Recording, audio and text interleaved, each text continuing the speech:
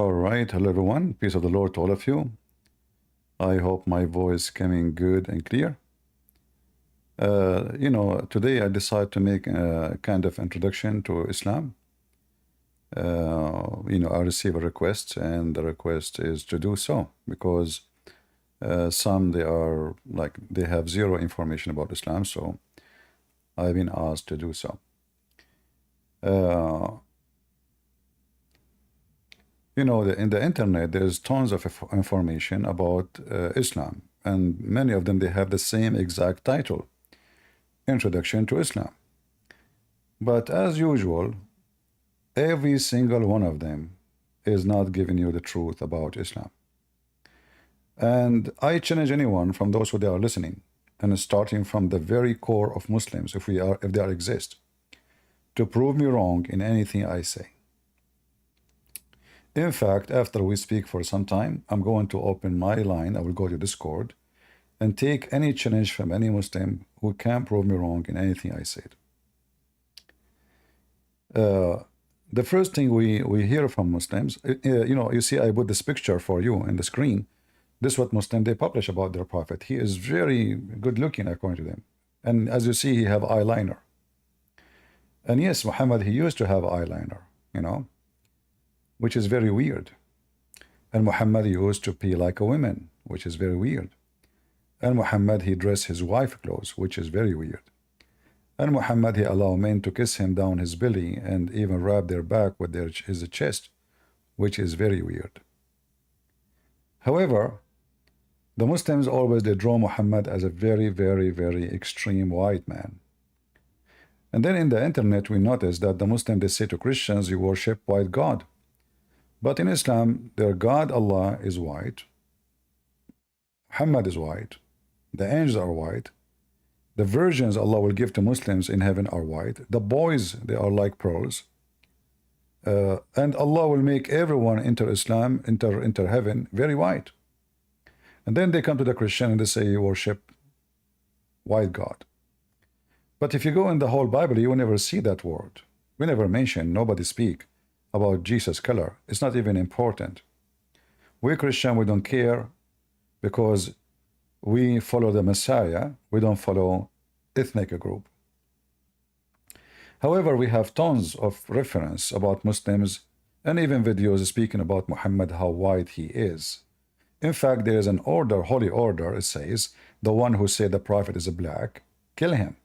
Why is that? Because simply this is the purpose of it is to say something not true, to insult Muhammad.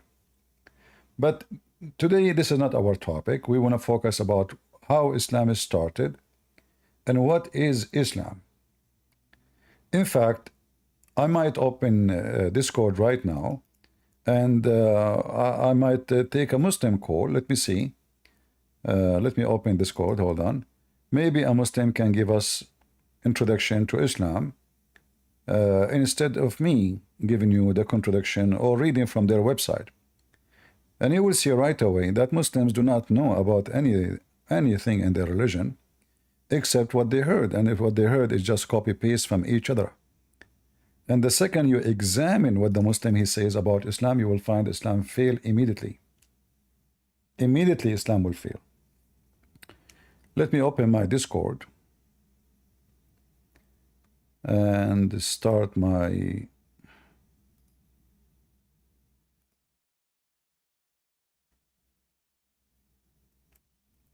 what is Islam?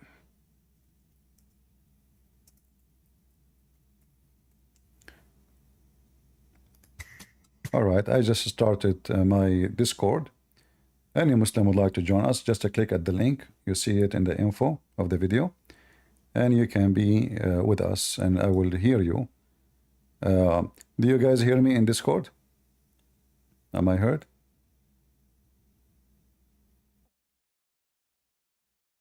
I guess people in Discord don't hear me. Okay, they hear me. All right. If there is any Muslim any moment would like to join us, I will be happy to take you. Before we start, Islam is based on what? The Muslim, they say to us that Muhammad received Quran. Muhammad received what? Muhammad received the Quran. What is the Quran? The Quran supposedly is the book of revelation, which is Allah and only Allah is speaking. Remember that always. Allah and only Allah is speaking. However, the second we start examining this issue, we will find the Quran collapse again. And not only that, the Muslims, they have a big problem. He says that they don't want to accept anything.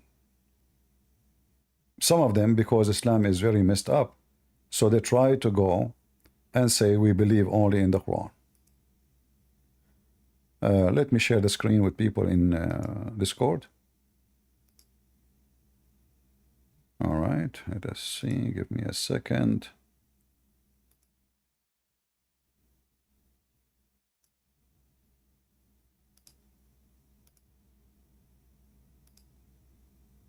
All right, you guys, you see my screen right now in Discord, right? So the Muslims, they have a big problem because Islam is total fabrication. Many and a lot of the Muslims don't want to accept what their prophet said. And the only solution is to say that all the stories about Prophet Muhammad and what he said is a fabrication. And then we have the only book for the Muslim then is left is the Quran. But the Quran is a stupid book. There's nothing in the Quran. In fact, there's zero religion about Islam in the Quran. It's just a random words, random stories, they are not connected to each other. This is a sheikh. Somebody is asking him, and I will go back to the start of Islam, by the way, but just to give you an idea, Islam is based on what? According to Muslims, Islam is based in what Muhammad did and said. They call it Sunnah, which means Sunnah is what Muhammad said, what Muhammad did, what Muhammad commanded to do. And then his companions supposedly they follow. And the Quran.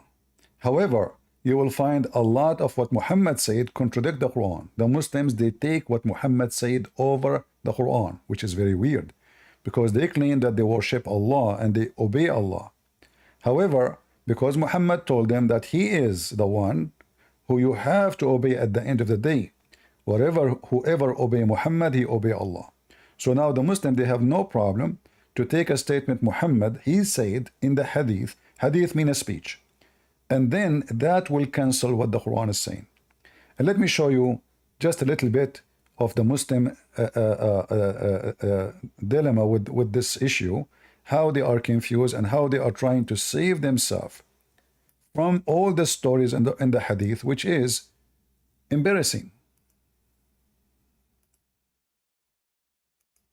CD from Germany, he says that there are people who, when you talk to them about haram things in the Sunnah, they reject it and they say, no, as long as it's not mentioned in the Quran, we do not believe in it. This is very dangerous. And such people risk being an apostate, depending on the degree of their rejection. If they say we don't believe in the Sunnah totally, and anything that is not in the Quran, we do not believe in it, these are kafir, disbelievers, because they disbelieve in the Quran. So many imbeciles, wallahi, so many ignorant people, that you feel so ashamed while speaking to them, feel so sorry for them, and they're so proud of themselves. Yes, we don't believe except in the Quran. The Quran is the word of Allah. Allah revealed it to Muhammad alayhi salam, preserved it. We believe nothing except in it. Excuse me, have you ever read the Quran? No, sorry, I don't know Arabic. MashaAllah, tabarakallah. And you're coming to discuss something of the principles of Islam simply out of your whims and desires? Don't you know that in the Quran Allah says, وَأَطِيعُ اللَّهِ وَأَطِيعُ الرَّسُولِ, obey Allah and obey the Prophet ﷺ. How to obey the Prophet? How to obey Allah Azza wa Jal? First of all. So yeah, we have to obey Allah. How? So by reading the Quran, this is Allah's words. Good. How to obey the Prophet ﷺ? by obeying the Quran because the Quran was revealed to him. Excuse me, it's the same thing. Obeying the Quran, the Prophet ﷺ, is by believing in the Sunnah. So if you do not believe in the Sunnah and you say, no, music is not mentioned in the Quran, wearing gold for men is not mentioned in the Quran, doing this, doing that is not, combining, marrying a woman with her maternal or paternal aunt is not mentioned in the Quran, I can do that. And he keeps on saying rubbish. So what do you do with such people? Such people are apostates because they've exited the fold of Islam. This is different to someone who says that the hadith related to music, in my opinion, and according to my research, is not authentic. I believe in the Sunnah. I believe 100% in the Sunnah and I abide by it. But there is a specific hadith here and there, only a handful, maybe one or two, that I don't accept. This is dangerous if it's coming from someone who does not have knowledge. If he's a knowledgeable person, a student of knowledge, a scholar, yeah, we accept that because he's got the tools to make such a verdict. But if he is someone who's ignorant, doesn't know the Sharia, doesn't know the Quran, doesn't know Arabic, and he comes and gives fatwas and yes, halal and this is haram, and he doesn't know how to speak even the language of the Quran, definitely this is something that... Here you see what he said expressed to us how stupid Islam is. So now this guy is an Asian. He's from Asia, he's not an Arab. And suddenly he's dressed like an Arab. And now he just told you, if you don't speak the language of the Quran, you cannot understand Islam. You're an idiot. And then they say to us, Islam is for all mankind. But knowing that more than 90% of the Muslims, and even maybe more, do not speak one Arabic word. That means 90% of the Muslims, according to what we heard from this sheikh, they are ignorant, idiot, stupid. They know nothing. So now, the Muslims who don't want to accept Muhammad's command, they say we want only the Quran. Either way, Islam is an embarrassment and Islam is stupid. If there is any Muslim would like to come to the microphone in Discord and tell us what is Islam, and we will examine one by one. Until we get a Muslim, if we go in the internet,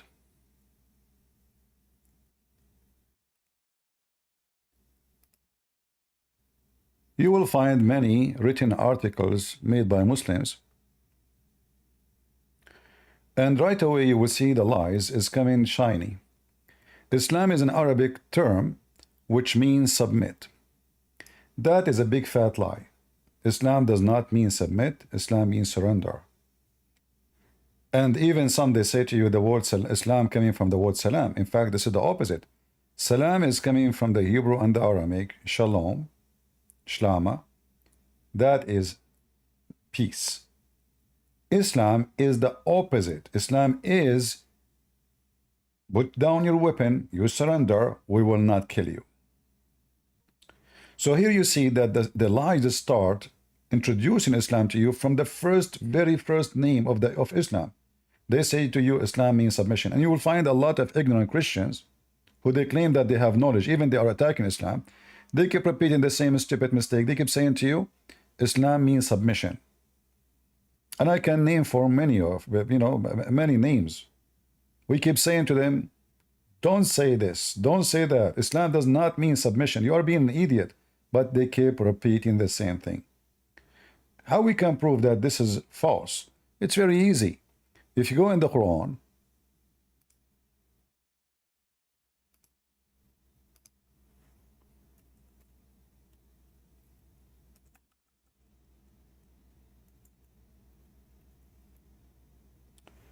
you will find a clear evidence that Islam means surrender. And the Quran gives us definition who is a Muslim. A Muslim is not someone who believes in Islam. A Muslim is someone who been forced to surrender to Allah and the Prophet. For sure the Prophet first. In chapter 48, verse number 16, Muhammad told the Arab, if you don't join me, I will kill you all. Here you see the Muslim translation saying, say to the desert Arab who lagged behind, you will be called against people of a great might, and you will fight them unless you surrender, not submit. That's a big fat lie. I mean, it's clear, unless you surrender, right? Well, submit. Submit is something you do willingly, not somebody forcing you. Here we are talking about war. So this is cannot be submit. In fact, if we change the translator, this is Itani. If we change the translator, and all of them, they are Muslims.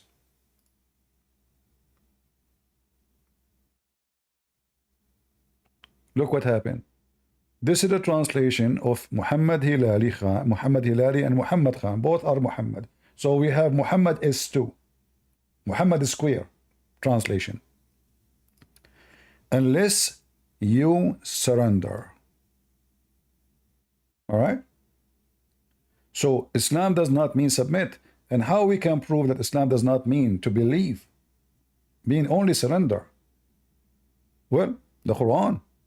The Quran say clearly, you don't need to believe. In fact, those Muslims who that joined Muhammad, they did not believe in Muhammad. And the Quran confirmed that. Chapter 49, verse number 14. The Bedouins say, the same Bedouin Muhammad, he just a threat to kill them if they don't convert to Islam. He will fight them, he will kill them, and he warned them to surrender. Well, those people now, they surrender. All right? But look what happened. The Bedouin says, we believe. Say, Allah saying now to Muhammad, telling Muhammad to say to them, Muhammad, you believe not. Remember, the one who's talking supposedly is so-called Allah, which is Muhammad fabricating Quran. You believe not, but only you say, we have surrendered, which mean what in Arabic? Aslamna, which mean become Muslims. Become Muslims. But what become Muslim mean? We surrender. So as you see, they did not believe. Allah telling them, you can say we are Muslims, but you cannot say we believe. For faith has not yet entered your heart. So how those people become Muslim, but faith never entered their heart? Do you see how obvious it is? He forced them to convert. The sword in their neck, say Shahada or we will chop your head. They say Shahada. But look what is important in Islam. It's not important to believe in Allah. It's not important to believe in Muhammad.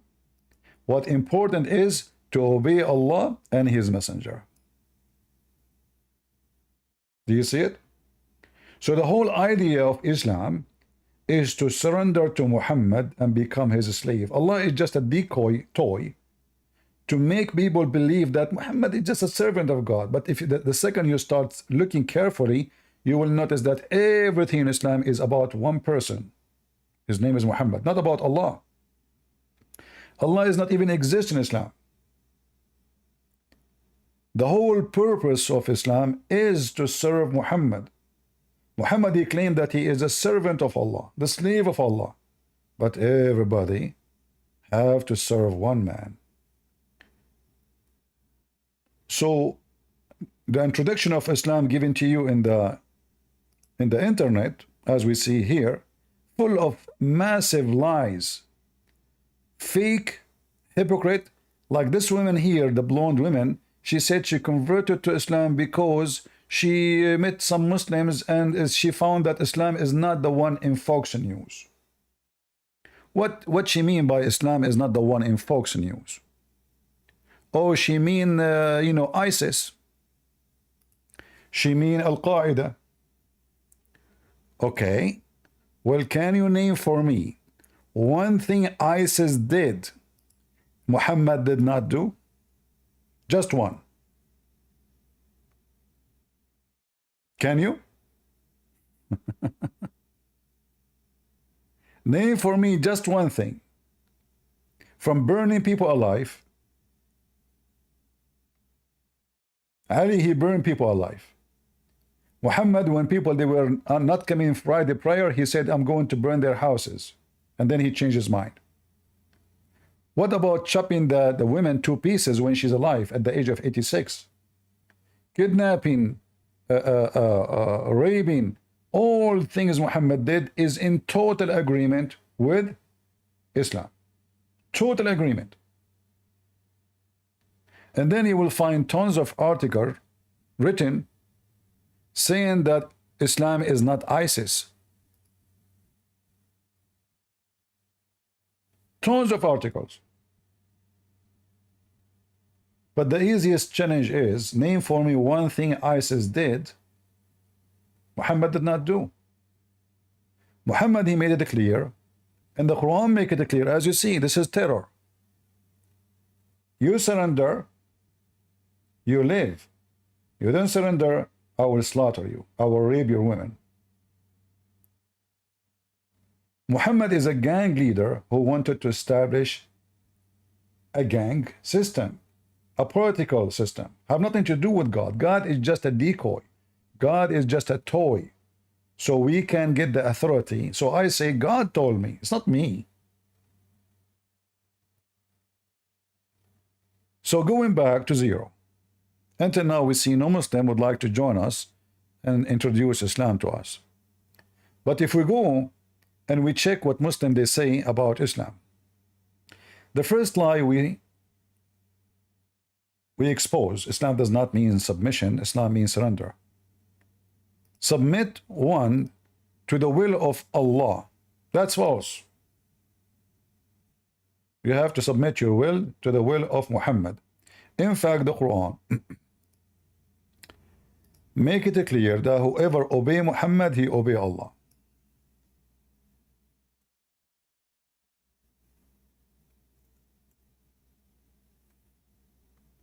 You obey Muhammad, you obey Allah.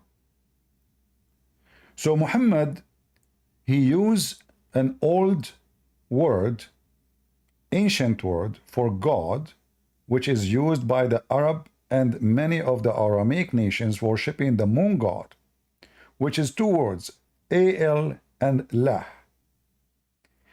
If you go to the Quran from the first verses, you will find here it says, Bismillahir Rahmanir Rahim. Allah, most of people, they think Allah is a full word, one word, mean the name of God. But you ask the Muslim what Allah mean. I mean, it's okay, this is his name. What the word mean? They don't know. Not a single Muslim can answer you. You will find tons of articles written about what Allah mean. They don't know. For this is a foreign word taken from foreign language, which is Aramaic. Allah contained two words. Al, which is a word, mean God, and Lah. Lah is the moon god. And now you will see, Muslim, they will say to you, this guy is a liar, he's a stupid. The Quran says to us clearly, don't worship the moon, don't worship the sun. The moon god is not the moon. The moon god is the God who is in charge of the moon. The sun god is the one who have the power over the sun. So there's many ignorant, they do not know what the moon god present. The moon god is not about worshiping the moon. The moon is the one who represent that God. Not the moon itself is the God. Like Muhammad, because he's an Arab, and the Arab, they worship the moon god, which is a nice god for them. Why? Because the sun is the one who torture them, the one who kill their animals, the one who make them die from thirst. It's a desert community, totally desert. If you check what is the weather right now in Mecca, you will find it's scary. It might be 60, 70 degrees in the sun.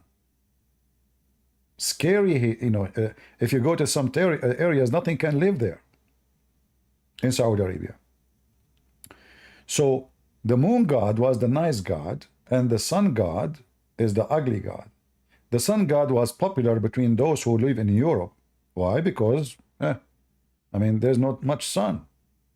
That's why you see European, when the sun comes, they go in the beach and they lay down for many hours, which is stupid to do, can cause cancer, under the sun. But you will never see someone as an Arab laying under the sun because you have too much of it. In fact, the effect of the Bedouin desert is all over the Quran. As an example,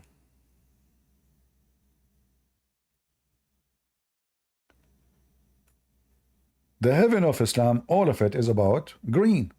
Even your clothes will be green.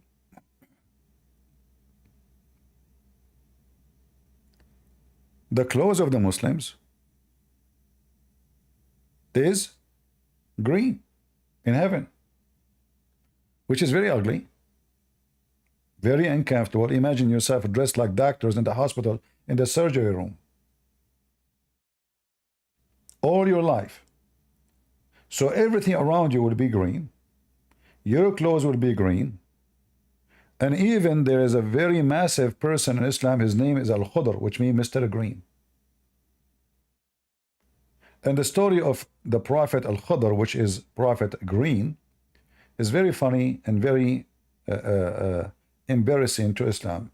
Al-Khudr is a person mentioned in the story or the legends of Gilgamesh about looking for the fountain of youth.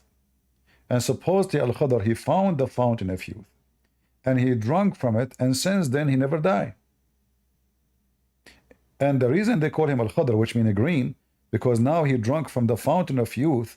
When he sit on the grass, even if the grass is dead, the grass will become a green again, because remember, he is the one who drank from the fountain of youth. So now even his sweat, even his piss is water of youth. And here you see Islam is just a collection of fairy tale stories taken from other cultures, other religions, all over the place. So the impact of the desert is totally appear on the promises of Muhammad heaven. The Arab, as an example, they like and they are possessed with women who they are white. They don't like women have colors. The more white she is, the more she is so beautiful. So the Quran insists that everything in the heaven is going to be about white and white and white. So the Muslim men, Allah will make them white. The Muslim women, they will be extremely white to the point you can see the marrow of their bones. Even the boys who they are going to serve you in the heaven, they will be extremely white. Women are white. Boys are so white. And, you know, like look at the translation here. Delicate and pure. The word white is gone. This is why I say you cannot learn anything in Islam by the liars, you know. Here they translate it as the word bead, you know. Baydun maknoon, you know. But the maknoon, this egg, the one they are talking about, is talking about how it is white, like an egg, or let us say, in fact, even the Quran here, there was no tashkil. You see those things you see in the top? Those are tashkil. So we can read the word here, bayd, which mean eggs, or we can see it, we can say bead, which mean white. Which one of them? The Muslim, they say, based on recitation we go. But every Muslim have different recitation for the same word. However, if you go here and check, you will see that it is about how white they are. If you change the translator, you will see each one of them, he give you totally different meaning and different words. Here, it says pure. Pure what? How the egg can be pure? Pure egg? That's weird. This is about color. This is not about the egg, and have nothing to do with eggs. But we will go with it. So, as if they were hidden eggs. You change the translator. In fact, if we go and we see the meaning of those verses, you will see how awkward the meaning is, how funny, how weird, and how stupid it is. So the second you open the interpretation of the Quran, you will find how the language of the Quran is very stupid and very funny and very dummy.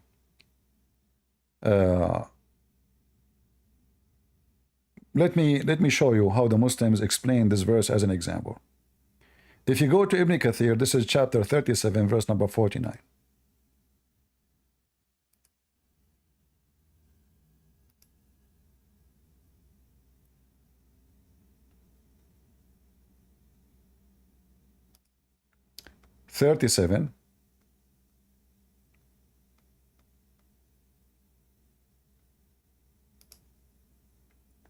And then 39.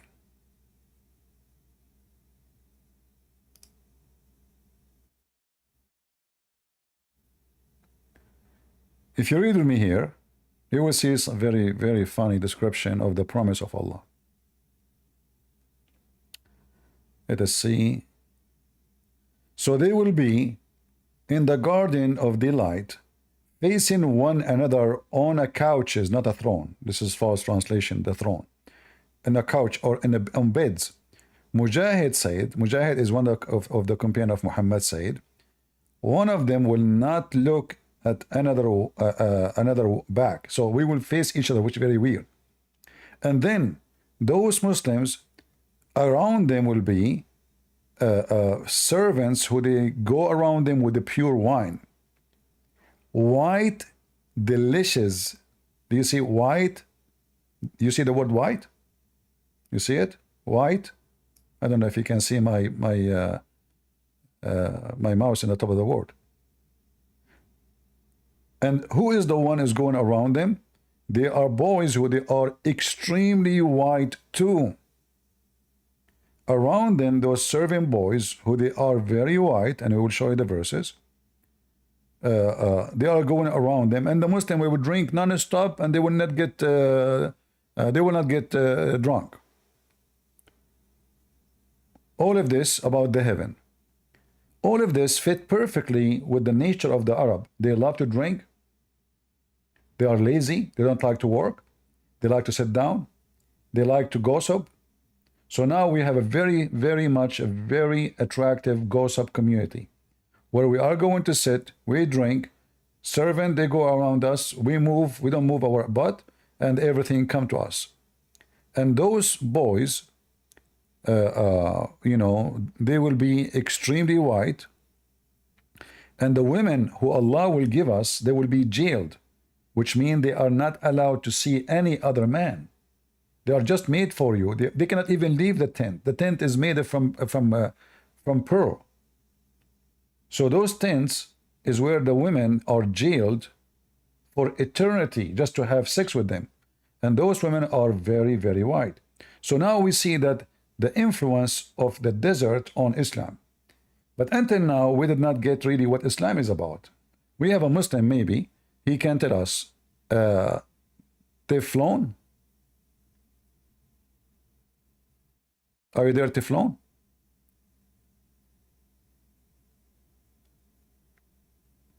Are you there? You have to click push to talk. All right, look like he is not ready. So those who they are described as eggs, listen carefully how the interpretation described them. Their body described as having most perfect color. You see, I told you this is not about eggs, this is about color. This is about color. What color we are talking about? Read carefully. Pearls. This has nothing to do with eggs. As if they are hidden pearls, not eggs. And then means protected, never been touched by any hands. Mean the inside of the egg. You see how white is inside the egg? This is how it's going to be. So Muhammad, he is making up promises for those Arab who they are obsessed with white women. The women, they will be so white. The men will be so white. Jibreel is white. Muhammad is white. And everyone when I enter heaven is going to be white. This is the desert men desire. Are you there, Teflon? Are you there?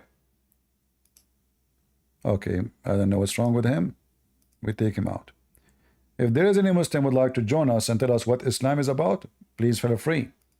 So until now, what we learned, that Islam is based on Muhammad, not based on Allah. Allah is just a word.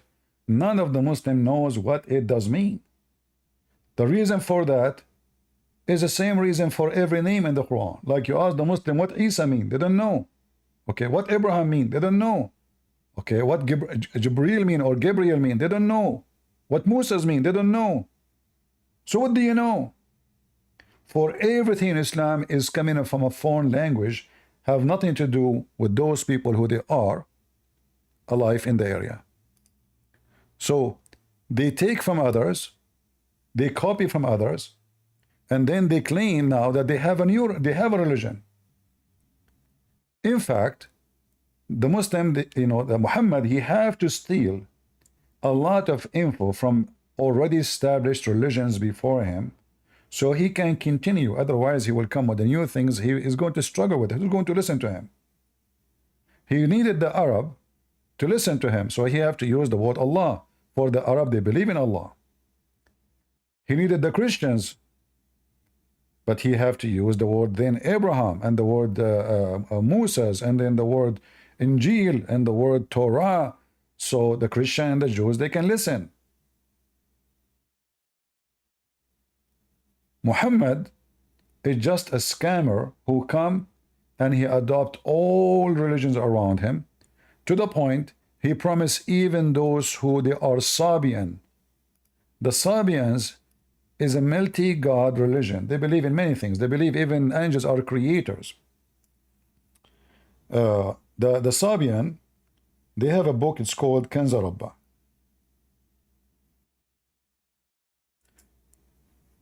The book of QandA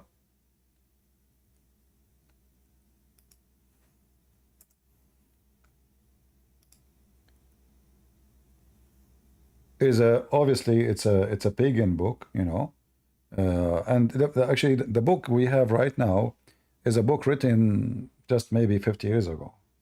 Nobody have the original books, and those Sabian, when they wrote their new book, they tried to make it like sound more about monotheism, so the Muslim will not kill them in Iraq. There's only little number left in Iraq from the Sabian. If you remember the scenery of ISIS kidnapping women, raping them, they were Sabian. They attacked them, and because they are not people who believe in Allah, they attack them, they rape them, they enslave them, etc. But here you notice Muhammad in chapter 2, verse number 62, saying that Sabian and Christians and Jews, they will go to heaven. Sabian was the biggest religion spread in the Middle East at that time,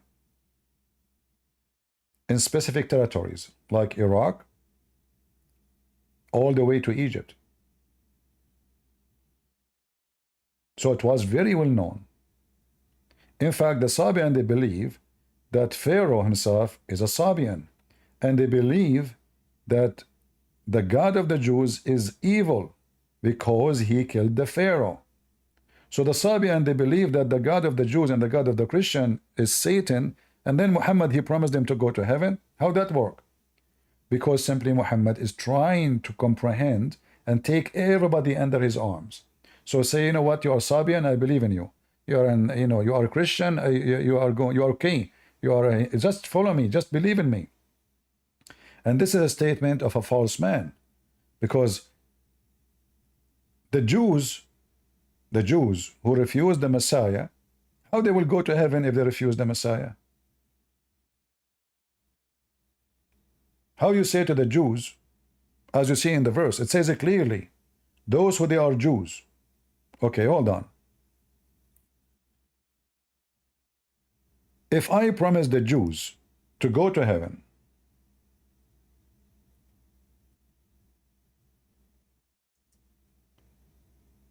Is that because they did not believe in the Messiah? They will go to heaven? Is that because they refuse to accept the messenger of Allah, as the Quran says?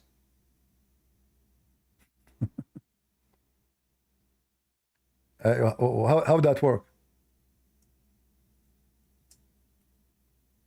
You know what I mean? Here the statement of Muhammad obviously is a false man statement. So he make it simple. If you believe, just follow me. Don't, like, I don't care. You are a Jew, you're fine. You deny the Messiah, that he come, it's fine for him. And that is showing us that the Muslim, they claim that they have like something called the corners of Islam, or the basic of Islam. And that basic is to believe on the prophets sent by Allah. So if you don't believe in them, you are not a Muslim. So how Muhammad now, he accept the Jews to be in heaven, and they are the one who the Quran speak about them in a very aggressive, bad language. Do you understand?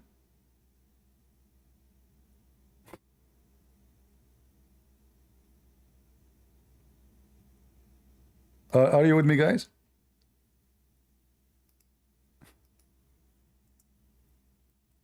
According to the Islamic religion, the one who deny one messenger of Allah, he is not a Muslim.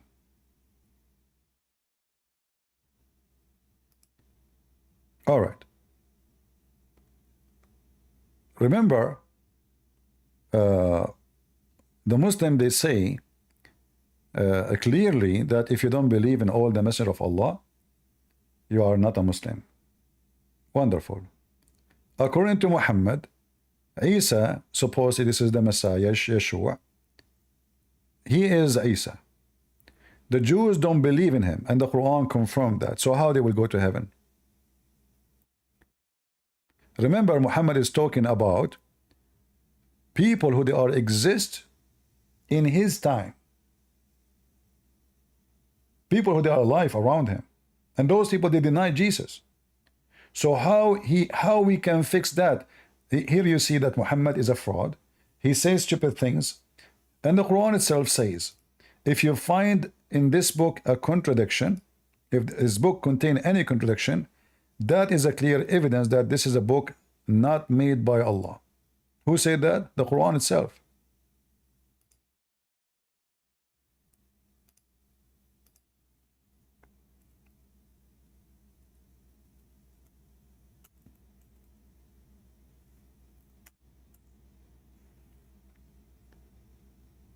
In chapter 4, verse number 82, it says, how come they cannot consider the Quran carefully?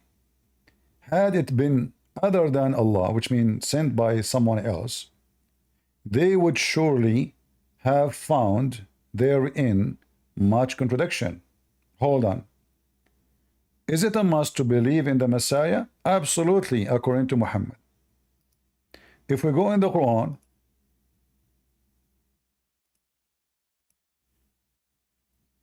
you will see Muhammad saying this in chapter 4, verse 159. And there is none of the people of the scriptures but must believe in him.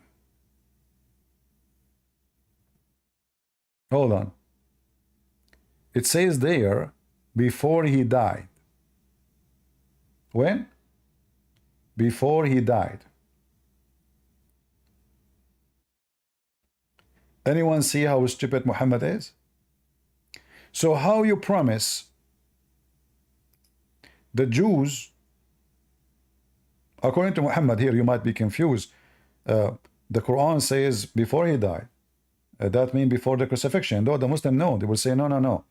The Messiah was not crucified. This is when he come back, he will die, which is very funny. He did not die first time, he will die now. Why? I mean, the judgment day is tomorrow. Why he will die now? You see the stupidity? So the Quran confirmed that everybody have to believe in the Messiah. But hold on. Why everybody have to believe in the Messiah, not in Muhammad? Isn't it Muhammad the last prophet? And here again, stupid Quran again contradict itself. In one hand, the Quran, the Muslim, they claim that Muhammad is the last prophet. In the second, here we see that the one who will come at the end of the day is Jesus, not Muhammad. So the pagan Islam, who tried to hijack Christianity, Judaism, Sabian, and Hinduism, Black Stone, which is coming from the Hindus and the Buddhists, all those things are mixed together, and that make a huge messed up cult full of contradiction.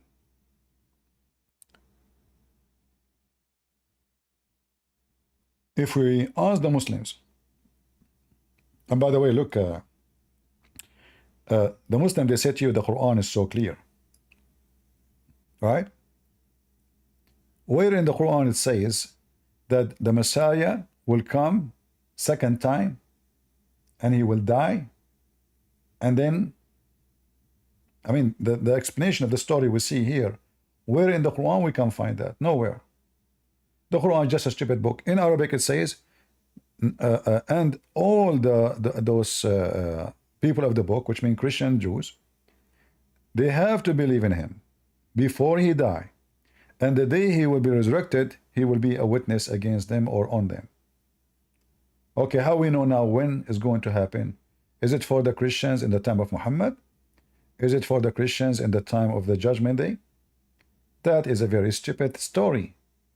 And if Jesus will die after Judgment Day, well, that's very stupid too, because Judgment Day and now it's over and now Jesus will die. You know what I mean?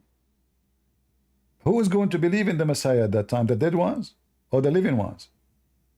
It's very silly and very stupid story. It doesn't make any sense. So the Muslims, in order to explain to you the stupidity of the Quran, they have to add all those things between brackets. You see how short is the Arabic sentence?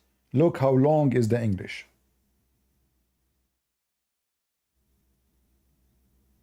Do you see it? So they add all those things because the Quran is a silly, stupid books, and all those stories cannot be found anywhere except here and there. This guy said, the scholar said, the sheikh said, some Muhammad said, some even don't. Muhammad never said. Islam is just a messed up collection of lies and stories. But why Muhammad needed to use the name of Jesus? For if you are a Christian, he will be a lot easier for him to get inside your sleeves. Same using the word Abraham. Why he used the word Abraham?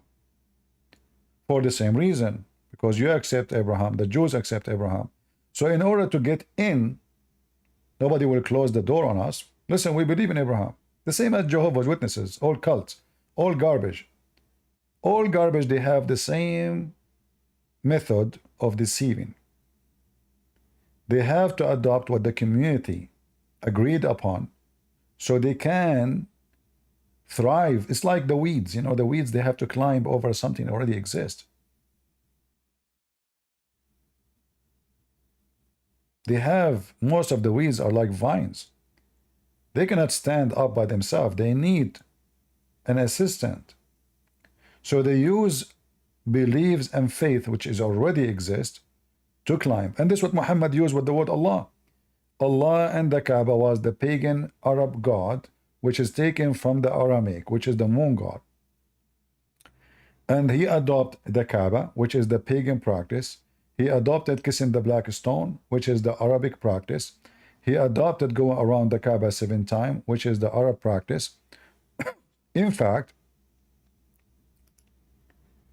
the Arab, when they go around the Kaaba, they practice sexual ritual.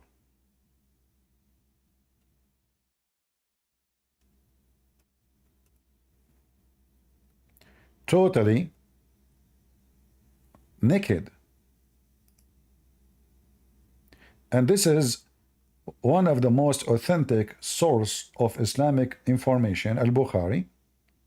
Al-Bukhari is the second book after the Quran. Take a note of that. So when you say Al-Bukhari for a Muslim, especially if he's a Sunni, not a Shia, they have different sewage they get the information from. So this is Al-Bukhari. It says clearly that the Arab, when they go around the Kaaba, They go totally naked in the state of nudity. State of what? Nudity. They wear nothing. Nothing, you know. And this is what the Muslim today, they still do. The only difference is they cover themselves with a sheet. That sheet, it was the Arab they used to give to those who do the Hajj around the Kaaba, go around the Kaaba. They give them that sheet.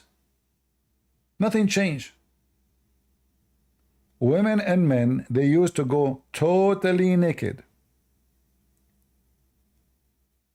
And the Muslim today, they use the word tawaf. Tawaf means going around. The Muslim today, they use it the same as the pagan Arab, they use it.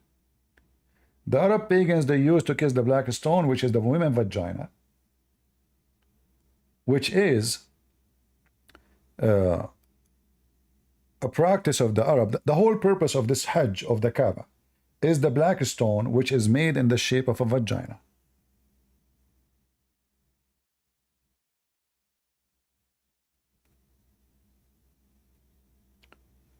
Why it's made in the shape of the vagina? Because simply it's a vagina. It is a vagina.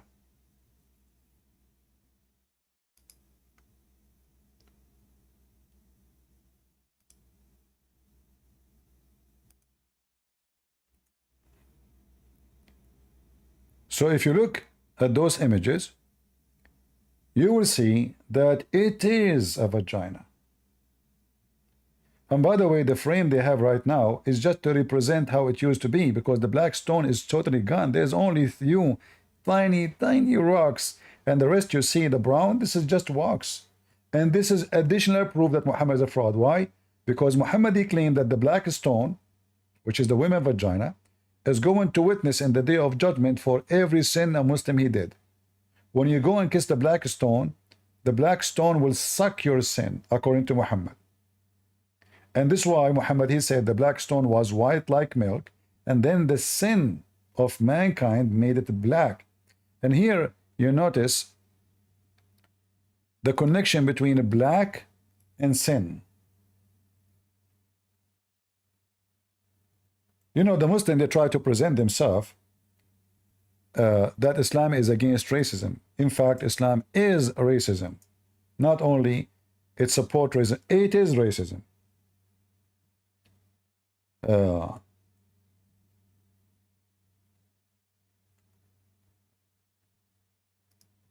Muhammad, he said that the black stone was whiter than milk.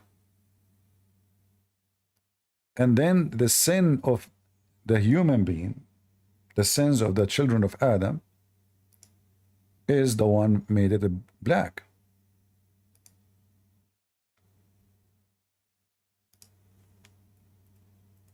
So what Islam teach, that you sin, black come. The black stone sent down from heaven as white as milk. This is how white it is. However, the problem that there is sin, and sin turn things black. This is why in the Quran it says that in the day of resurrection, Allah will make all those who don't believe in Him black, and all those who don't believe in Him white. And the Muslims, they try to hide this, and they will say to you, well, this is not about literally. It is about literally. You can go and read the interpretation for every Muslim scholar. And when we say Muslim scholar, we are not talking about people in YouTube and those garbage stuff. We are talking about Islamic scholars who they exist 1,000 years ago. Not somebody is just a kid in YouTube trying to explain the Quran. So Muhammad, he made it clear that all those who believe in Allah, they will become extremely white, and those who don't believe in Allah, Allah will make them extremely black. Going back to zero again. As you see, I'm challenging Muslims to join us and tell us what Islam is. Until now, nobody dared to come and tell us what Islam is about. So what Islam is about? The Muslims, they say to worship in Allah. Okay, if I worship Allah, I don't believe in Muhammad, am I saved? No. Which one is more important, Allah or Muhammad? Obviously Muhammad. The Muslim, they say that if you believe in Allah and Muhammad, then you are a Muslim. But we just showed you the verses in the Quran saying, don't say we believe, say we are Muslims. You remember? Anyone remember the verses? Who remember?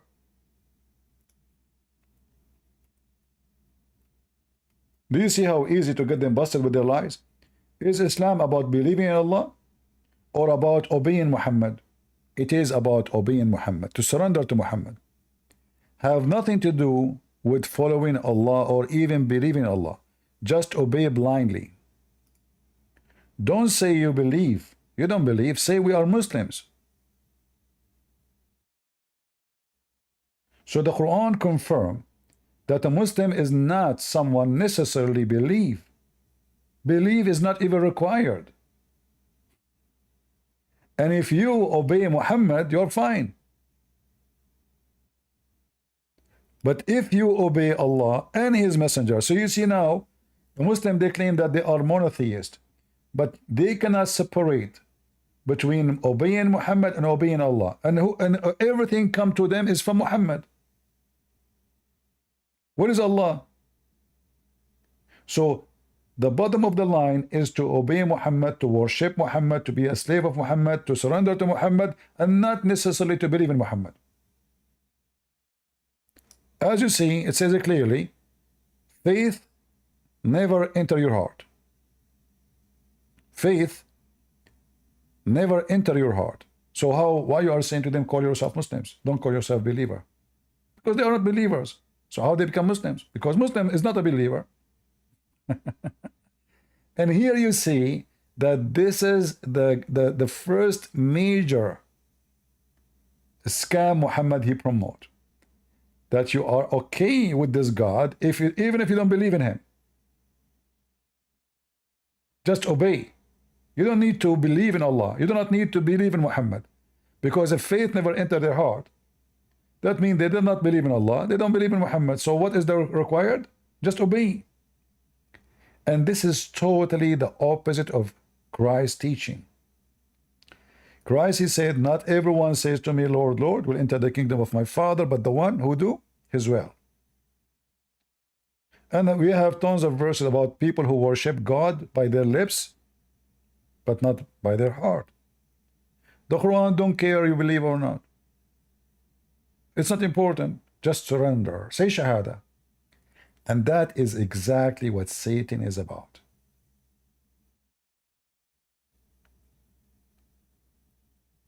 Muhammad is Allah. The moon god hijacked by Muhammad, and now Muhammad, he replaced the moon god. He is the moon god. You obey Muhammad, you obey Allah. If you want to disobey Allah, will disobey Muhammad. But isn't it Muhammad in the Quran is a sinner? We prayed for you the video where the guy, he said, we have to obey the Messenger of Allah. If you don't obey him, you are not a Muslim. In the Quran, we do not believe in it. These are kafir, disbelievers. See? Because they disbelieve in the Quran. So many imbeciles, wallahi, so many ignorant people that you feel so ashamed while speaking to them, feel so sorry for them. And they're so proud of themselves. Yes, we don't believe except in the Quran. The Quran is the word of Allah. Allah revealed it to Muhammad alayhi salam, preserved it. We believe nothing except in it. Excuse me, have you ever read the Quran? No, sorry, I don't know Arabic. MashaAllah, tabarakallah. And you're coming to discuss something of the principles of Islam, simply out of your whims and desires? Don't you know that in the Quran Allah says, وَأَطِيعُ اللَّهِ وَأَطِيعُ الرَّسُولِ, obey Allah and obey the Prophet ﷺ. See what the problem is? Believing in Allah doesn't make you a Muslim. Obeying Muhammad make you a Muslim. Do you know this?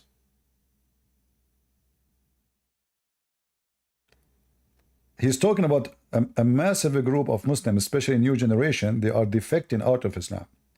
Because the second they start reading the stupid stories of Muhammad in the Hadith, flying carpet, and etc., they think they can escape the humility and say, okay, you know what?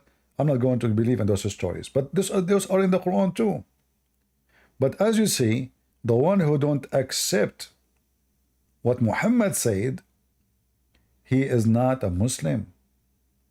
Obeying Muhammad is everything, for he is the God of Islam.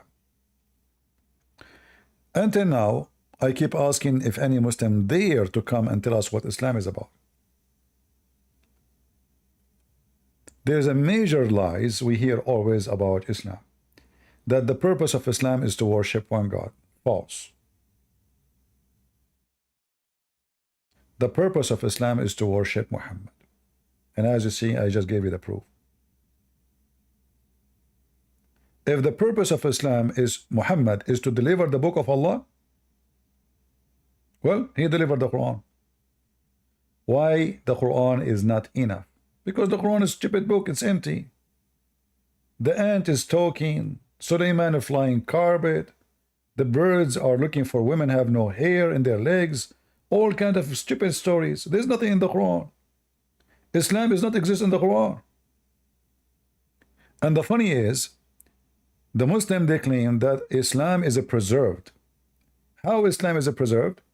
They say to you, Islam, the Quran, preserved by recitation.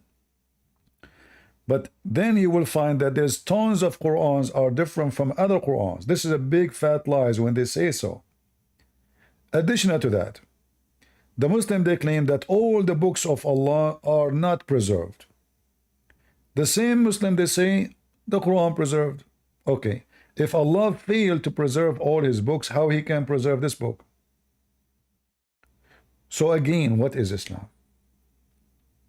Islam is about surrendering your will to Muhammad and become his sex slave.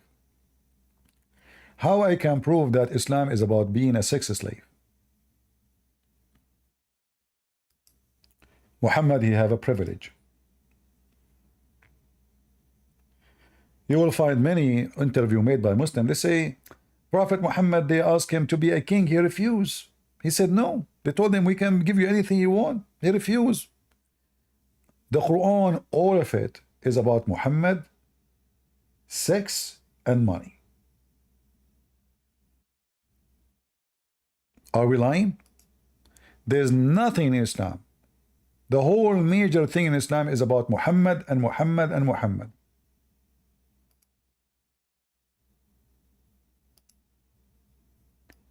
Muhammad don't care for money, the Muslims they say.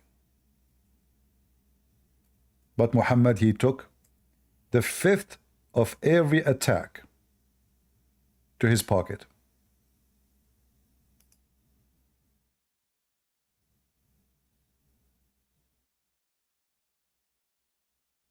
And Muhammad, he claimed that when you give him the fifth, that fifth, for he is the one who presents Allah. He's Allah. And remember, they say to you that Muhammad was a poor man. But we have tons of stories about women of Muhammad fighting over the gifts Muhammad received. Gold and silver. Muhammad, he owned thousands of slaves. How you can even feed them if you are so poor? Muhammad, according to Muslims, many references, he have 25 wives. Imagine I have 25 houses and I am poor. Who in the world want to believe this? And each one of them, she have many slaves and servants. And then they say to you he was poor. And then Muhammad, he dictate the whole Quran for his sake. Like here you see, it says for charity, etc., orphan. Okay, what orphan? Why you want to give the fifth to Muhammad and then you give the to charity? What charity? Why Muhammad, his name is mentioned to take the fifth? They say to you, will the Prophet have to make living? Okay, the fifth from what? This is a fifth from the theft. And the Muslims around Muhammad, they used to be very savage gang, to the point they accused their Prophet that he stolen underwear. So now they are the fifth we are talking about is including sandals, clothing, underwears, jackets, pants, fabric, jewelries, gold, silver. So even the Muslims accuse Muhammad to be a thief. And that is telling us, who are they, those Muslims around him? They are a bunch of thieves.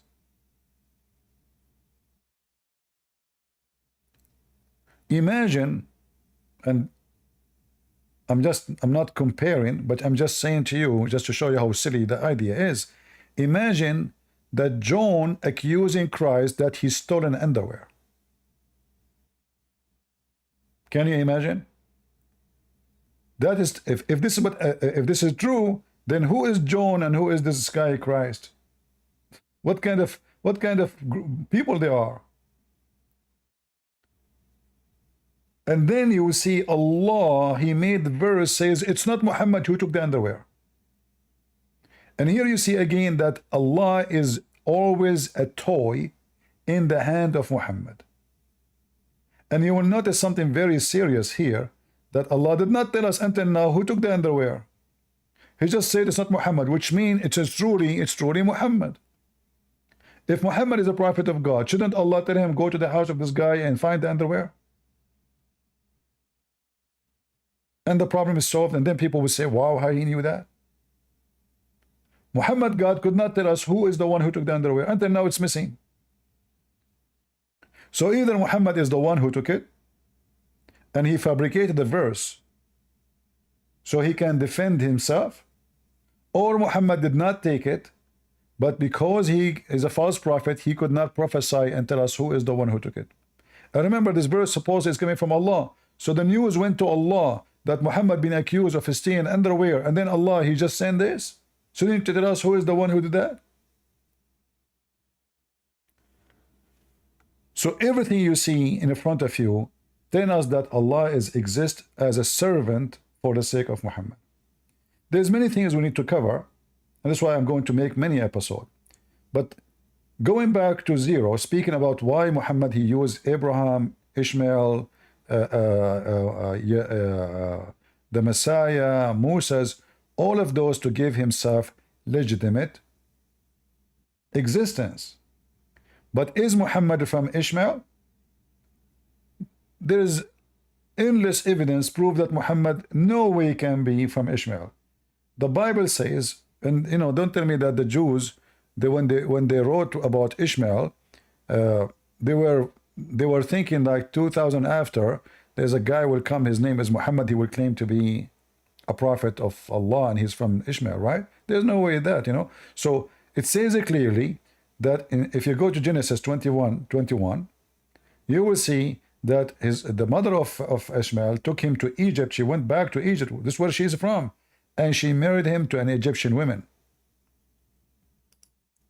So if Ishmael, his mother is Egyptian, his father is Aramaic, or let us say from the Chaldean society.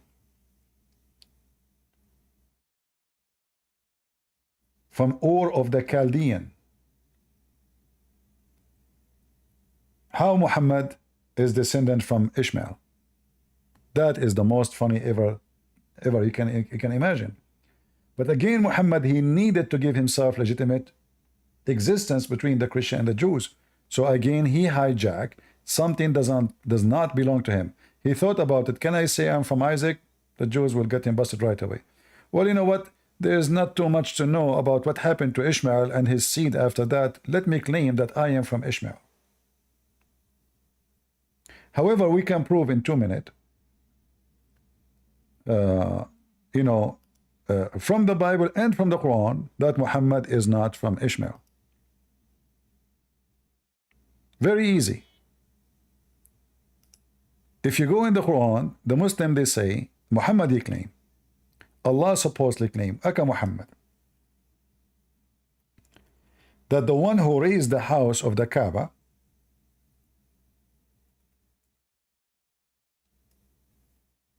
is Abraham and Ishmael.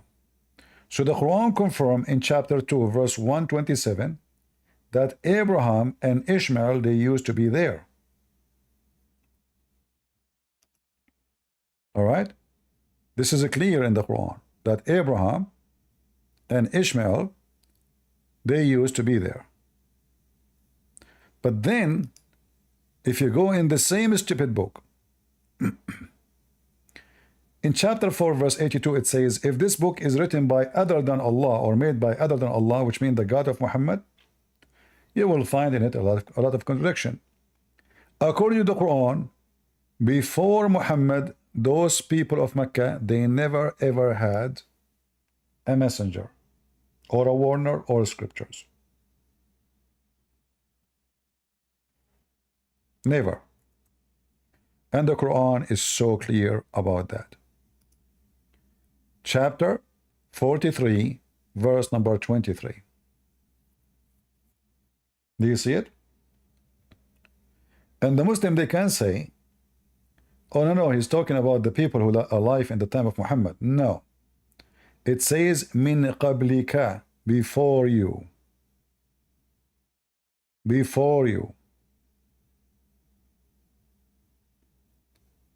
Before you came to existence. Nobody. Period. So how Abraham is the one who built the Kaaba, how the people of Mecca, they are children of Ishmael. And remember, Ishmael in Islam is a prophet. So, did Abraham warn his people about to worship Allah? According to Islam, they will say yes. Okay. Did Ishmael warn his people about worshiping Allah? They will say yes. So how the Quran says clearly that before you, Muhammad, those Arab people, they never had ever a warner, and not only a warner,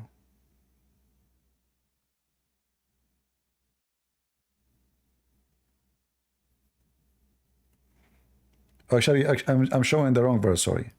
I click at the wrong verse, sorry. Should be 44, sorry. I was looking what it says there. I did not read the rest. So we had not given them scriptures which they could study nor send before you. I was looking, where is what? I'm not, I'm reading the English. It doesn't say what it should say. So that is a mistake. So, and we had not given them scriptures which they could study nor send to them before you. Never, never. They never have scriptures, and never have a warner, and never have a messenger. And this is the Muslim translation. So how Muhammad is from Ishmael? Now, if we go in the Bible, we will find right away, if we go to Genesis 21:21, let me find the verses.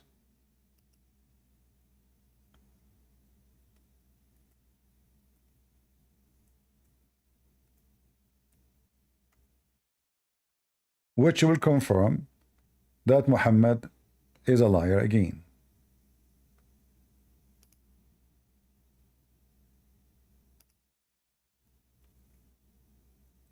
And you can read any translation you wish for Genesis.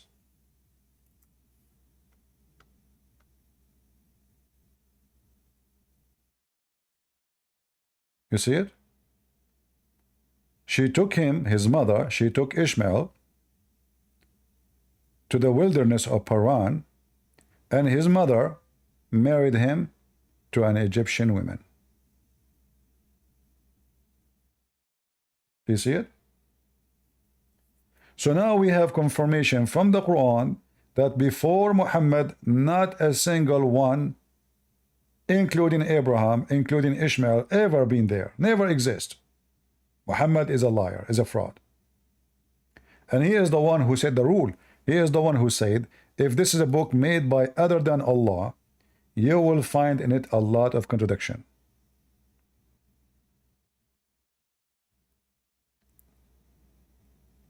There is many false Christians, they give false information that Allah is the God of the Christians.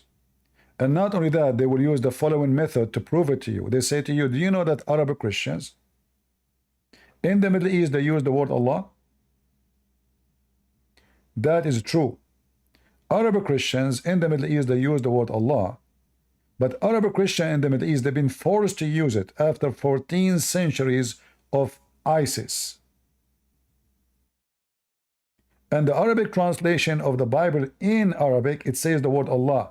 But this is a false translation. The word Allah cannot be found, neither in the Hebrew, neither in the Greek, neither in the Aramaic books. We can't find the word Allah anywhere. A Christian person always need to check and ask himself, the word I'm using is coming from where? And you will find that only in countries occupied by Muslims, Christians use the word Allah. Like Indonesia, which is absolutely wrong. Like Malaysia, or any of the Middle East. The second you get out of the control of the Muslims, you will find Christians don't use the word Allah. And that is telling you the whole story. So it is the existence of Muslims ruling them, subduing them, forcing them, enslaving them is the one who forced them. And most likely, not only they force them, those silly, stupid leaders, they say to themselves, well, if we use the word Allah, maybe the Muslim will stop killing us. In fact,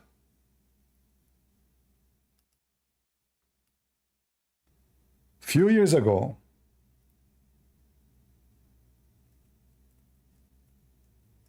Muslim, they made a case in Malaysia that anyone who used the word Allah should go to jail. And at that time, the Malaysia government, they agree. Anyone who will use the word Allah, he will go to jail. And I believe the Muslims are right. And I support this. Anyone who uses the word Allah, he is just a false person, a false Christian, a false believer. He don't believe in God. He is just an ignorant who follow the steps of their fathers, who they are the slaves of the Muslims, and they don't know what they are saying.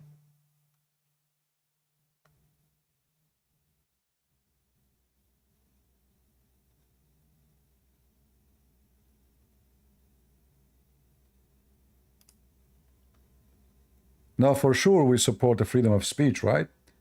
But you being a Christian and use the word Allah, that's because you are an idiot. Allah is the devil. Allah is the Antichrist. Allah is Muhammad. What the Bible says? The Bible says, who is the Antichrist? Is the one who denied the Son and the Father. Right? Well, this is what the Quran, all of it is about. Denying the Son, denying the Father. Plus, all the sources take us that Islam is a pagan cult. All of it is about kissing stones, going around the stones, bowing to stones. Islam is a stone religion. Their God, Allah, is an ancient God, which is Lah. Al-Lah. Al is a word meaning God. Lah is the word, the name for that God. And nobody knows what the name means actually. In fact, in front of you, I can challenge any Muslim can tell me what the word Allah means. They don't know. If you type right now in Google, you will find everybody give you his own article saying the word Allah is coming diverted from the word Al-Ilah, which means God. So why you say this is a name? If it's just a word mean God, this means it's not a name.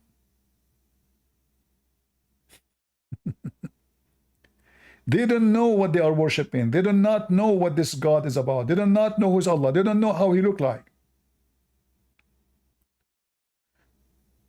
So going back again to zero. You as a Christian, you need to remember,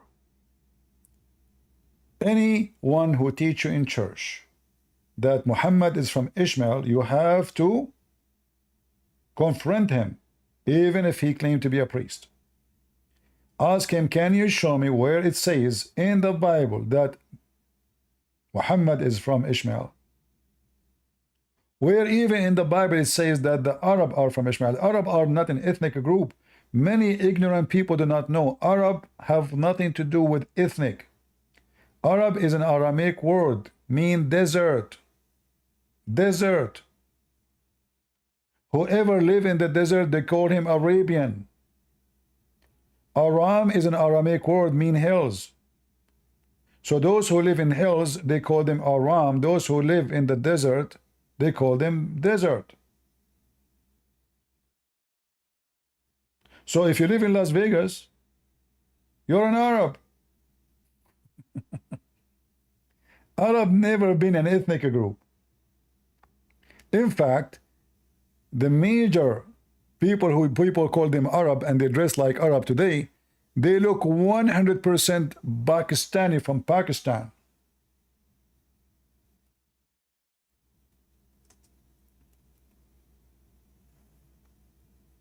Go check them out. Their look, their hair, their faces, all those things.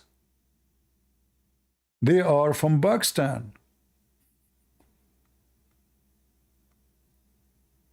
They have nothing to do with the, those are, in case you do not know, Pakistan is so close to the Arabian Gulf. In fact, never called Arabian Gulf, it's called the Persian Gulf.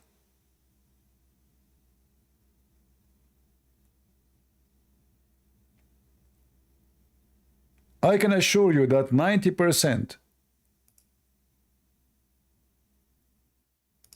of those who they call them Arab in Arabia today are from Pakistan. In all other way, it's from India. In fact,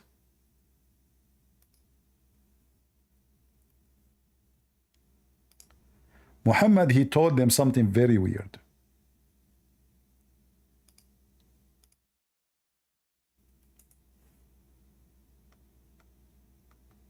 Do you see what I'm talking about? Do you see the Pakistani people? Go to check anyone from Pakistan and you will see what I'm talking about. Those are from Pakistan. Those are from India. India is just across the street from Saudi Arabia, from Qatar, from Emirat. Very, very, like cross the way, just to cross the Gulf, which is very narrow in certain areas, and he will be in India. And Muhammad, he made it so clear that Adam was Indian.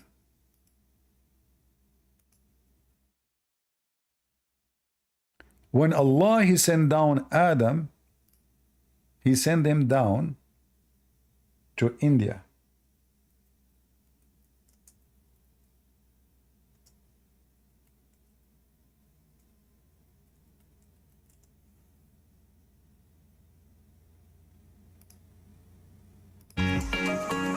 Let us show you.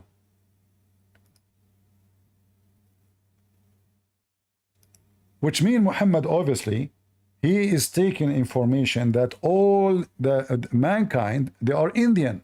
It means the grandmother. It is named after her. SubhanAllah. There's a question. Where did he land? He wasn't just thrown so that suddenly from amongst those. Now if we look at Adam alayhi salam, he came down onto the earth. He was sent to the earth. There's a question. Where did he land? He wasn't just thrown so that suddenly he landed, meaning he dropped, but Allah placed him on the earth. This we find in the narration of Rasulullah sallallahu alaihi wasallam, where he says that Adam alayhi salam nazala fil Hind. He came down in what is known as the Indo-Pak subcontinent, precisely Sri Lanka. There is a mount there known as Adam's Peak. And here you see another proof that Muhammad is a fraud. If Adam came down to Sri Lanka, and then Muhammad, he claimed that Adam, he did Hajj, which means he went to Mecca 40 times. 40 times he go backward, forward, into Sri Lanka. Obviously, the stupid Muhammad do not know that Sri Lanka is an island.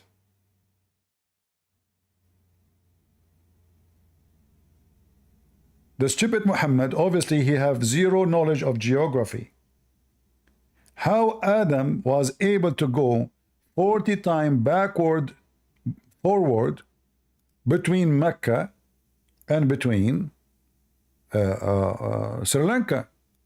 It's an island. Not to forget to mention how long the distance is. Why, I mean, why Allah send him in Sri Lanka and then the guy, you have to go to Mecca? Why don't send him to Mecca?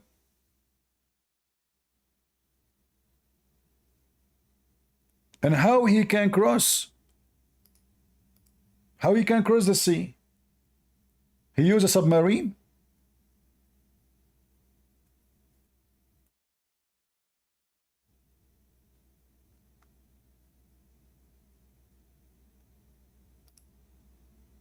And then Muhammad, he continued with his fictions, and obviously those fictions are stolen from somebody.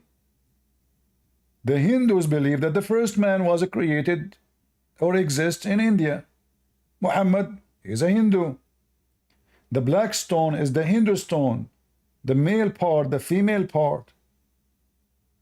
The Hindus, they have Kaaba, Muhammad have Kaaba. The Hindus, they have a black stone. They consider it holy. The Muslim have a black stone. The Hindu, they dress exactly like the Muslims when they do the rituals. They show, they like if you go and see, let me show you.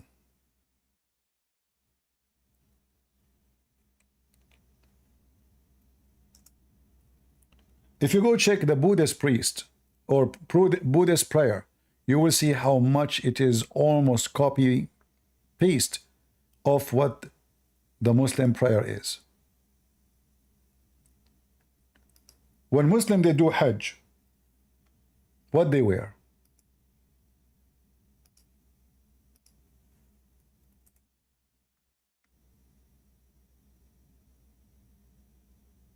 Do you see how they expose one shoulder?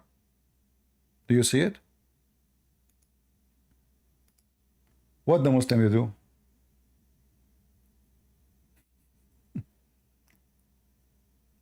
The same. Do you see how this guy, all of them, their head is shaved? What the Muslim they do? They have to shave their hair.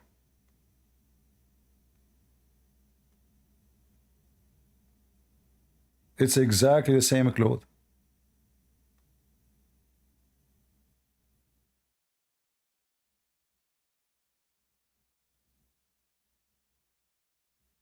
Wearing a sheet, wrapping themselves in one sheet, shaving their head, and walking naked in the street.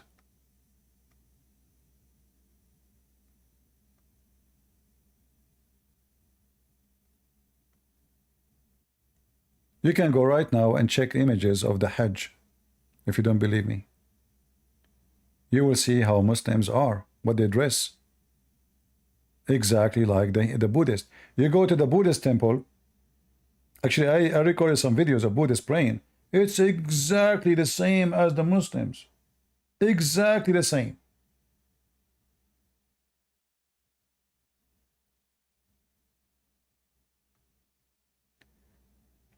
Everything Muhammad he have is a copy of somebody else. Islam is not a religion by itself. Islam is a collection of religions. Some from here, some from there. Collection from everybody.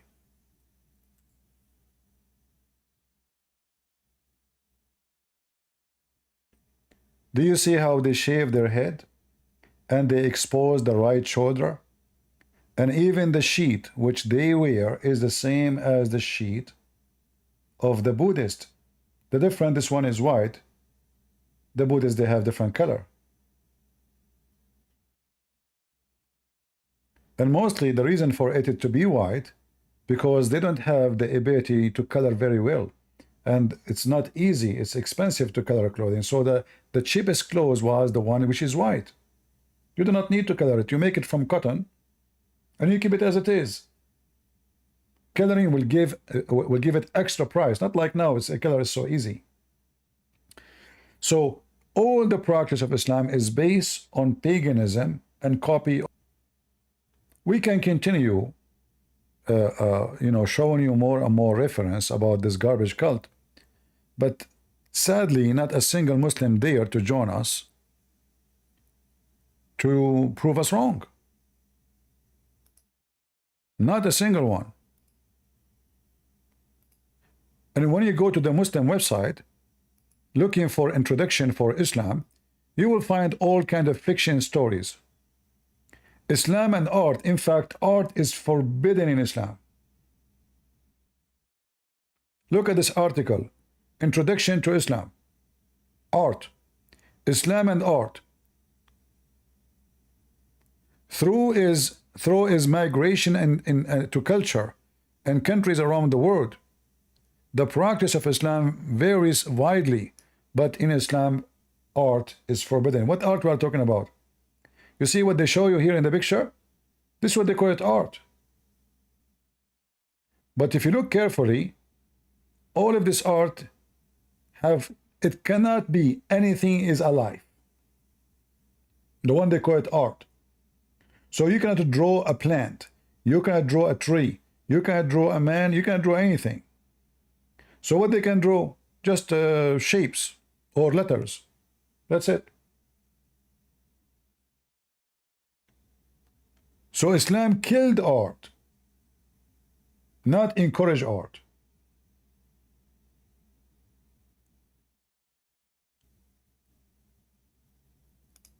Muhammad, he made it clear that the angels does not even enter a house have an image in it. It doesn't matter what the image for.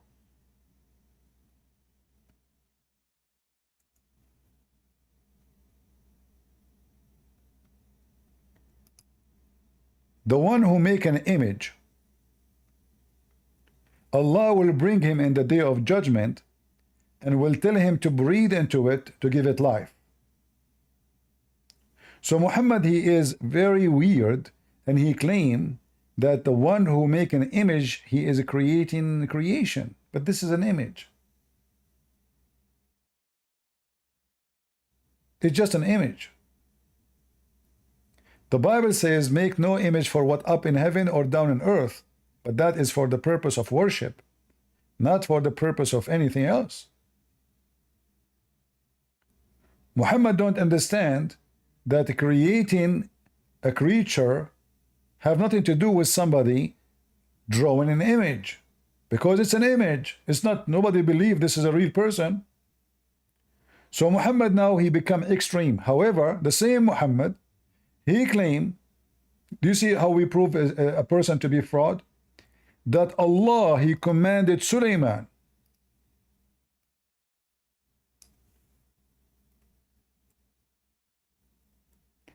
to build a temple full of statues and images.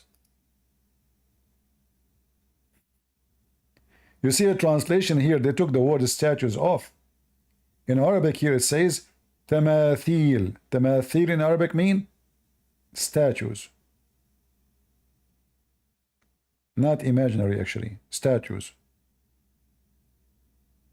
Imagery. If you change the translator, let us see. Biktal.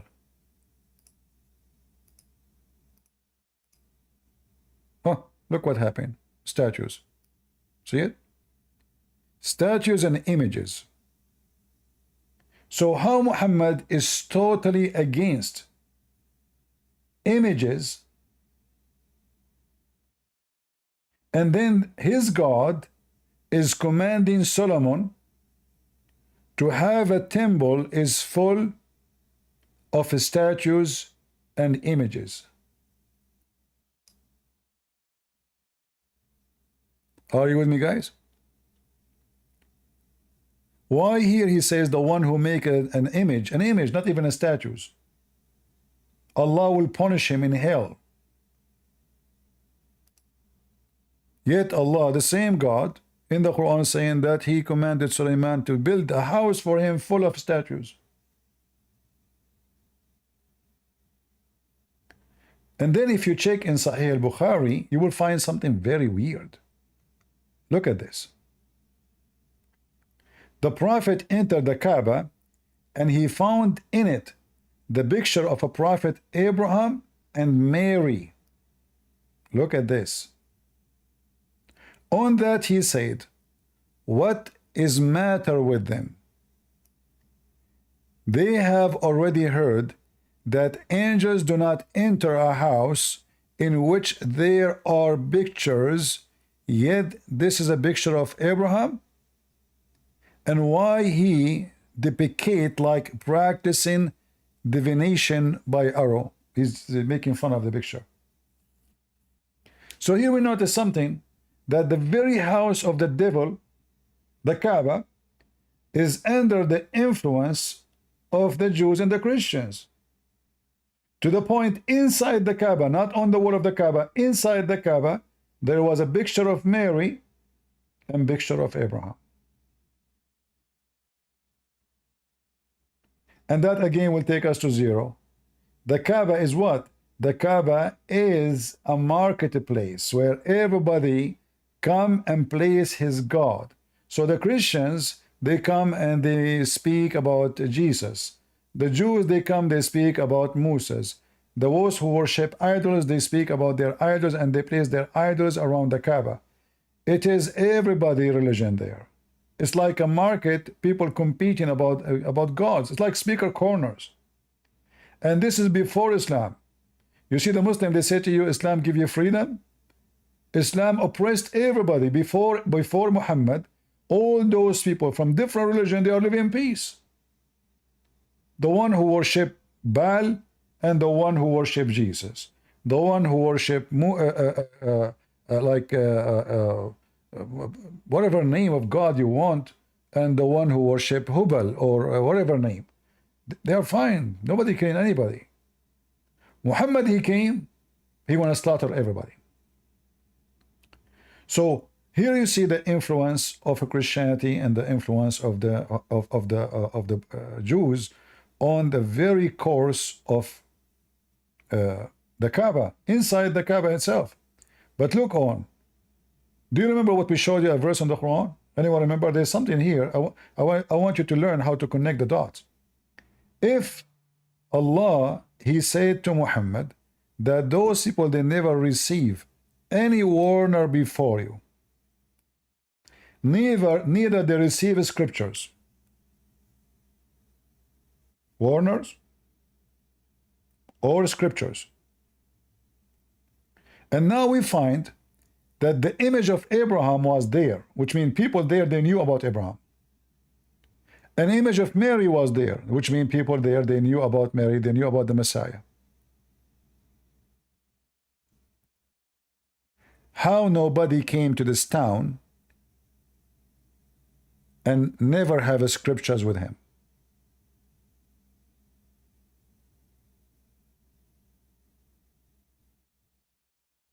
Do you see the stupidity?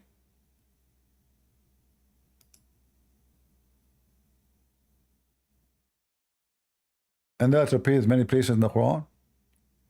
Or say he had invented it? Nay, but it is the truth from the Lord, that thou mayst warn the folk to whom no warner came before ye. No warner came before Muhammad. But then we find that those people, they knew about Abraham. At least many of them. They knew about Jesus. So what Muhammad is talking about? In chapter 34, verse number 44, says it clearly that those people never receive scriptures. So they knew about Abraham, but they don't have anything about Abraham. They knew about Mary, about Jesus, but they do not know any scriptures about Mary and Jesus. Is that possible?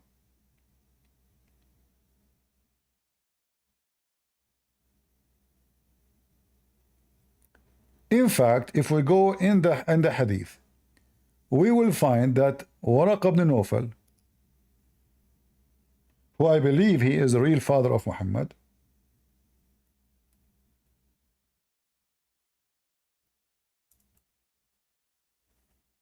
he was translating what is so called at that time the Bible.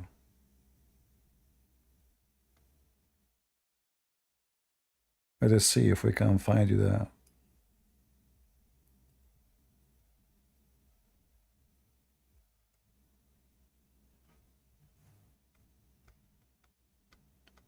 When Waraq ibn Nawfal he passed away, Muhammad he tried to commit suicide many times. Why? Because as soon Waraq ibn Nawfal he died, no more Quran is coming. The first one who announced Muhammad to be a prophet, it was Waraqah. The first one who told Muhammad that the one he see, that this is an angel, his name is Jibreel, it was Waraqah. The first person who met Muhammad after his wife, after supposedly he received revelation from the angel, it was Waraqah. You will find Waraqah all over his life. And when Waraqah he died, the divine inspiration, read carefully, but after a few days, in fact many years, not days, the Waraqah died and the divine inspiration was also paused. Why Allah will stop sending revelation to Muhammad if Waraqah died? Well, the one who was making the revelation, it was Waraqah. And now Muhammad did not know what to do. He was taking Quran from Waraqah. Who is Waraqah? According to Muhammad and the Muslims, Waraqah is a person, he was the cousin of Khadija or relative to her. And read carefully. He become a Nasara, not a Christians. It's a like a heretic cult. He become a Nasara, and he used to write the Arabic writing and used to write of the gospel in Arabic. Anyone notice how big the garbage of Muhammad now? How he said that they never received scriptures before you, Muhammad, and now this is his relative, he is a priest, according to the story. And not only he have the Bible, he is translating the Bible into Arabic language. But remember, Muhammad, he made it so clear, but before Muhammad, no books is given to them.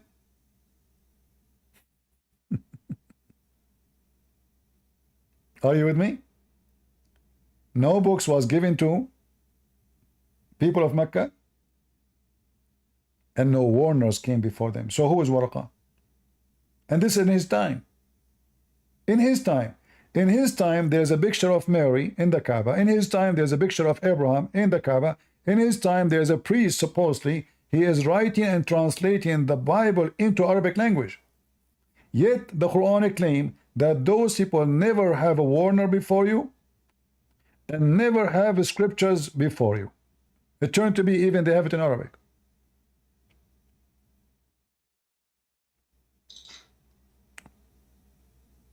Are you with me? Vendem? Are you a Muslim? Vendem?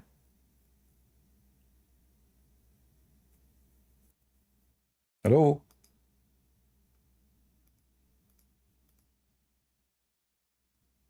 You are in the stage. You want to talk? Okay, this guy maybe by mistake is there. All right. So do you see how easy to dispose the garbage of Muhammad? Put it in the disposal machine and just fry it? How you are saying that there is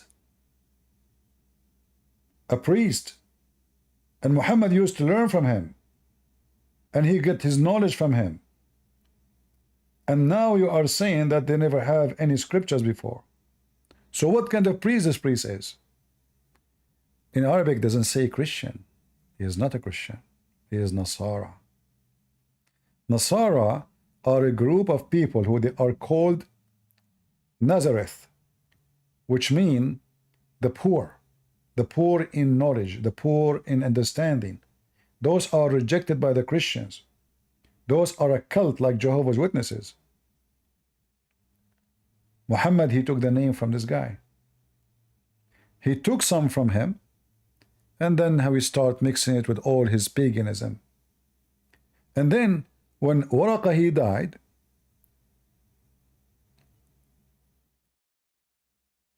you will notice the Waraqah is the one who told him that you're a prophet. Now that's it. So when Waraqah he died, what Muhammad he did? It says here, when Waraqah he died, Muhammad he tried, the revelation of Allah stopped coming to Muhammad, which is very weird, which is confirming that the one who was making revelation to Muhammad, it was this evil man Waraqah. Muhammad becomes so sad, as we have heard that he intended several times to throw himself from the top of the high mountains. And every time he went up to the top of the mountains, in order to throw himself, Gabriel or Jibreel would appear to him and say, "Oh Muhammad, you are indeed Allah messenger, in truth." Whereupon his heart become quiet and he would calm down and return home. Which means Muhammad himself don't believe he's a prophet. Why Muhammad want to kill himself? The answer in front of you. He don't believe he is a prophet. The angel, he come to him and he said to him, "Oh Muhammad, come on, you are truly a prophet of Allah." Muhammad, he calmed down, he go, but second day he come again, he want to kill himself, which means Muhammad obviously suffering from mental illness. I mean, the angel just came to you yesterday, telling you that you are a prophet. Why you want to go second day in the morning trying to commit suicide again? And he keep doing this. It says he intended several times, not once, not twice. If this story is true, Muhammad is mentally ill. If the angel confirmed to you that you are a messenger, why you want to kill yourself? And isn't it killing yourself is against God?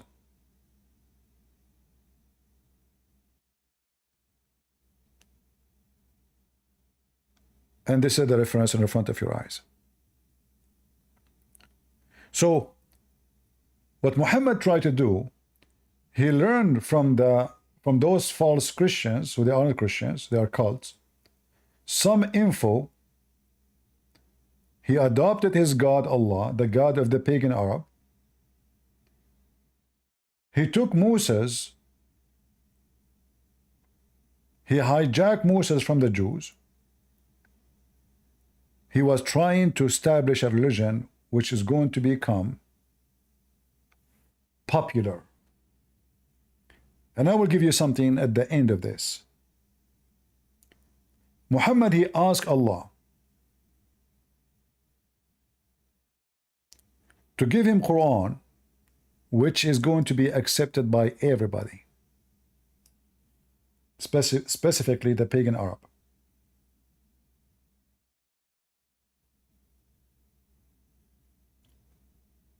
Specifically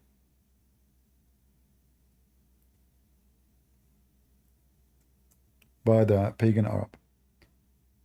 In the Quran, in chapter 22,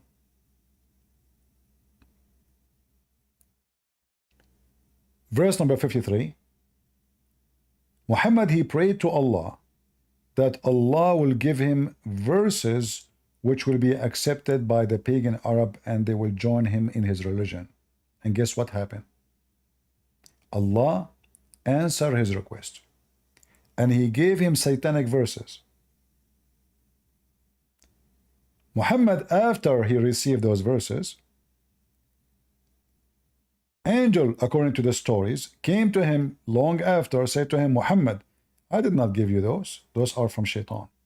No. It is from Shaitan, yes, but the story of the angel is fabricated. Muhammad, he wanted to have verses which is going to be accepted by the disbelievers.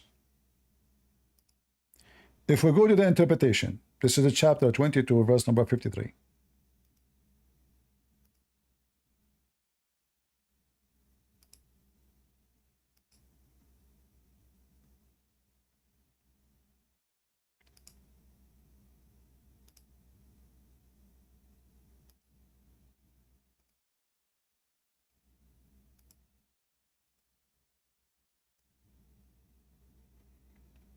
There is no English translation here.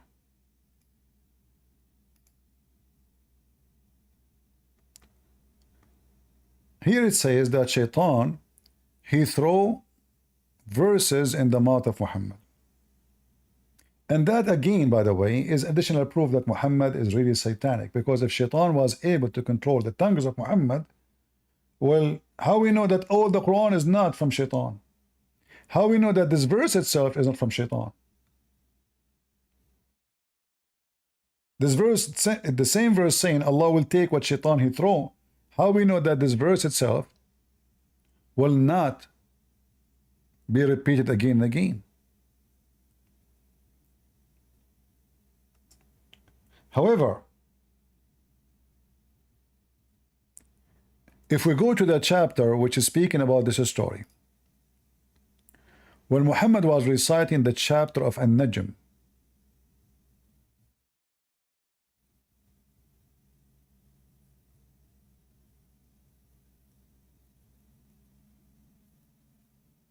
let us show you some reference.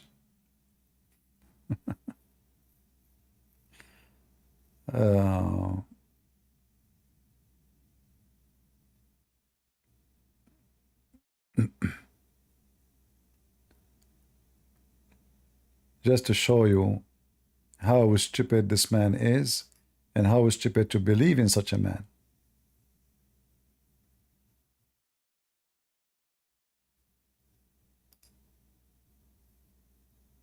If we go to the chapter of An-Najm,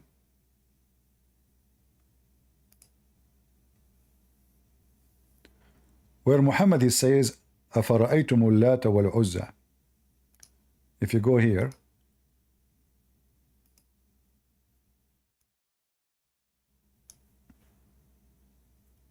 and this is another story, the three daughters of Allah.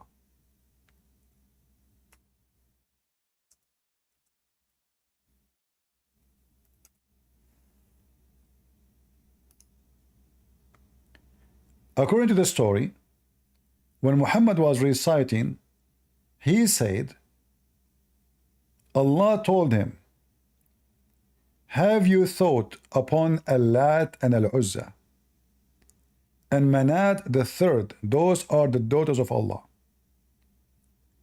For you the males and for him the female. This is Allah talking supposedly. Look what the stupid Quran is saying. Allah is saying to the Arab, you give me female daughters and you take male sons? And for in real, this is unjust division. Look how stupid the logic is. However, this is not what we are going to talk about.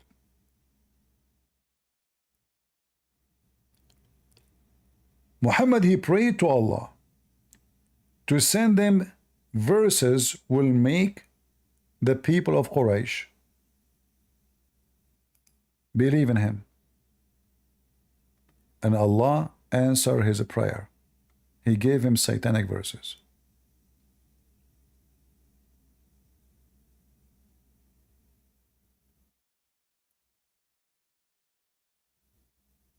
If you go to the chapter of An-Najm, let us see.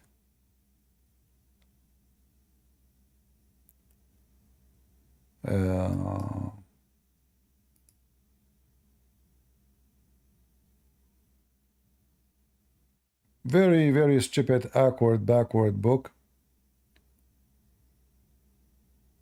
I wasn't supposed to make the you know, the broadcast long, but what you can do. Let us see. Hold on.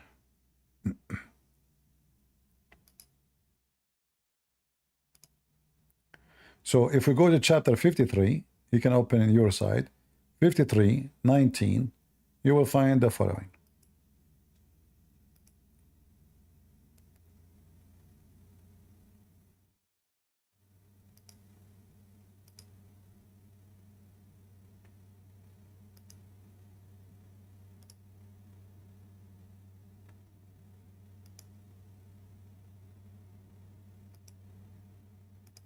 In fact, in English, we might not find anything. You know, in English translation, look at this. There's nothing. The story is gone. You know? The story is gone. However, if we go back to the other chapter, let's see if we can find in Arabic something to solve the problem.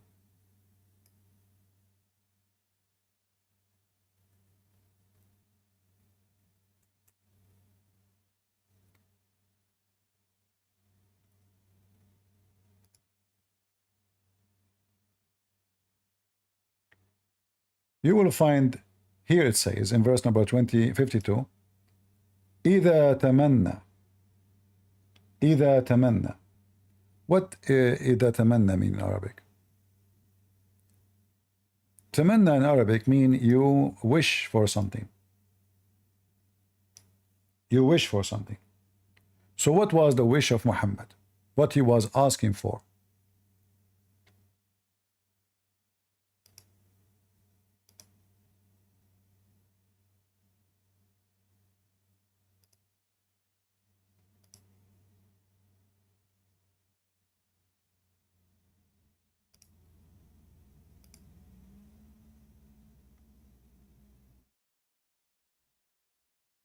Here it says, Shaitan, he spoke, Muhammad, he spoke, Shaitan, he put the word in his mouth. It doesn't say much, except Shaitan, he used Muhammad to speak. Which means Muhammad, he spoke for Shaitan, as simple as that. He is satanic messenger.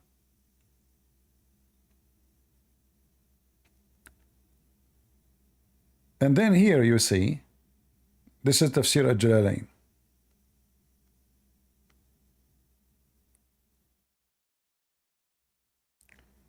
This is the prophet who has been commanded to deliver a message, or a Nabi, who has been commanded to deliver anything. But when he recited the scriptures, Satan he cast in his recitation satanic verses. All right?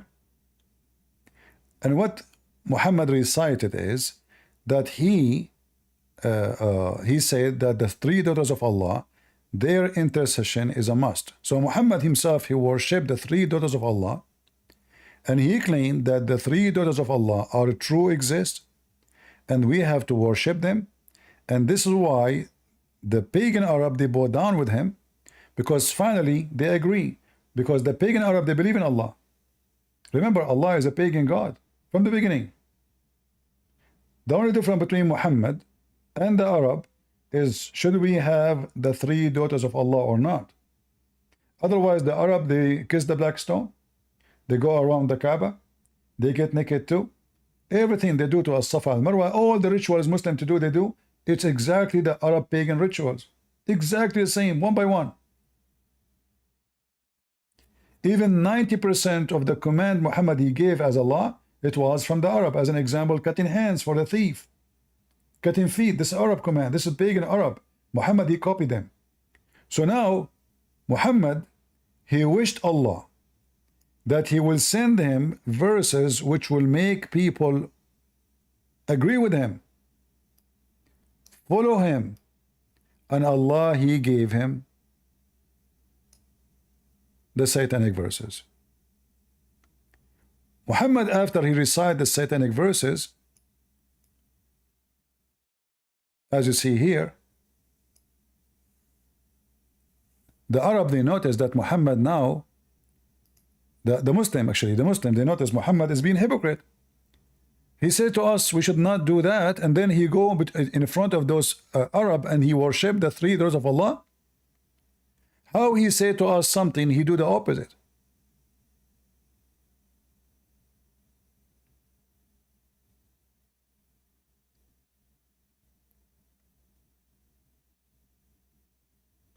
In fact, we have a Muslim in the chat, but I don't know why he don't want to come and join us. Why you don't come here? The one who called himself Moses. Hello? Yes, Bao. You are a Muslim? Yeah. All right. So what do you think? What Islam is about? You want to talk about this satanic verses, or you want to talk about Islam in general? It's not satanic. It's not satanic? No. So why the verse says this is satanic? The verse says that. No, that's not the Quran. It's not what? It's not the Quran, so it's not reliable. Well, this is Quran. The Quran says whatever shaitan he throw, Allah will delete. Shaitan, the Quran says that. No, it didn't. It's in front of you. Yeah, you're not screen sharing. I am not what? I don't see your screen. Why you don't see? Okay, read chapter 22, verse number 52. Okay, let me Google that. All right. 22 what? 22, 52.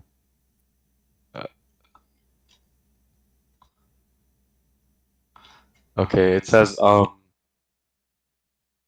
and we did not send before you any messenger or prophet except that when he spoke or recited, Are you Allah are you threw a it Muslim? into. Are you a Muslim for real? Eşim pensi ya kafir. Are you a Allah, Muslim for real, or you a troll? sorry? Are you a Muslim for real? I am. Okay, what is the pillars of Islam? The what? The You pillars like, of the pillars of Islam. See, yeah, those are garbage people, you know, trashy people. Anyway, we challenge any Muslim who knows his religion to join us. They don't know their religion. I never saw a Muslim he knew his religion. Islam is not even a religion. It's a joke.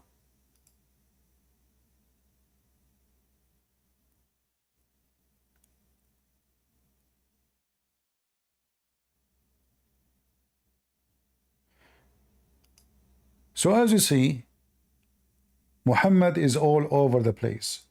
He is commanded by Shaitan. Even Muhammad, he claimed that Satan, he command him. We have Malik here. Malik, are you going to play music for me like last time? He didn't like the music. Huh? You didn't like the music. Isn't it music is haram? Why you play music to me? Are you going to go to hell now? Or you will say Bismillah wa bihamdihi 100 times and your sin is forgiven? Or you will kiss the black stone so you can go to heaven? Isn't music is haram in Islam?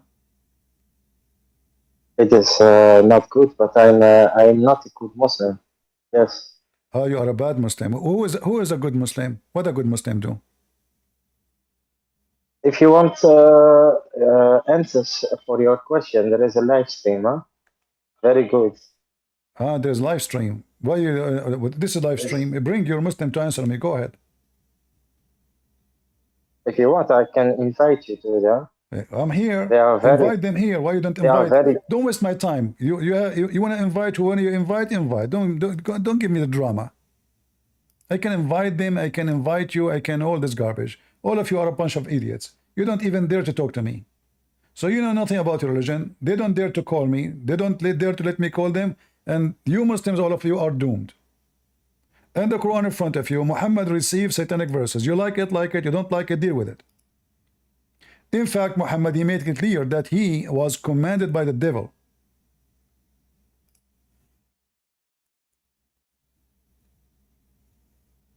He was what? He was commanded by the devil.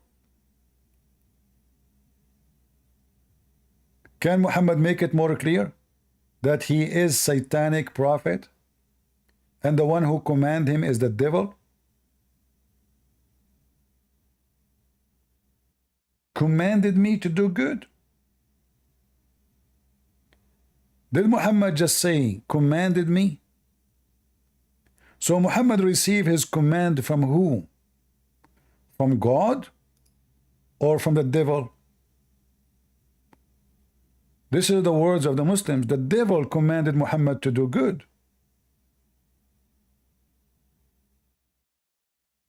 So who is the God of Muhammad?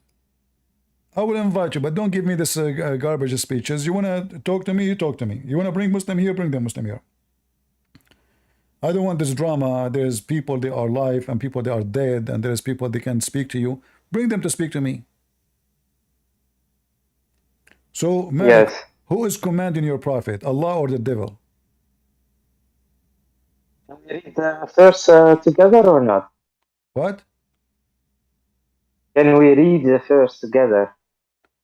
Read in front of you. You see the screen? And we did not send before you any messenger or prophet, except that when he spoke, You are reading from where? Satan.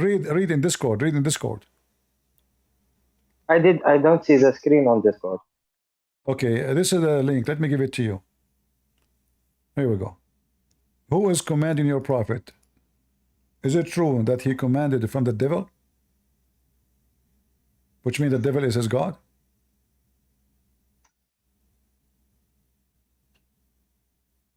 This is a hadith, or not? Yeah, this hadith, so? Let's read the Quran together first. not? Answer, this is authentic hadith. This is Sahih Muslim. Why But Muhammad, first, why Muhammad receiving command from the devil? Who is the one who command Muhammad, Okay. Allah or the devil? Are you gonna let me speak or not? Don't complain. I keep repeating the same question 1,000 I times. don't. So I listen, I'm I not going don't- to waste my I- time. Listen. This is a warning for all Muslims. If you want to force me to repeat my question 20 times, I will kick you out. Be a man, be adult. So it's the last time. Why Muhammad is receiving command from the devil? The mic is yours. Because the devil wants to, how do you say that? Make the prophet let the prophet say bad things or the wrong things. And Allah subhanahu wa ta'ala, God, yes, He helps the prophet with not let the devil make him the wrong thing say. And that is also what in the Quran says. I read the Quran, and it says that when the devil wanted to fill Quran text in his mouth, Allah he yeah he said, but Allah abolished that what which Satan throws in. Then Allah makes precise his verses. Allah is knowing and wise. All right. So what is the problem with this verse? Listen What is the problem with this listen to verse? what you just said. That's also the same like when Jesus is tempted by Satan for 40 days and 40 nights. Well, So what? Jesus. I can also use the Listen. same argument. I can use, Hold on. yeah, but I can Did use the same. Yes. Hold on. Did Shaitan throw words Yes, in the I mouth know, hold on. What? Did Shaitan throw words in the mouth of Jesus? Yes. In the mouth. No, he tempted. He tempted him on the mountain No, for he 40 days, offered him 40 things. nights. He offered him. He He said, no. He offered him couldn't go things. anywhere. Listen, Malik. Don't waste my He couldn't time. go. Don't be stupid. Did That is what the Bible says. Buddy. I'm not lying. Did Shaitan throw words in the mouth of Jesus? Yes or no? No, but you cannot Then compare you two cannot compare different because people with Shaitan, he said to Jesus, two if you are different the son, situations. listen, Shaitan said to Jesus, if you are the son of God, jump. That's it. This is the tempt. Jesus did Yes. not do. Just listen. And what did Listen. and what did God do? Shaitan, he speak. That does not mean that Jesus was tempted. This is the language saying that the temptation, that he offered things, but Jesus never failed, never been tempted, never did anything wrong. So you Muslims are a bunch of fools. You compare between two things, they are not connected. Here we have Muhammad receiving satanic verses. And look what you just said, that Allah will take what Shaitan he throw in the mouth of Muhammad. But that mean Muhammad is a liar because he received satanic verses and Allah could not protect him. Same time, if you read the same chapter, verse number 53. Hold on. Verse number 53. Hold on. Is the verse with Shaitan he throw? Is it still in the Quran or not? No, of course not. So read then 53. How not? And the Quran says it clearly, it's still there. 53. Right. All that so he makes Satan's influence a trial for those hypocrites whose hearts are sick and those disbelievers whose hearts are hardened. Surely the wrongdoers are totally engrossed in opposition. So how the verse is gone, and now the verse is going to mislead people, and they That's are the not the believers. way you, that's not the way how you must read it. No, That's no, no, not it's not up to you. In what way? There's no other way. It says it's yes. going to make which the devil gave to Muhammad as a trial, as a causing trouble for people. So if Allah took it off and nobody can have it no more, why is going to be trouble to the believers?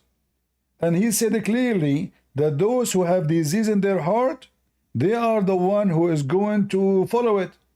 So did Allah take it off? No, because the believers still they will believe it. Plus, when you said to me that Shaitan, he wanted him to do things, you said bad things. Who is the one who commands Shaitan to make Muhammad do command things? Is it Shaitan by himself or Allah command him? You don't believe in the shaitan? This is another question, Abdul. Focus with me, focus. When In Shaitan, Christianity, focus, Abdul. When Shaitan, he do you believe hold on. in the devil? When Shaitan, he command Muhammad to do bad things, was that by the will of Allah or against Allah's will?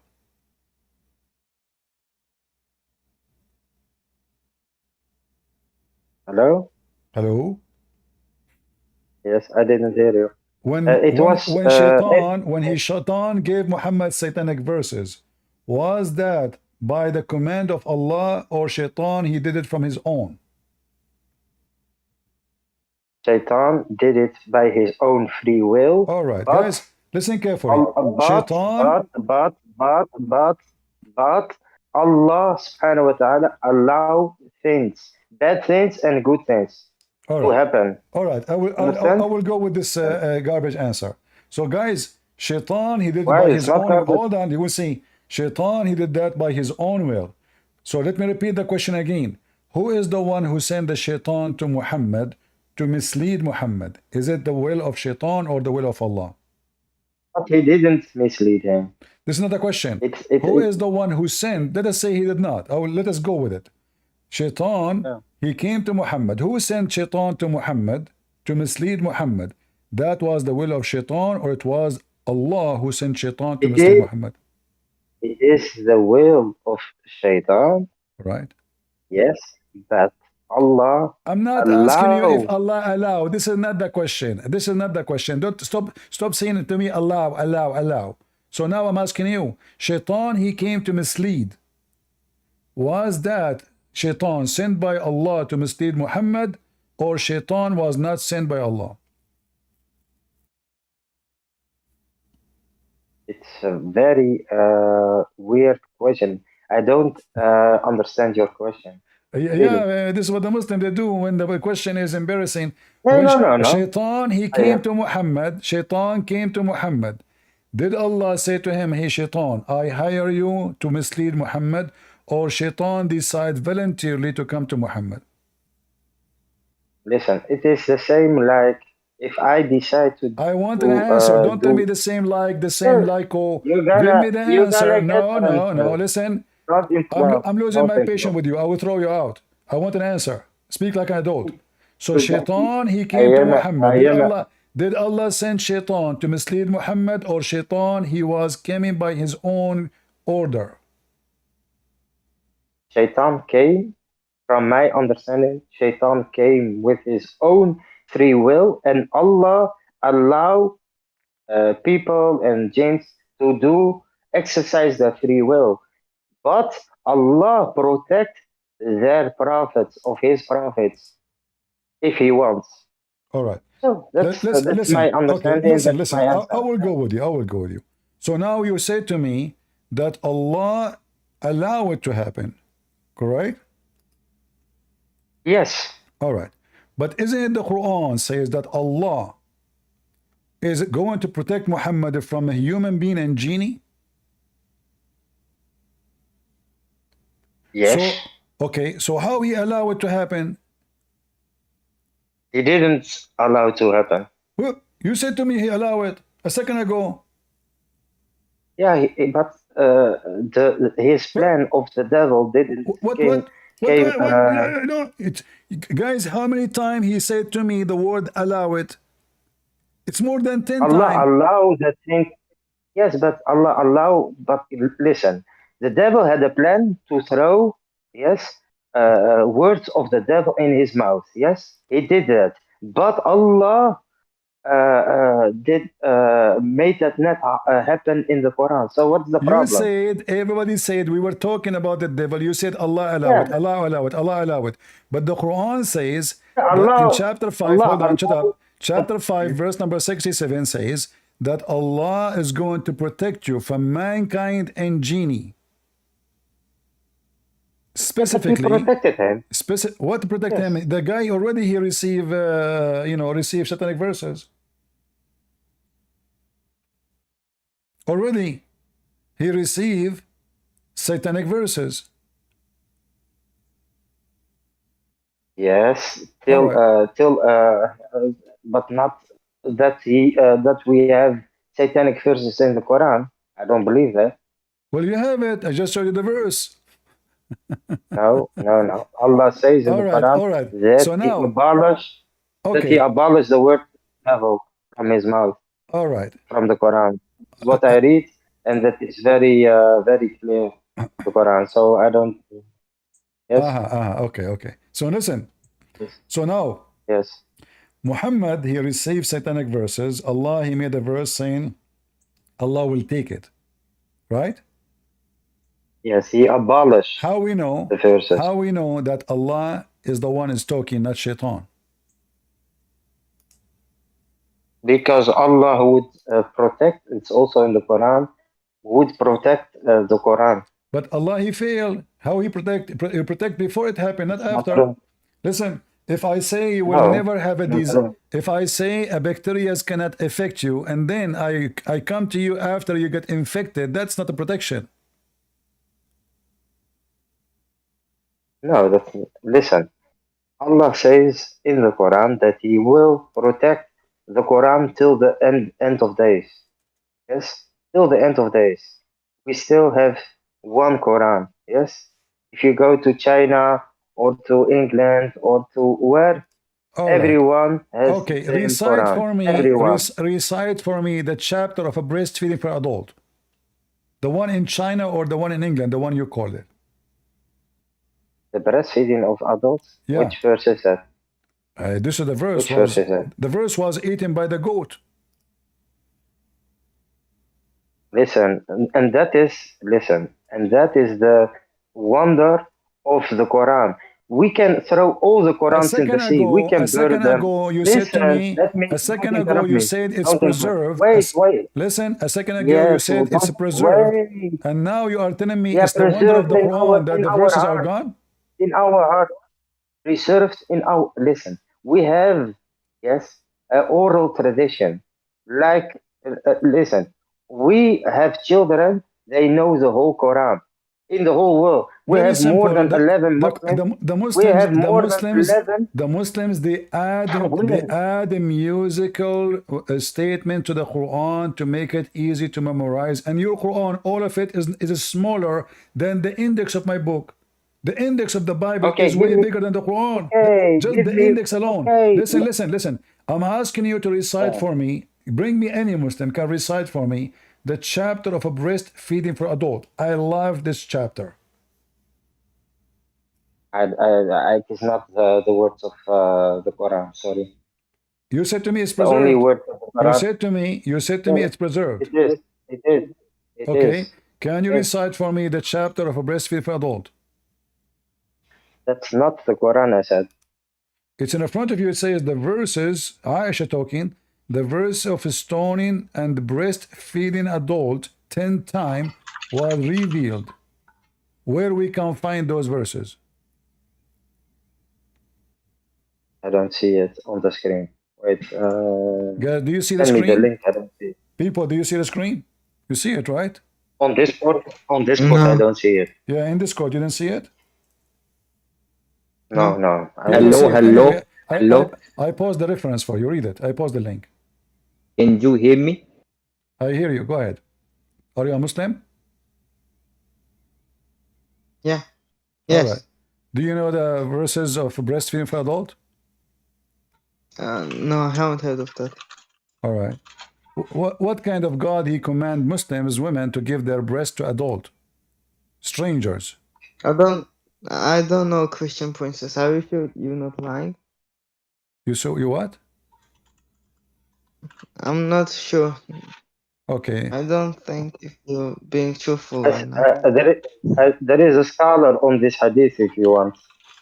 There's a scholar. Yes, on hadith. Guys, there's a scholar in the hadith. Who is he? Invite him. There is a, there is a scholar on hadith, a hadith scholar. Yes? Invite him. Yes, but he is on a live stream. I said to you, if you want, Yeah, just I'm give me gonna a ask break. him. All Why of not? you are a potato. What? I mean, this is the hadith. Even this one, the scholar, it says it's all correct. Hello, So it says in Habibi. front of you, Aisha. Who is the one saying Aisha?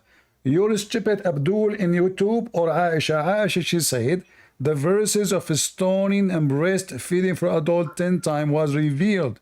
And the paper was with me under my pillow. When the messenger May, died, may I speak? May I speak? a sheep ate it. May I speak? Go ahead. Okay. Torah is corrupted, and Muhammad was an original, and Abraham submitted to Allah. All right. The Torah is corrupted. And Muhammad was in the original, and Abraham submit to Allah. Wonderful, wonderful. So let me ask you then, do you have your Quran with you? Was the Torah corrupted before Muhammad or after Muhammad?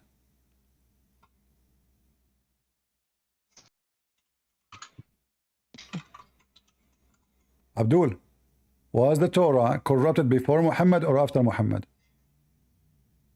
Yes, ya kafir. It was Before. corrupted before Muhammad or after Muhammad? Before. Before. So why the Before. Quran? So why the Quran believe in the Torah and the Gospel in the time of Muhammad? Give me 1 minute. I'll be back. You will be back. It doesn't believe. Where you want to go? It doesn't believe in Torah. Who don't believe in Torah? Quran. Quran? Read for me chapter 2 verse number 89. Oh no. So basically, the reason why I came here is because I feel like you have a lot of experience with breastfeeding already, don't you? I have a lot of breastfeeding. Yeah. Yeah, I mean, weren't you the one who told Minor to open a camera? I was the neighbor of your mother, so I have a lot of the milk of your mother, you know. Do you know that in Islam, if I have sex with your mother, you are my son, sorry, you are the son of your father, even if it's me who slept with your mother? Mr. Breastfeeding? Read with me. This is how filthy your prophet is. Muhammad discovered that men, they are sleeping with different women, and the babies are not the babies of the husband, the Muslim husbands. What the solution? Muhammad, he said the following: the father is the one who owned the bed, not the one who effed the women. This is your religion. This is your religion. So if your father, he find out that his wife, which is your mother, she slept, she was the bike of the town, and everybody riding her. Still, even if you have witnesses, even if you have 4 witnesses, they saw the penis of the man going in and out, you are still his son, and you will inherit his money. So imagine, the neighbor, he sleep with your mama, and your baba, which is the fornicator, is going to inherit the money of the husband of your mama. This is Islam. So you marry a Muslim woman, she sleep around, the son of the one who slept with your wife is going to inherit his name, his money, his property. Go ahead, Sir. Hello. All right. So I ask you, why the Quran agree with the Torah? The Torah and the Bible is corrupt, okay? Why the And Quran? Rebecca is 3 years old. Listen, Abdul. Why the Quran says that Allah believe in the Rebecca Torah? is 3 years old. It does not say that. It does not It's say in front of you. Rebecca is 3 years old, It's and in it does not it's in say that front the of you. Torah and the Bible is corrupt. It's in front of you. Read it. Sorry, my English not good. Read it. Stop being in my English, Abdul. Your English is fine. Chapter 2, verse number 89 says that Allah believe in what they possess in their hand. The The Christians. surah doesn't say that. Read it. It's not corrupt. Read it.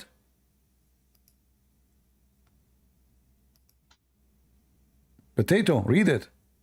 Stop saying to me it doesn't say that. It says that in front of you. You're a liar. It's in front of you. You lie. Read it. Here we You're go. not reading in Arabic. You're reading in English. Okay, read it in Arabic. You read it in Arabic. Tell us. Do you know My Arabic? Arabic isn't good either. So, guys, he do not know Arabic. This Abdul. Potatoes, all of them are potatoes. They do not know Arabic. They will not read in English, and they keep saying it's your liar. Not only I'm that, Muslim, leave it. you're a prophet. He took an oath on the Torah, you potato. He put his hand over the Torah in his time, and he said, I believe in thee and the one who sent thee. So you are a liar like your prophet. All of you are a bunch of liars.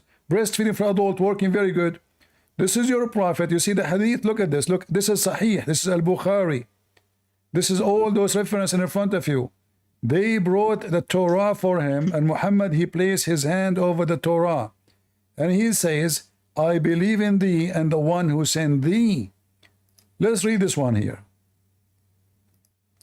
This is your prophet. He told them, bring me the Torah. They brought the Torah for him. Then he would draw the cushion from beneath him and place the Torah on it, saying, I believe in thee and him who revealed thee. Did your prophet took an oath in the Torah?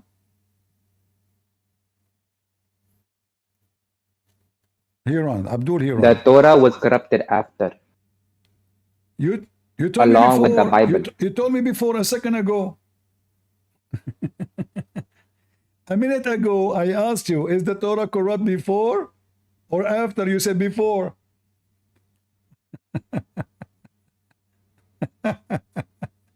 Same time, when a Muslim, he said the Torah corrupted, that means your God cannot be God. Because your God, he said to the Christian and the Jews, go and follow your book. Yet the book is corrupted according to you. So your God is a stupid. Same time, if this is the book of Allah and Allah could not protect his book, who is the stupid here? You Muslim, you are saying to me that your God keeps sending books, but he cannot protect them, which means the Jews are giving Allah a screwdriver in his anus, and he could not protect his book. I can. I have many books written by me. I challenge you to corrupt them. Can you? You cannot. So if someone like me can protect his book, and someone like your God cannot protect his book because he's an idol. Okay. He's an idol. Is the Torah I'm going to fuck your mother, you fucking bitch. Satanic religion again, you see. I do not need to prove to you that Islam is demonic, satanic. In fact, guess what? You know, Muhammad, the filthy Muhammad, and his followers, they always speak filthy language. Do you know that even once, the companion of Muhammad, they repeat what Muhammad said, and one of them he said to other person, I will eat the clitoris of your mother. Is that true? Hey Muslim, is that true? He will eat the clitoris of his mother. In fact, in different hadith says, I ate the clitoris of your mother. And this is very authentic hadith. Let me find you the hadith. Just to show you why I believe Islam is satanic, demonic. Not only Muhammad, he says, go and bite the penis of your father. And Abu Bakr, he say the same. Look. Listen to the hadith. أكلت بضر أمك. I ate the clitoris of your mother. Do you see it?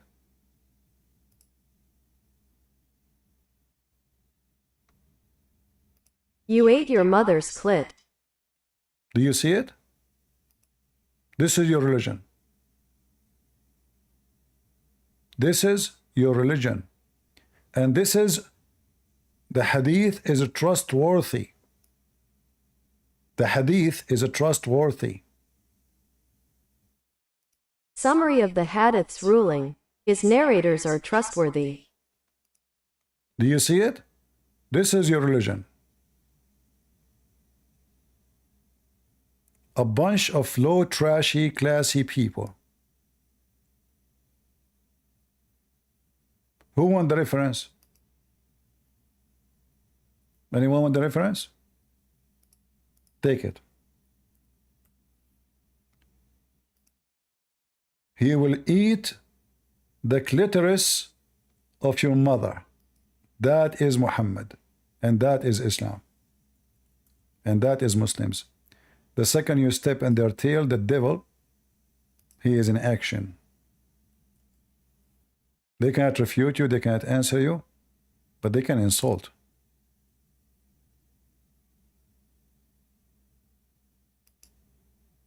All right? Anyway, I will make more episode about Islam. This is like introduction, like we spoke about many things. But as we say, all things lead to one place, that Islam is just satanic. Islam is pagan. The Kaaba is the Arab practice. Allah is the God of the Arab. Allat, Al-Uzza, Manat are the daughters of Allah. And this is telling us that Allah have nothing to do with the God of the Christians. There's nothing in Christianity that there's a God, he have 3 daughters. That is not the God of the Christians. Nowhere we can find such a thing. This is a proof, clear proof, that the origin of the God of Islam is a pure pagan, has no connection whatsoever with the Bible. Muhammad and the pagan Arab both are pagan. They share the same God who have 3 daughters. In fact, Muhammad, he said clearly that the daughters of Allah exist.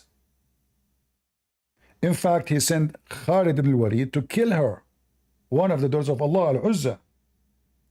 How Muhammad was able to kill her if she does not exist?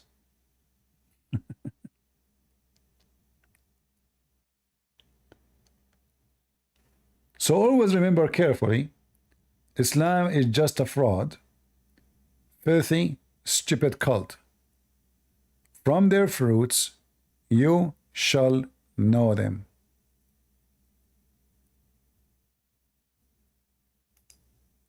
Imagine you find in your book somebody, like, one of the disciples of Jesus saying such a statement. I mean, what kind of a trashy cult this cult is? What we are talking about?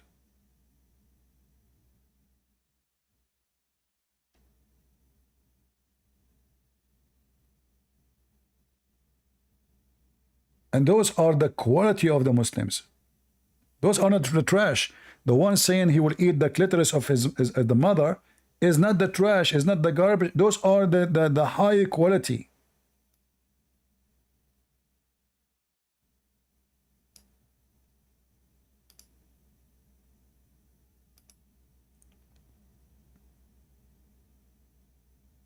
He said, I swore. He said, Marwan sent for Ali, and for Ali, and for you, and I have not found someone like you except like a mule, who is asked, who is his father? So you say, my mother is the Persian, and Al-Hussein said, you ate your mother's clitoris if you do not inform him about me. What I say to him? Say to him, with you, with your father, and with your people. The sign of what is between me and you is that you refrain from cursing the messenger of God. May God bless him and grant him peace. This is the Muslim conversation.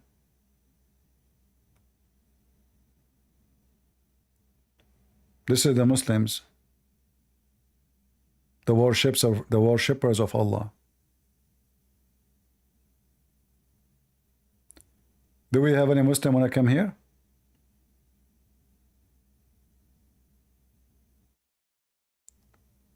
Invite you? Okay, I will invite you. Go ahead, Mr. Invite you. I don't hear you.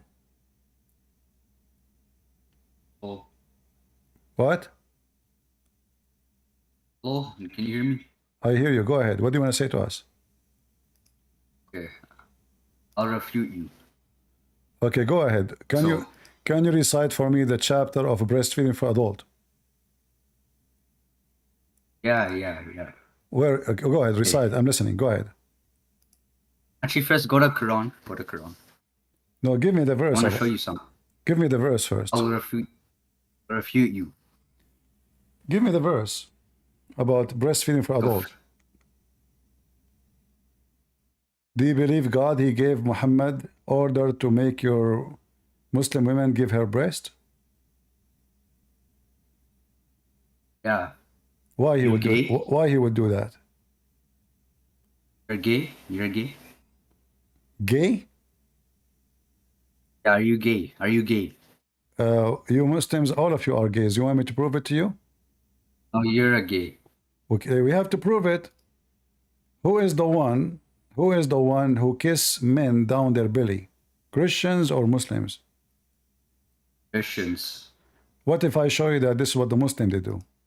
In fact, this is what your prophet do. Wallah, we don't. Wallah. Wallah? Okay, here we go. This is your okay, this is your book. Here we go. It says that your prophet, he was exchanging some kind of sexual touches with a man, and the man, he kissed him down his belly, and he said, "Oh, prophet of Allah, this is what I want." And even your prophet, he took off his shirt so the man, he can embrace him. Read it. Oh, Peter and Paul kissed, bro. You So gay. so why your prophet, why your Quran says that Paul was a messenger of Allah and Peter? That's fake. You are fake too.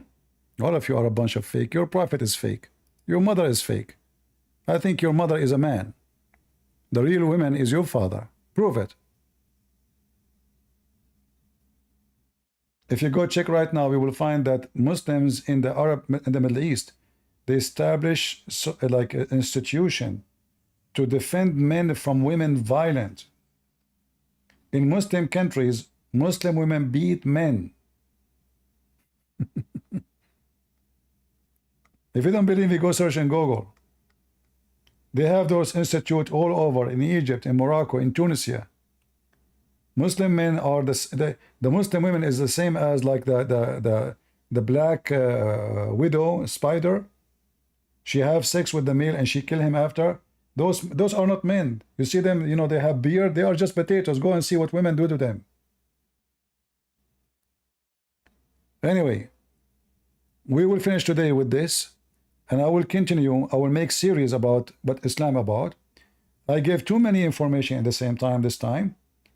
Next time we will make it more into details. Bao, you want to say something to me about your religion? Yeah, you said Surah 547 proves, or I guess proves the reliability of the Bible. But this is my response. Hold on. We must. Hold on. Chapter what? 5? 547. Okay. Can you read it for us? Okay, sure. Let me pull it up right now. All right. Remember, it's you who chose this verse, right? So. Yeah, but you are running away. Okay. Right. So let the people of the Injil judge by what Allah has revealed in it, and those who do not judge by what Allah has revealed are truly the rebellious. Go ahead. Yeah. So my response to this, because you're saying it like proves it. So my response is this. Wait, let me just pull up the.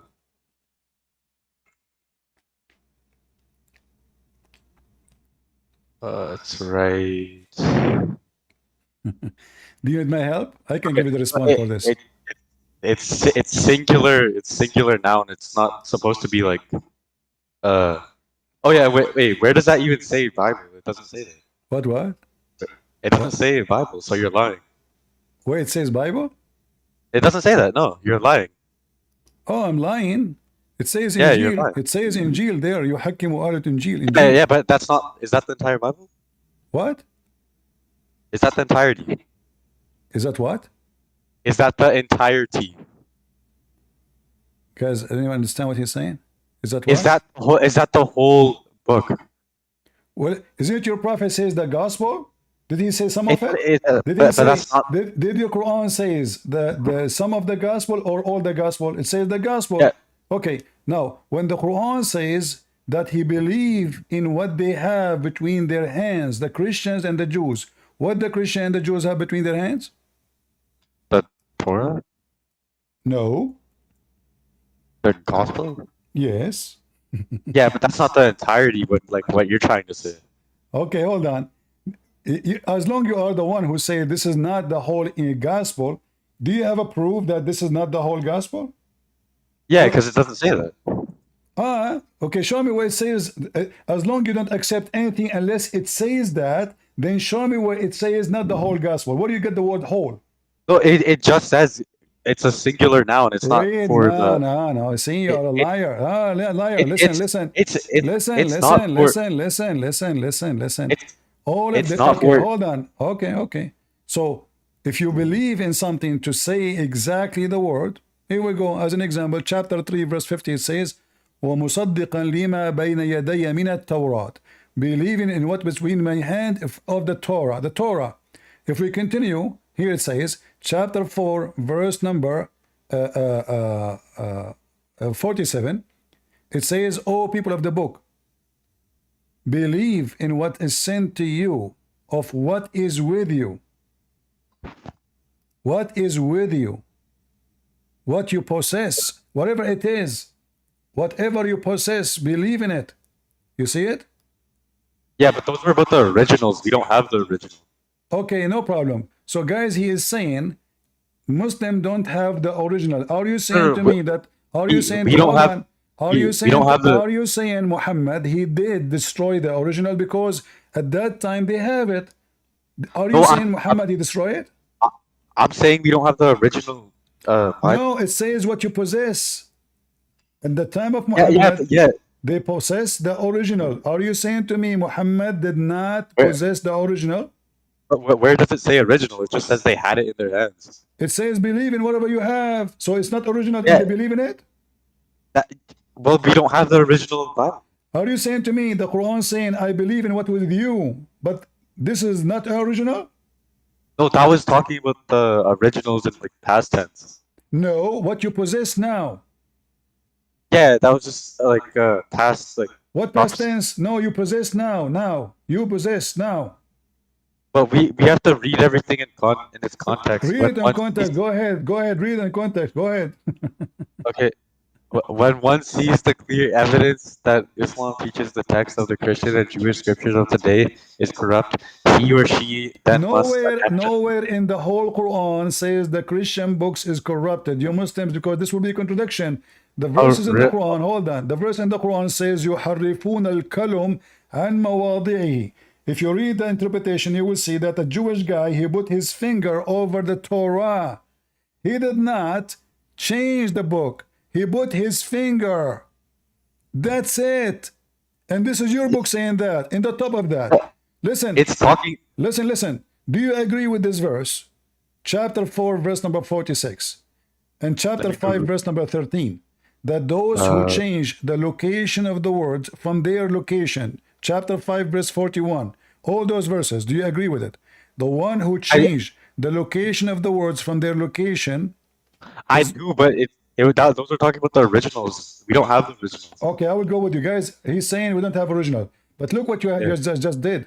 You agreed that the one who changed the words from their location is doing corruption. But isn't it you Muslims? You changed the whole Quran locations. As an example, hold on. As an example, what is the first chapter Muhammad you receive? What's it called again? Sorry, I'm not good at Arabic. It's the. What is the first chapter Muhammad received? Is it true that this is the chapter number 96? Why does that matter though? Huh? Why does it matter? You agree with me a second ago that the one who changed the location of the words of Allah is doing corruption. I never said the Quran was changed. No, you said it's recorded. You said yes, they changed the one. Yes, I agree. They changed the one who changed. So now, are you agreeing that you Muslim you changed the words of Allah location? No, I was talking about the. Okay. But now that's mean you admitted that you Muslim you changed the words of Allah location, right? No. It was willed for it to be changed. Well, show me the verses is saying Allah, he decided to change it. Why Allah, he found himself mistaken? This was the decision of Uthman. not the decision of Allah. No, we like everybody. Hold up, man, don't bite me. Listen, you said, and the verse and the Quran are clear, saying, those who change the location of the words from their location, they are doing corruption. Displace the words from their location. You Muslims, you displace the whole Quran from its location. It's upside down. So the Quran is saying that the one who corrupt the book of Allah is the Muslims, because it's you. Okay.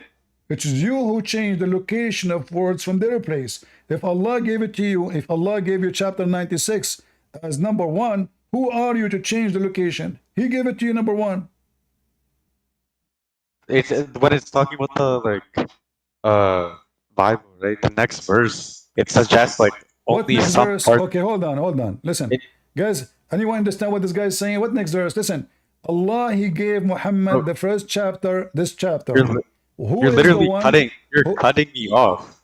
I'm not cutting you off. I don't want to waste time. I want an answer. Allah gave you 96 as number 1. Who is the one who make it number 96? Which means at the end of the Quran. Give me his name. Allah make it this way. Give me the verse. Why? This isn't even on topic. No, you said to me you don't accept anything unless it stays there. So show me where Allah said He changed the verses. Go ahead. 548. The 548 says that? Yeah, the one very next that you're cherry picking. Okay, read for me 548. Okay, wait. All right, I'll agree. No, read it so we can laugh. Read it. Wait, okay, wait. Read it so we can laugh. No, because look, even if this is all true, this just shows. No, the verse you gave me, it says, "Believe in what is between his hands." Look, you made even it if worse all, now. You made it worse. You are a liar, like your prophet. It says in the verse, "Believe in what they have between his hands." That means your prophet, he have between his hand the gospel. Okay, I'll agree with you, but let's say, well, Muhammad is in Isaiah 42, so that's.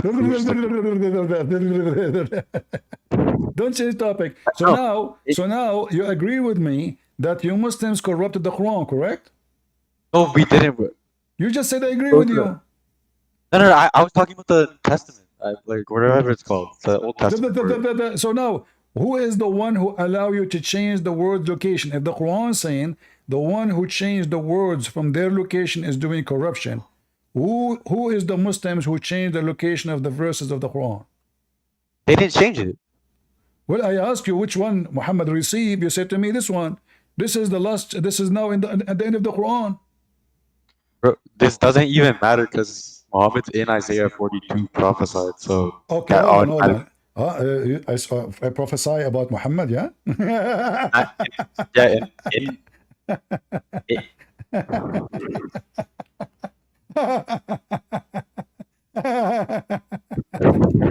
Okay, hold on. Listen. Who is the one who told you that Isaiah is prophesying about Muhammad? A second ago, you told me that the Bible is corrupted, you idiot. And now you are quoting for me. No, hold on, just to show you how stupid the Muslims. How a second ago you said to me the Bible is corrupted, and now you are quoting for me from the Bible, saying this is a prophecy about Muhammad. So are you saying are you saying this is a corrupted prophecy about Muhammad?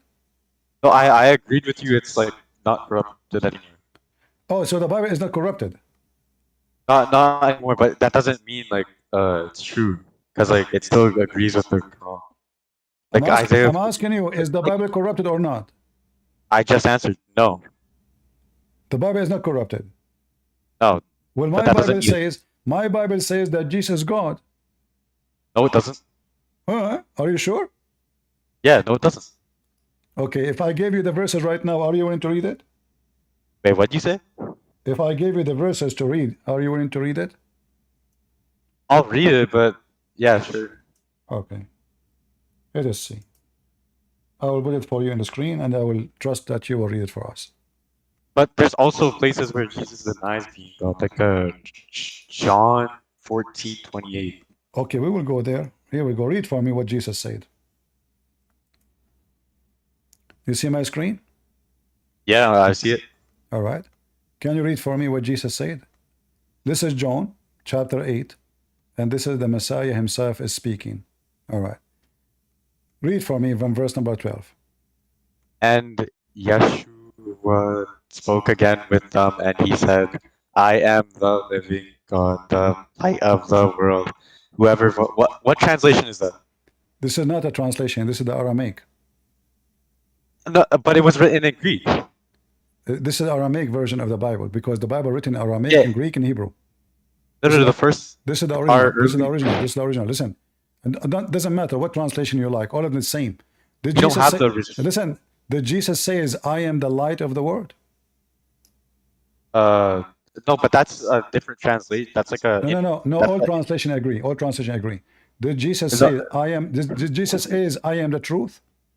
Look, wait. I'll show you another translation where it doesn't say that. Don't change topic. Did Jesus says all translations say the same? Jesus is the light, and He is the life. Look. Who is the light? Who is the light in Islam? Muhammad or Allah? It's all the prophets. No. Yeah, collectively, it's all of them. Okay. Are you Yeah, saying it- to it me? does. Are you saying to me that the Quran did lie? The Quran says that Allah nuru samawati wal ard. He is the light of the earth and the heaven. Are you saying to me that now you Muslims you have two light, Allah He's and the- Muhammad? He's the main light. Like Allah's The main light, the beam, there's the a beam. different- Okay, like, okay, hold on. Is Muhammad is the light? No. He's not like the main light, Is, but like is there's- Muhammad? You are a liar. There's nowhere it says that. You are just a no. We get this from just logical reasons. Don't tell me logical. The Muslim they have 99 attribute, 99 attribute, and those are attribute of Allah only, and one of them is the Nur. Correct? Likewise, this translation is wrong either way. No, all translation agree that Jesus says, "I am the light. I am the light," and not only that, Jesus Sure, says, yeah, I agree. He says, "I am the light," but he doesn't say, "I am the living God." No, he said each time he says "I am," he said the Aramaic language was saying "I am God." This is exactly even the Hebrew. The same when each time Jesus says "I am," he is saying when God he met Moses, Moses says to him, hey, "What I will tell my people? What's your name?" He said, "Tell them I am who I am." This is the in Arabic in the language. If you read it, you don't know what it's mean. You think it's a name, but it's not really a name. I am the one who exists by myself. So I am, each time Jesus says I am, he is saying I am God. And now here's Jesus saying, listen. Jesus saying to them, I am the living God more than one time, not only once, not only twice, not only thrice, all of it. He kept repeating and saying it clearly that Jesus said, I am from above, you are from below. Jesus says, my Father. Jesus says, before Abraham I am. Was Muhammad exist before Abraham? Like in predestination, selective type of way, yes. We don't believe in the predestination. That's a lie. Secondly, Yeah, but what this have to do? What this have to do? No, I'm asking you. Was Muhammad exist before Abraham? His predestination was, yeah. Okay, I will go with you guys. You just said this is predestination. If I show you a verse in the Quran, conquer what you say. Are you going to spit at the Quran? What do you say? Your mic cut out. According to your Quran, who came first? Allah. No. You are talking about predestination. Yeah. What about it? Okay. When you mention predestination, that means Allah destined to everybody to be, to what he do, to what he believe, to what he exists. Correct? Yeah. All right. So when Allah he predestined the first person who? Muhammad, Abraham, Isa, or Adam? This isn't even on the topic. Like Jesus. It's you who mentioned to me. It's you who mentioned to me. I said Jesus before Abraham I am, and Abraham he saw my day. How Abraham he saw his day? I answered this by saying we just believe everyone was predestined, so it doesn't really matter. Predestined. So I'm asking you, when Jesus is a predestined, is he predestined before Abraham or after Abraham? Yeah. What everyone has like a... Jesus said before Abraham I am. His existence is before Abraham. Yeah, but everyone's. So do you believe that Jesus was exist? Do you believe that Jesus was exist before Abraham? In a predestination sense, yes. No, there's no such a thing. Either you say he exists or not. According to my belief, yes. No, because it says before Abraham. Before Abraham. Not we are not talking about Yeah, does it exist or not. everyone is. Before. So is Jesus exist before Abraham? Before.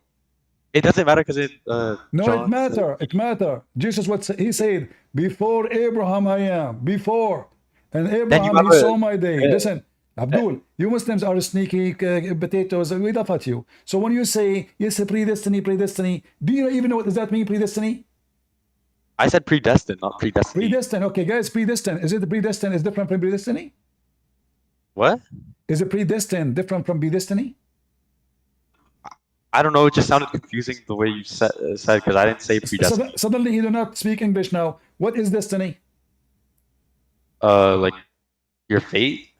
Your fate. Does that include your sin? Yeah.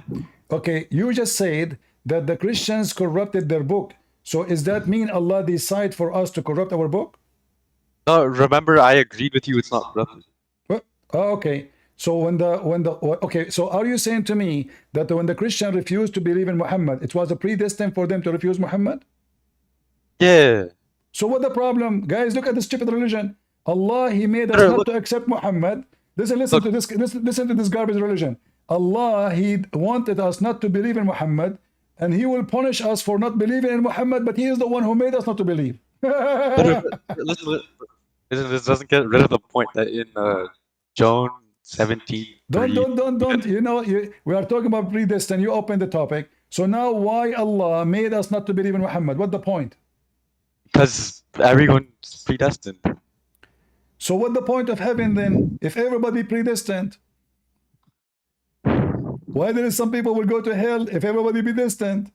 You see how stupid Islam is? So according to your prophet, if somebody have sexual intercourse with the women, is he choosing to do it or he predestined? He predestined, correct? It's predestined, yeah. Exactly. So why he's being punished?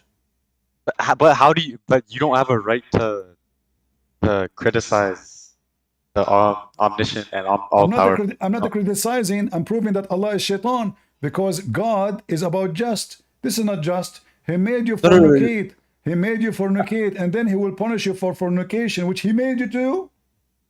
But he didn't make it. He knew it would happen. No, you agree with me. You said this is predestined. Yeah, because he would. You can't have free will and omniscience. You cannot. Exactly, you cannot. So what the point of the whole garbage of it? So what the point of saying Shahada if everything is predestined? Believe, not believe, to be good, to be bad, to be thief, to be criminal, to be rabid, to be fornicator. It's a predestined. Islam is a joke. Admit. We don't have a choice to yeah. We don't have a choice. It's just predestined. Exactly. This is why Islam is satanic because Islam. But it still doesn't get rid of the fact that no. You see, you just said you don't have a choice. We don't have a choice. So the whole Quran is a big book of lies because the Quran says those who do good deeds, those who good deed, he will go to heaven. It turned to be even your good deed is a predestined. Even your bad deed is a predestined. So what this is about? What a stupid religion.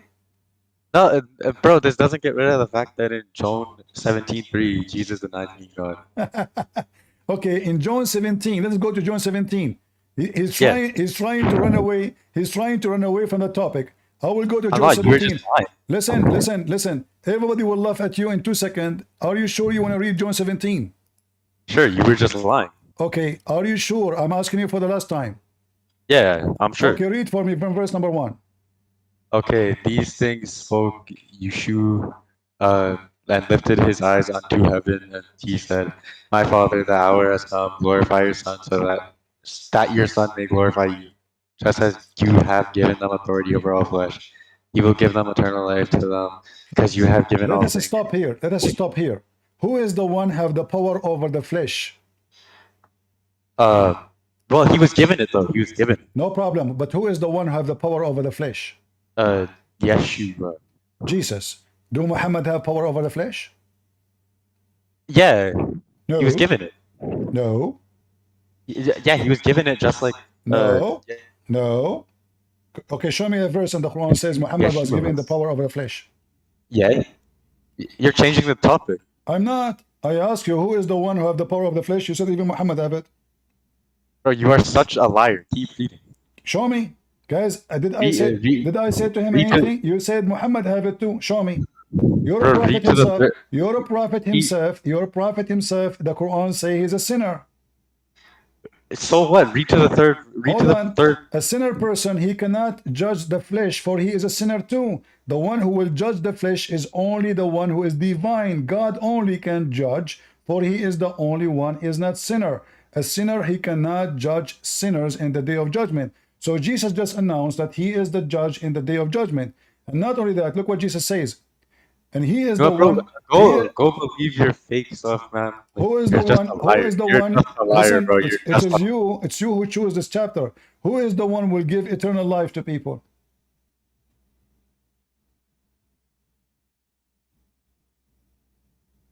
He left. He ran. See the cowards? They say to you, John 17 says Jesus. He said he is not God. In John 17, Jesus, he just said he is the one have the power over the flesh. The judge in the day of judgment is only Jesus. No angels, nobody. Only Jesus. And who is the one who will give eternal life? Which means the one who will send people to hell or to heaven? Jesus. And they say to us, Jesus never said is God. And he is the one who chose this chapter. And Jesus, he make it clear that Father, glorify your Son. Why God will glorify anybody? People glorify God. Oh, because this is the Son. So your Son may glorify you. So who is Jesus then? Imagine I am just the janitor in the White House. And then I say to the president, hey, glorify me. Everybody in the White House, even though we cannot compare between such a corrupt rat house, have Biden in it, and the example of Jesus. So when we speak about God glorifying, God the Father glorifying who? Jesus. Why? Why he will grow? Because he's the Son. God will not glorify me. For what? For my sin? Why God will glorify me? For what exactly? And then Jesus confirmed that the authority given to me, the Muslim, they say to you, well, he received the authority from his Father. He is the Son. The Son, the crown prince, he have the authority of the king. Why he have it? Because he is the crown prince. And this is in our not heavenly kingdom. This is in the earth. How about in heaven? The Messiah is the Son. And because he is the Son, he have all those authority. Not because he is just a guide somewhere. And then the Messiah, who is the authority, says that they shall know you. How they knew the Father? They knew him by knowing the Son. So the Bible says that the Son, the Messiah, is the visible image of the invisible God. So the whole world will know the Father by knowing the Son, by acknowledging the Son. By acknowledging the Son, you acknowledge the Father. By acknowledging the Son and the Father and the Holy Spirit, you are in heaven. And then, but these things are eternal life. They shall know you, for you alone the God of a truth. The Muslim, they say, did Jesus just say he is alone the God of, but they cut the verse, read carefully. And Yeshua the Messiah who you sent, I have glorified you. I am only, there's only truth. You, the Father, and I am the Son. That is Jesus' statement. They quote the first verse, the first part of the verse, and they delete the second part. And not only that, look what Jesus says. I accomplished the work you have given me to do. Now glorify me. My Father, in union with yourself, in a glory, in that glory I had in union with you before the universe was. Do you see what Jesus said? And you coward Muslim, you say Jesus never said I am God. And you Abdul, you run away. You asked me to read this chapter. I told you, are you sure? And then the second I start reading for you, you regret and you flee.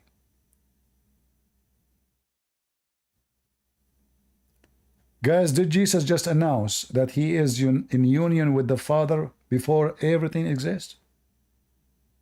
Did Jesus say it?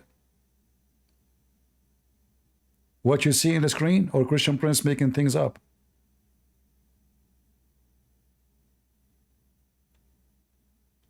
If Jesus is a prophet, I mean, all of this, Jesus did not say is God? I am in union with you before the world was exist. Before the word. And yet the Abdul, they say to you where Jesus says I'm God. And remember, he is the one who chose this chapter. Do you see the irony of this garbage cult? Every verse there is saying Jesus is God.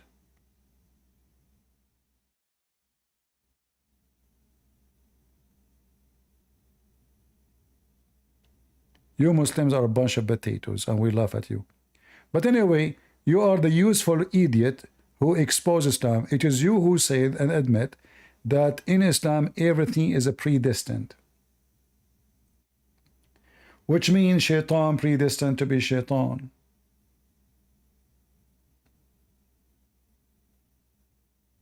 Muhammad predestined to receive satanic verses.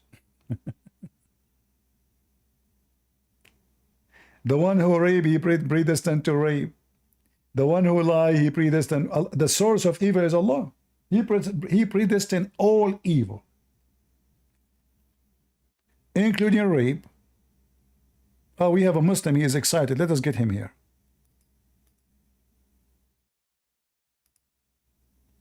Let us see this Abdul. Go ahead. Go ahead. Hello?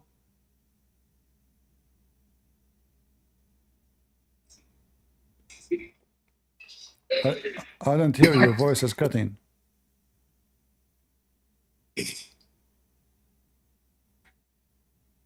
Okay, well, I think you are a predestined. I think you are a predestined to be an idiot.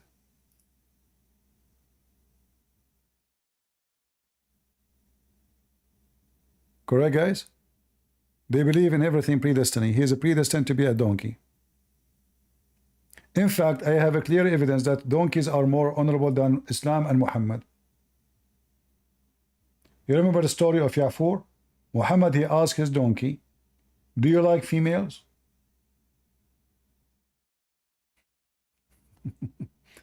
A prophet of God, first time speaking to an animal, he's asking him about his penis.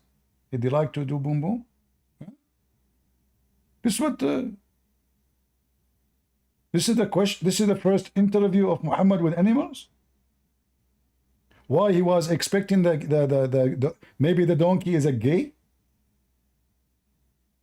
What kind of question this question is? Do you like females? And look what the donkey he says. Oh, no, I don't like females. Woo? This donkey is weird. He don't like females. He like males. Right? They don't like females. All right, all right. We will take one name more and see. Go ahead, Abdul Bakr.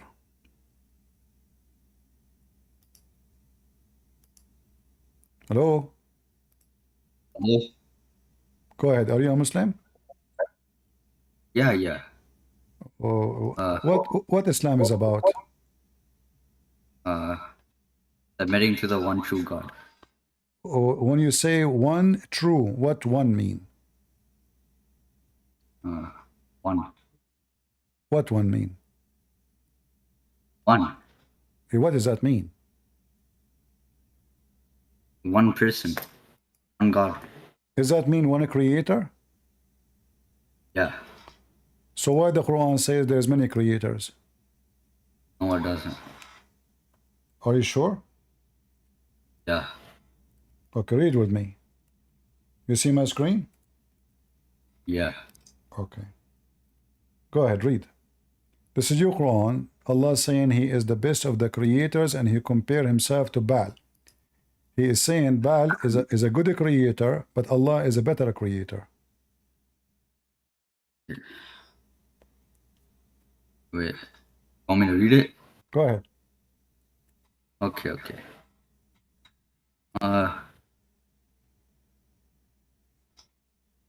No, What? I don't want to read it Why you don't want to read it? because I don't feel like it. Oh, you don't feel like it. How I can make you read it? You trick me. Give you versions? Give you some versions? No, trick me. Do what? Trick me. Guys, understand? Anyone understand what he's saying? What he said? Give me head. Trick me, trick me. Okay. I will trick you, no problem. You know what? I will trick you the same way Allah he tricked Muhammad. What do you think? Oh. Okay. So don't read it. What? Don't read the verse in front of you. Yeah, I'm not. No, I just told you don't do it. You should do it. You should do the opposite. Okay, I will use a black magic on you and let us see if it's going to work. I want you to close your eyes. Actually, look at the screen. Look at the screen. Keep them open. Root, Harut, Marut, Champafut, Hartabut. Hoot, Hoot, Marut. Read it. What are you doing to me? Huh? The black magic did not work? What are you doing to me? The black magic did not work. Do you believe in black magic? No, my tip is itchy. Do you believe in black magic? Do you believe in black magic? No, I made my tip itchy. Okay. All right. A bunch of stupid people, you know. As you see, Allah, this is how stupid this cult is. In one hand, they say Allah is the only creator, and then Allah, because his Arabic is broken, copying somebody. His name is Abdullah ibn Sarah. He is the one, blessed be Allah, the best of the creators. Muhammad took the sentence, put it in the Quran. But by doing that, Muhammad, he exposed all his garbage, claiming to be believing in one God, but now he just confessed that Allah, he claimed that there's many creators and he is the best of the creators.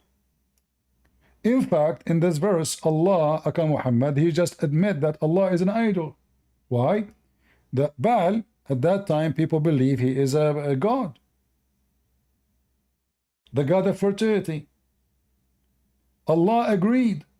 He said that Baal is a good god, but he is the best. Allah is the best of the creators. So Allah, he made himself equal to Baal. Both are a creator, but Allah is better. And who is giving certificate to Allah? Allah. Imagine you say, I am the best of the creators. So when Islam, when the Muslim, they say to us they believe in one God, that is a joke. You see, if I say I am the best, if Baal is a fraud, if Baal is a lie, and then Allah, he says he is the best of the lies. Are you with me?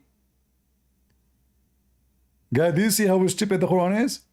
If Baal is a fake God, and then Allah, he says he is the best of the fake gods because he's comparing himself to who? To Baal.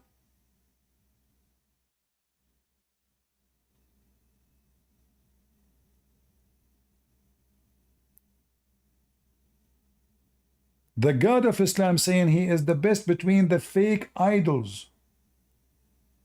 That means an idol.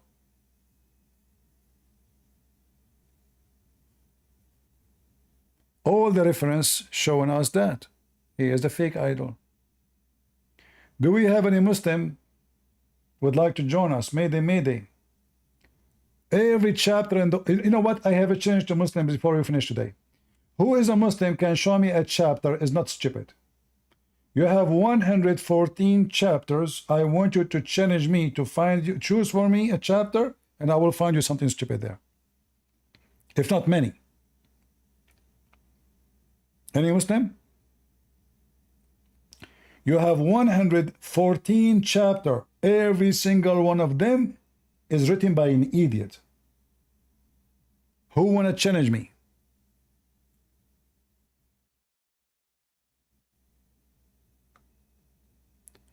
Invite me? Okay, I will invite you. Here we go.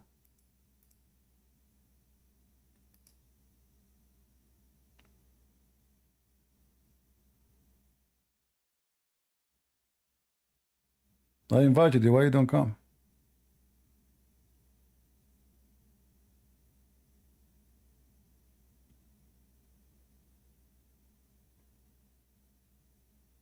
I did not invite. Let me do it again. Here we go. No, I did. Okay, go ahead.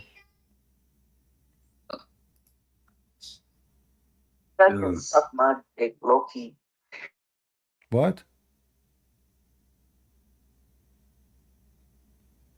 You see, we don't have even men. They are just a bunch of kids. Hello?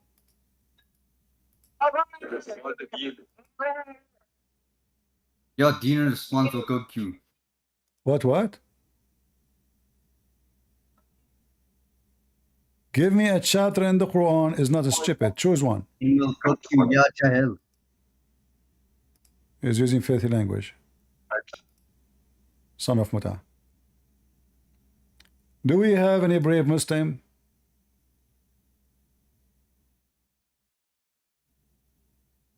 Any brave Muslim? All of you like Muhammad, you stay home when the army go to war? You stay between the legs of Aisha? Somebody, his name is Love Bananas. He said he will cook me. Okay.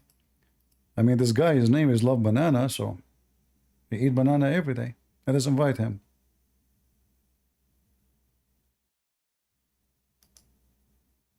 Come here, Love Banana.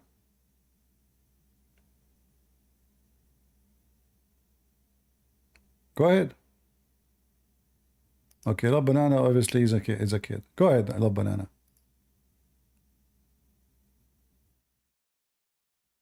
Hello?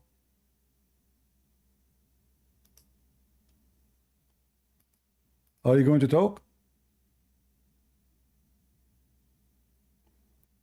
Well, Love Banana is busy eating banana. No, he isn't muted. He is muting himself.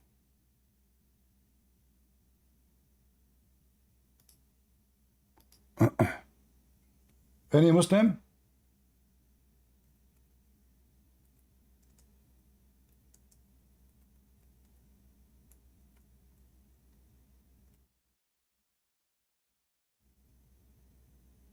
You know, in fact, the Quran mentioned the banana, in case you do not know.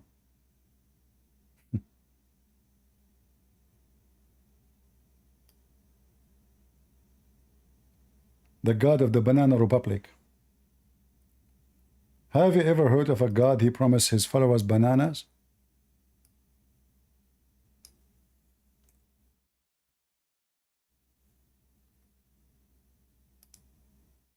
Hey, Banana, are you there? Mr. Love Banana, here we go. I get you a verse about you. You see, it's very funny. We asked him to show us chapter is not stupid in the Quran.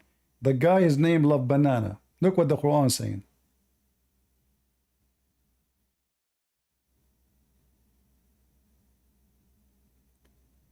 The God who promised banana.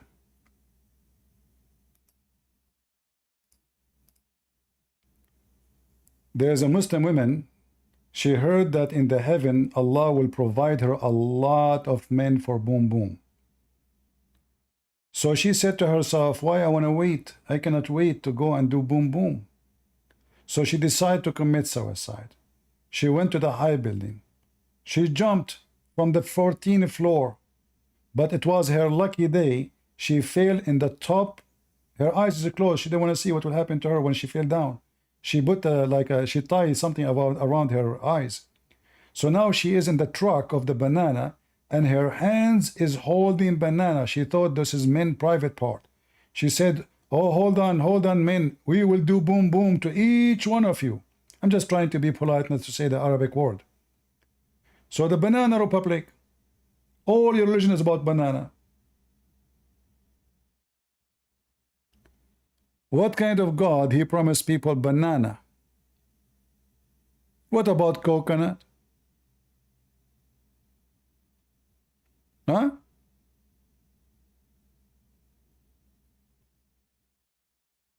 Do we have monkeys there? Bracelet. If there's any big TV, if there's like fast internet. All right, this guy is a Muslim. Let us invite him before we finish. Go ahead, Center. Hello. Hello, hello. Okay. So I am Muslim, but you have opened my eyes. I feel like everything you're saying has a point to it. I feel like you've opened my eyes, and I want to convert. Well, so did you decide to say Muhammad is a fraud? Yes, Why you think Muhammad is a fraud? because of everything you've already said. Like you have reasoning to everything you said, and like all the Muslims, they can't debunk you and stuff. Can you give me a major reason make you believe Muhammad is a fraud?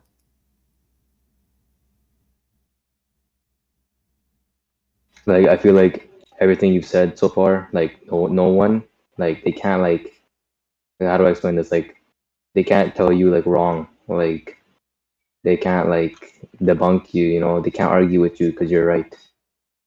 All right. So how I can help you? Oh, I just wanted to say thank you for opening my eyes. All right, my friend. Thank you. So you decide to leave Islam now? I still have to think about it, but like But as long you know Muhammad is a fraud, I mean, already you are out of Islam. You just told me Muhammad is a fraud. I don't know if I should though. That's the thing.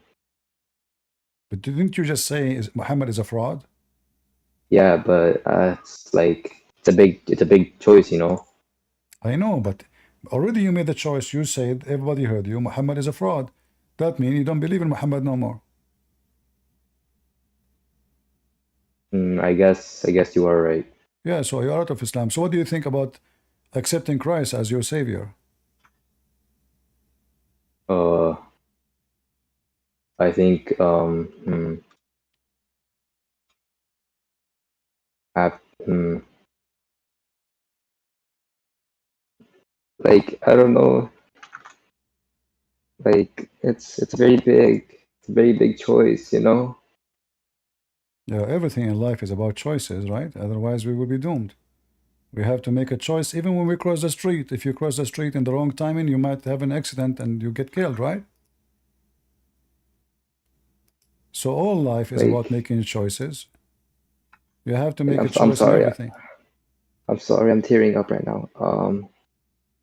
It's like it's a big choice, and like I don't know if I like should go through with it, but like I feel like I should and I shouldn't. All right. Well, I will let you now, as long you are, you are not ready to say. It's up to you. But I'm glad that you decide to leave Islam and Muhammad is a fraud for you. All right? Take care. Do we have any other Muslim want to leave Islam?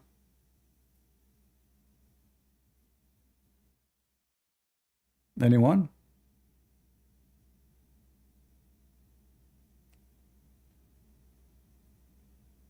Any Muhammadan?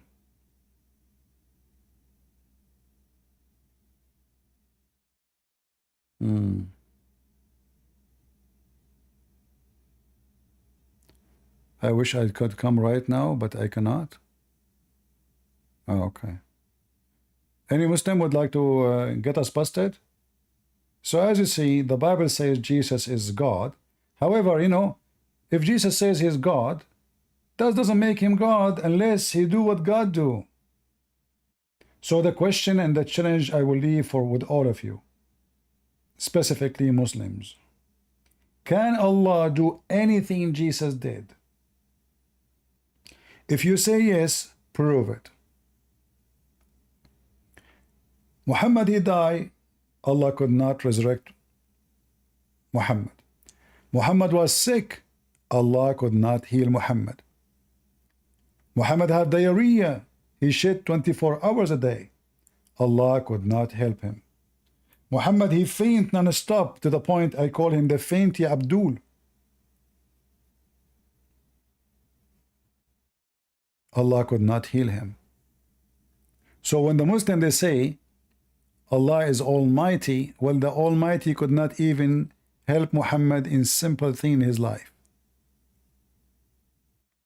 Your prophet is the fainty prophet. He faint non-stop. Where was Allah? Your prophet was full of lies. Your God could not even stop the lies from coming to his panties.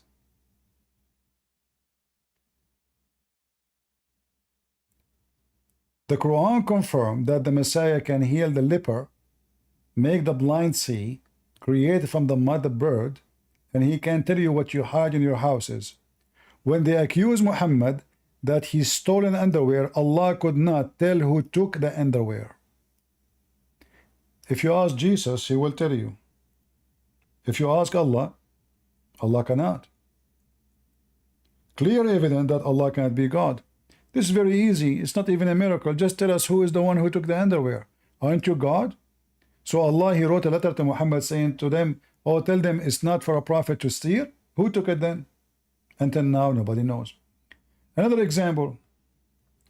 When the people, they asked Muhammad about the 7 sleepers.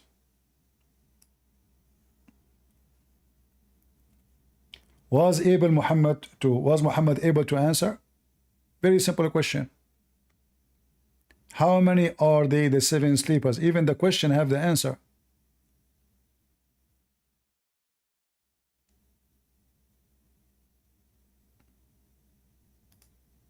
Muhammad could not answer. Until now, the answer is not answered. And this is how you know that Muhammad is a fraud. To avoid giving the answer, he says, some they say they were 3 and their dog is number 4. And this is showing you that the one who wrote the Quran is an idiot, because you don't say number 4 is their dog. You say 3 human and 1 dog. You don't say that and the number 4 is dog. In Arabic it says Rabi'ahum, and the 4th is their dog. That is no in Arabic. Same in English. You don't count number 4 to be 4 unless you count him as a human. Some they say they are 5 and their dog is number 6. What? No, you should say some they say they are 4 and their dog is number 5. Stupid. He skipped. So some they say they were 5 and their dog is number 6. Some they say they are 6 and their dog is number 7. Say, Muhammad, only my Lord, he knew, brother, the number of those. What? What is the answer? Is that a nuke? Are they asking about mathematics, nuclear weapon secret? How many they are? By the way, this was Ali Dawa was answering. Brothers and sisters, only Allah knows what is best. And Allah says only Allah knows. So thank you very much. But if we ask Zakir Naik, he will have different opinion. Christian Prince, first of all, Allah he knew the answer, but he didn't want to answer us. Okay, Abdul, the whole chapter is about this. How they sleep, how the dog with them. And then at the end, the main purpose of the story, we could not know. Why Allah is hiding? Christian Prince, first of all, Allah is not hiding it. Okay, how many there are? Christian Prince, let me tell you. Some they say they are 4 and their dog is number 4. Abdul, no. Some they say they are 3 and their dog is number 4. Exactly. Okay. What is the number? Okay, I will answer you. Some they say that they are 4 and their dog is number. Abdul, no. It says in there, some they say they are 5 and their dog is number 6. You're always quoting wrong, man. But Christian Prince. And some they say they are 6 and their dog is number 7. Okay, what the answer, Abdul? Allah knows best. What is this about? What this story is about? So Muhammad, he avoid, and look what he said. Look how stupid he said. He says Allah knows their number and few more people they knew. If few more they knew the number, why you don't tell us the number? It turned to be not only Allah, he knew the numbers. Everybody know the number, but Allah will not tell us the number. What a potato religion. This is God. He don't even cannot tell us how many the dog and the guys. This is the miraculous Quran. Some they say they are 3 and their dog is number 4.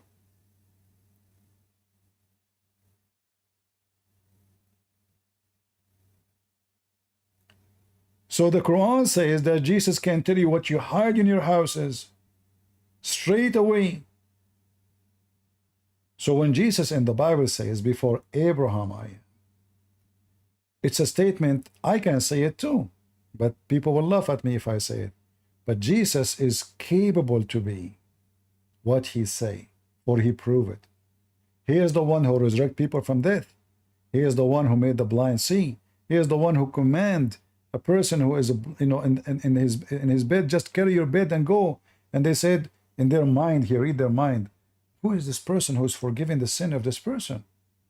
Jesus said to them, read in their mind, which one is easier to say, to do? To say your sin is forgiven, or carry your bed and walk? The guy is born this way. He cannot walk. Immediately he carried his bed and walked. So it's not who say I am God is the one we believe, is the one who do what God do. Not only by doing miracles, no. He have to be the example of ethic, pure of sin. Because remember, even Satan is powerful. So Muhammad could not even get the Satan to support him to make miracle. Allah, he said in the Quran clearly, Allah, he refrained from sending miracles. The Quran says that. Allah refrained from sending miracles. So all the stories about Muhammad doing miracles is a fraud. Bahis? Hello? Yes, Mr. Bahi. Are you Baha'i? Hey, Sibi. I don't know if you remember me. We had I think it was like a couple of months before, me and you had a talk, if you remember. I don't remember. Go ahead. You don't remember? No, Or sorry. if you remember? I Okay. don't. All right. No, I've been writing videos on Patreon. If you remember, I had some doubts. I'm a Muslim. And we had it was like 3 months before, and I have been also talking to you in Skype. And we had a discussion about, because as last time I told you, I was a little bit doubtful about Islam. All right. And as I follow your channel, and day by day it goes, I feel more unsecure. And that's why I wanted to come speak to you again.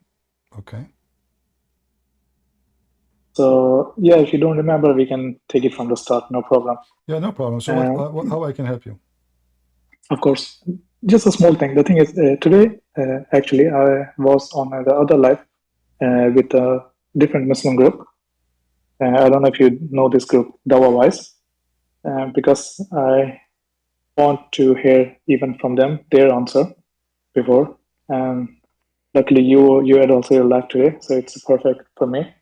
The one thing I noticed there, I remember one of your debates or live, like some weeks ago, you have speak to somebody regarding a contradiction, and there were 2 verses which you talked to someone. It was chapter 4, verse 3. Okay. And when you talked to this man, you told even about the contradiction, the same chapter, in the verse 129. Yeah. If you remember, or yeah, if you can. Okay. Okay. And so this was one of the things when I wanted to have an answer from this Muslim group, where I would like to know their understanding, and even they showed in tafsir. So if you just quick give me your understanding of the verse, because as I understand from them, which they told me because I mentioned that I have heard this about from other group, I didn't name you, and they told me, when you speak to some Christian or you in the life, they always have the agenda. They won't really tell you the whole truth. Just regarding this verse, they told me, like, what was it that you understand from this verse and the tafsir they showed you? And they told me they are not showing the whole picture. And the example is, for example, if you check the chapter 4, verse 3, regarding like what are the criteria to marry 1, 2, 3, 4? Yeah. Like you have to be just. And when you showed this contradiction to someone else, like verse 129, that God have said you can never be just to your wives. And when they showed me the tafsir for this, and they told me in the first, verse 3, they are speaking about like you have to be justice in the meaning of materialistic thing, like housing, clothes, in that manner.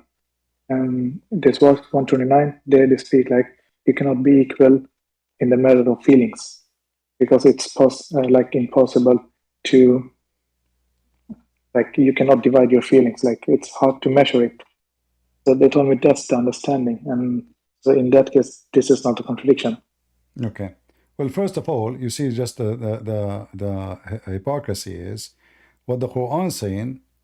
If you fear not to be just, where is the food? Where is the clothing? Does it say anything about that in the verse?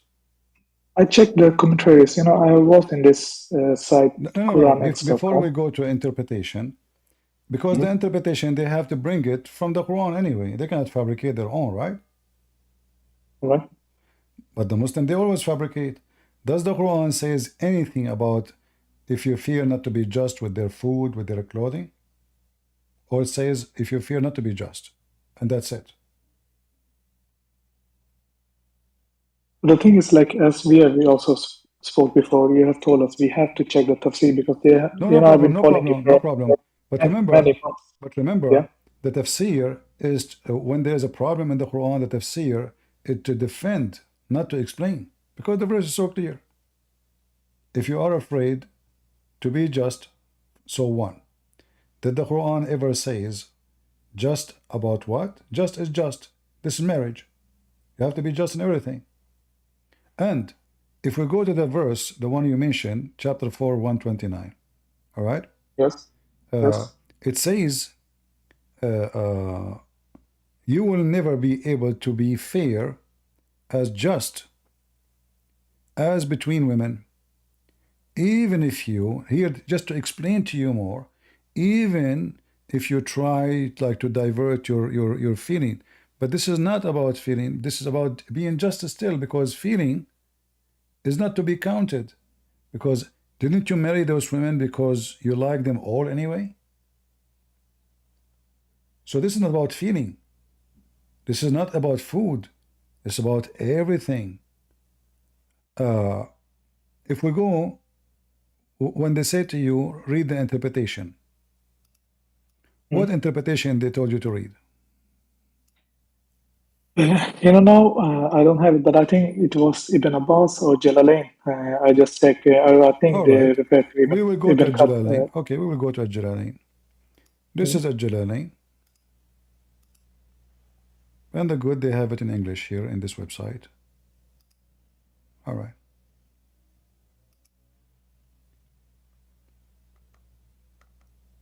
Read it. I don't see you in the screen. You don't see my screen? No, I don't see the tafsir. I just see the verse. Oh, maybe it's going to take time. All right. Okay. Yeah. So here it says, if you fear not to be equable, with the spending, money, etc., yeah.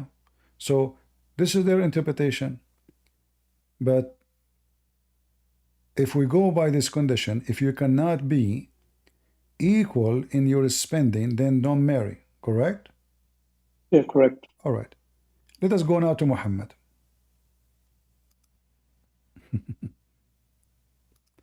Then those who say to you what they say, they have to admit that Muhammad did not follow the Quran and he is a bad person. Because remember, they say to you, this is about being fair in your spending. In the way, yes, as their understanding in material, right? Yeah. Okay. So if we go in the hadith,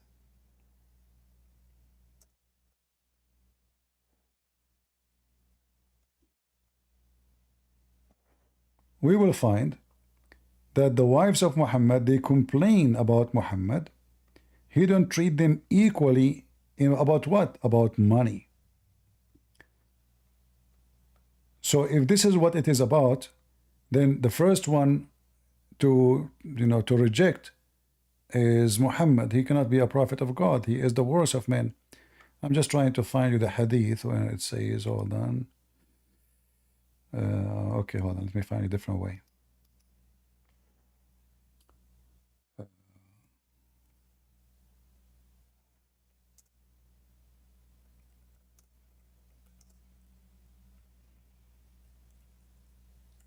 Let us see. Just a small comment on this. The reason why I just chose these two words, it was because I wanted to explain to me the contradiction, and they told me, as you look at the tafsir, it's speaking about two different things. In that No way, it's not a problem. But just to show you how Muslim they lie when even they make interpretation to, like Ibn Kathir, when he wrote his interpretation, he was trying to refute the Christian, not to explain the Quran. Read with me. Does it say that the wives of Muhammad, they are asking him to be fair?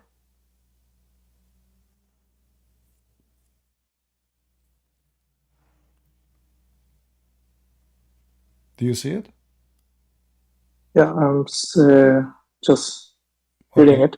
Okay. Where you want me to, like, you want me to read the whole thing, or is it? You can read it if you want. I will give you the link so you can save it. All right. Okay. Here we go. So they are complaining about what? Muhammad is not being fair. Fair in what? Let me give you the link.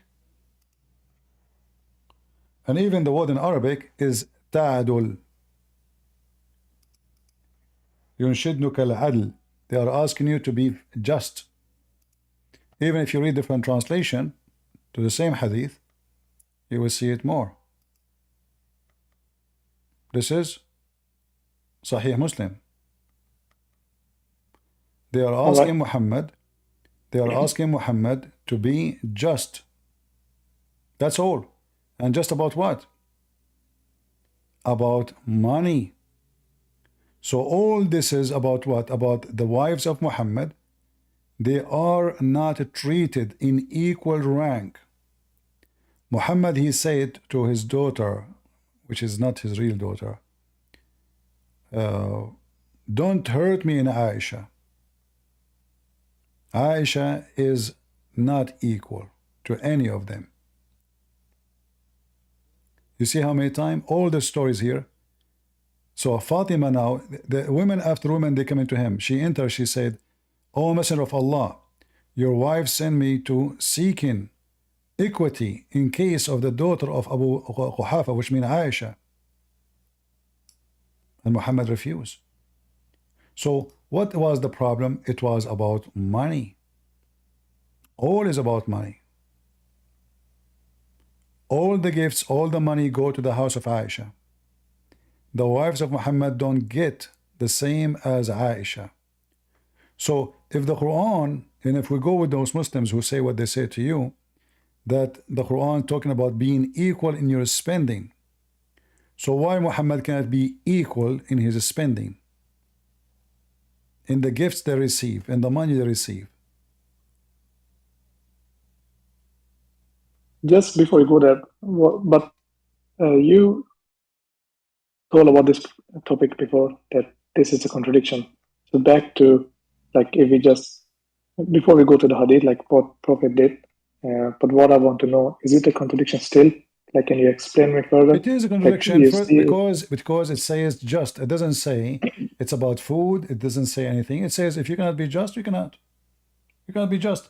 The first verse does not say just about what. Same time, the chapter number 4, it says you will never be just. The 129. But if you check the tafsir, yeah, like just to see the tafsir, what I'm seeing also right in front of me, all right, and they are telling different things. You see, the one is telling in the maintenance, and the other one is talking about feelings. So they're two different things. So how can I say it? Like, I will go with you. So if the first one is speaking about being just by spending, the second one about just by feeling. But isn't it obvious that nobody can be just in feeling anyway? I mean, this is stupid to say. Same time, why the Muslims, they cannot be just in their feeling? If they are saying that they are marrying women and they are treating them equally. So so the Muslim, they are saying to us that they have fake feeling for some women, real feeling for someone? Why you marry her anyway? So he marry her because he don't like her? He don't like her? He hate her? He favor this one over this one? Are we talking about goats? The verse in the Quran says, you will never be able to be fair. And the continue is just saying to you, even if you try, even if you have a desire to do so, even if you desire to do so, this is not about nothing to do with what they are saying. Even if you desire not to do so, you will not succeed. We're speaking about a feeling. Do you see the word feeling? Yes, not in this translation, but they show me a different translation from This is Quran.com. No, it says tamilu kull al-mail, which means you, like, even if you try not to take a side. This is not about, there's nowhere the word feeling is mentioned. Nowhere. Where is the word feeling? You know what? I will use English translation, automatic. Even though sometimes YouTube, like, you take what Muslims say, but I will go with it. All right? Do you see anywhere it says feeling? No, not in this. And you will not be able to treat women justly, even if you strive. So do not incline completely, lest you leave her hanging. And if you are reconcilable and fearful, then indeed, God is forgiving and merciful. There is no, the word feeling does not exist. It's false translation. But if they were showing the tafsir, so how to refute, like how to, even like, I had a talk with them, Well, but you know, right at the if moment, the Muslims, because the Muslims, you see, the Muslim, they have to cover up for the contradiction. It's simple. If they agree, because many Muslim, they question this. How in the world one verse says you have to be just, and the other verse have it says you cannot be just. Same time, the verse I showed you, the hadith I showed you, Muhammad, he broke both, because he is unjust in spending and he is unjust in feeling. You know what I mean? yes, I had just a question regarding that also. If I remember correctly, Prophet had like 9 wives. That was also one of the questions that what I asked him regarding like, okay, as Quran state, there are up to 4 wives, but our Prophet had more than 4 wives. And what's the reasoning, or like what's the, like, why is it in that way? The only answer what I get from them, which I didn't find convincing either, it was, they said this is special for our Prophet. They refer to some words in the Quran, I don't remember right now, but they said this is only for our Prophet. In that case, he could like break this rule, if you can put it like that way. But this is even more ugly. All cult leaders, they make a privilege, sexual privilege for them. So if Muhammad, they say that Muhammad is the best man, the best man, he cannot be just. So how a normal Muslim will be just? If he is the best of mankind, he is not just with his wives. How the rest of the Muslim will be just? In the top of that, if Muhammad, and they confirm that Muhammad have a privilege, and those privileges about sex and money, isn't this is a clear evidence that Muhammad is a fraud? Did Musa have a privilege? Did the Isa in Islam have a privilege about sex, about money? Why only Muhammad? Did Abraham have a privilege about sex and money? So Muhammad, he hijacked those names, but just all of those names is just to serve him. Muhammad, he have 16 privilege. Privilege number 11. If his eyes fall into a woman, her husband must divorce her, so the Prophet can F her. Is that even fair? He's not even fair with Muslims. His eyes fall into a woman. This is something you can believe it happened. Hitler doing that. Saddam Hussein doing that. See, that's the thing that I told you, if you don't remember from our first meeting, there are many things you know, I've been a Muslim like since I was born. I'm a practicing Muslim, but lately, both due to like your channel, I follow many Sam Shamoun, God Logic, but I still don't feel like I'm not probably convinced. At the same time, I don't know what to do. So that's the reason why I'm speaking always with the both group. Like we have a chat like 2 times. This is the third one. I've been speaking in their life, but I really don't find a convincing answer. No, And I'm giving now, you a convincing answer because it's obvious. The Quran never said this is about feeling. The Quran never said, it says you cannot be just in both of them. You have to be just, you cannot be just. Nowhere the word feeling appeared. This is a fabrication. Same time, it's obvious Muhammad, he himself never practiced what the Quran asking for, which is a clear evidence that Muhammad don't even care for what Allah said. And when we see like this is the book of Al-Qurtubi, and as long the Muslim agree with the interpretation, correct? yes, Okay. they told me Well, this is the that interpretation. Look what it says. Muhammad have a privilege. This is the interpretation. He have 16 privilege. 16 privilege. More than 10 of them is about sex and money. So here it says, look at this is privilege number 10 in this book.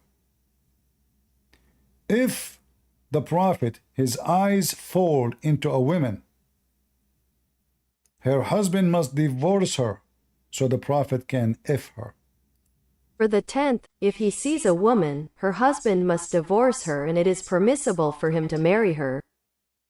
This is false. Doesn't say marry. It says to F her. However, why the husband must divorce her and why the prophet like in a married woman?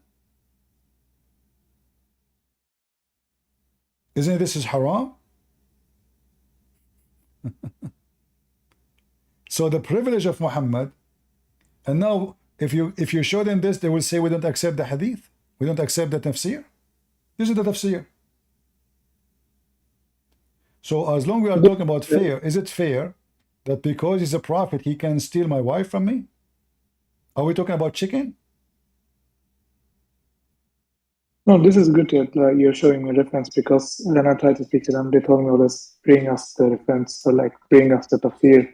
And at the moment, I don't have it. That's the reason why, luckily, I'm talking to you, because this is not really like I don't trust, but for me to get convinced, I need to like speak more times and give them a chance to explain, because of, you know, they can say if I talk to CP or some Christians, they can have their own agenda, and that's the reason why I still, even I can see as I told you, I've been following your life always, so I can understand.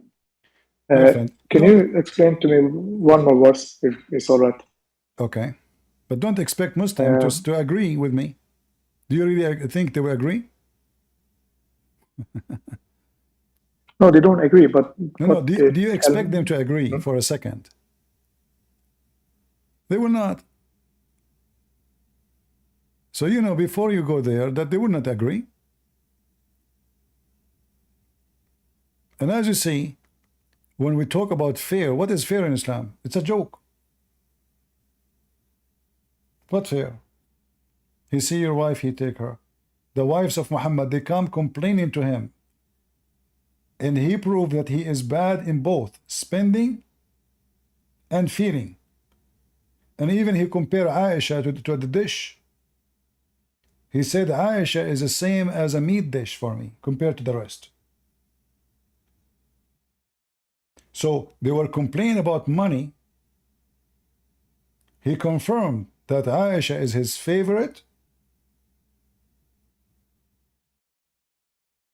He liked her more. And that's why the spending is different. So Muhammad, he broke both. If the Muslim, they will say this is about spending, we have to be fair. Well, the best man of the Muslims, he was not fair. Same time we knew that nobody can be fair in spending. How we knew that? Very simple. Muhammad himself, when Sauda, she got older, Muhammad even he stopped going to her which means she is not receiving any kind of care from Muhammad. In fact, she received a threat that Muhammad is going to divorce her. Why? Because she is getting older, not because she is a bad woman. So Muhammad is not the best example for the Muslims. He is the worst example. When like Mimi Hijab and Liya Dawa, they make a video says you can lie to your wife about your secret marriage. Why they do that? And what kind of religion allows such a thing to happen? Why we have secret marriage? We do secret things secretly because it's a shame, not because we are proud of it. So if I go now, I want to fart, I have to mute the microphone because it's not proper to do so. If I want to barb, I will mute the microphone. If I want to do, I will go to pee, I'm not going to, even there's no camera, I want to take the microphone with me so people will hear me. So we do things secretly because it's not right to do it publicly. But is getting married publicly is wrong? In Islam, yes. To the point they have secret marriage. So everything in Islam is backward. In one hand, they say Islam teach you to be honest. But if you cannot be honest even with your wife, you'll be honest with who? If Muhammad said you can lie to three, your family, your friends, your enemy, who's left? So show me the reference just so I can have it in case I need the reference for what? It told me like the Prophet told us about you can lie in some matters. Oh yeah, you can lie. All that I know. The Quran says you can use taqiyya too. The Quran actually, says Allah will not take you accountable for any false oath you take. Which means you can you can take a false oath. As an example, chapter 2. What the Quran is saying, as long as not intentional. Well, all false oath, what they are, we make them, we don't mean them. That's why they're false. I swear to you, I say to you, I swear by Allah, I swear by Allah, I am telling the truth. Obviously, it's not my intention to tell the truth. The Muslim here, they will give you different reason. They will say, no, like if somebody says, I swear by because he's angry. No. First of all, the Bible says it clearly, say yea, yea, or nay, nay. Anything else is from the devil. So the Quran, this is not the hadith, encourage a Muslim to use the name of Allah falsely. And Allah will not take you accountable for your false oath. So Allah will take you accountable for what? For the truthful oath. Even that one, it turned to be false. Chapter 66, verse number 1. Muhammad, he took an oath not to have sex with Mary the Copt after his wife's getting busted. 2 days after he broke his oath, claiming that Allah told him, why you fabricate something I did not tell you. So when the Muslim, they say something, you need to know the Muslims are allowed to swear by Allah lying, because their intention, as long as they don't mean it, it's fine, as long as they mean something else. So the Muslim, he can say I swear, but he don't say even the name of Allah. Or even if he say the name of Allah, but as long in his heart he don't mean it, it's okay. Especially if he is using taqiyya. Like if we go chapter 3, verse number 28, it says it clearly, you can speak to non-Muslims in a friendly way, but your heart is like this. So as long as your heart is like this, you are fine. You can swear, you can say things. If you mean them, you are in trouble. Like if you say to the Christians, I respect you, I honor you. If you take them as a friends for real, you are not a Muslim no more. And this is the Quran, chapter 3, verse number 28.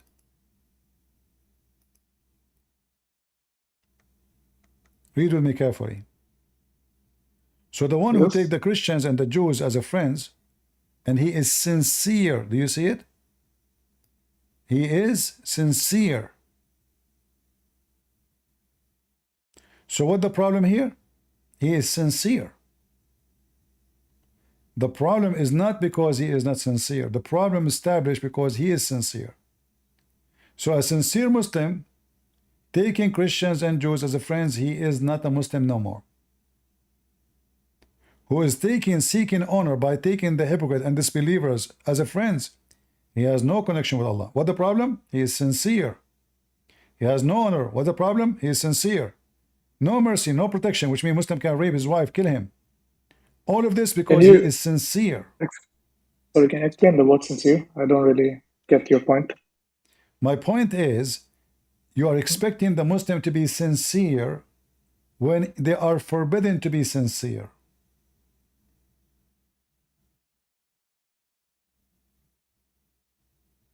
A good Muslim is the one who is not sincere. The second you are sincere, you are not a Muslim. Speaking to them, read carefully. Unless you are not sincere, unless it be you guard yourself against them, save yourself from them, taking it as security, serving yourself from them by speaking in a friendly way toward them while your heart is like this. So a Muslim is allowed to lie. And you are asking Muslims, hoping that they are telling you the truth. This is the religion of the devil. There's no way Jesus will teach us that we can lie to people, speak to them in a friendly way while we hate them. That is not from God.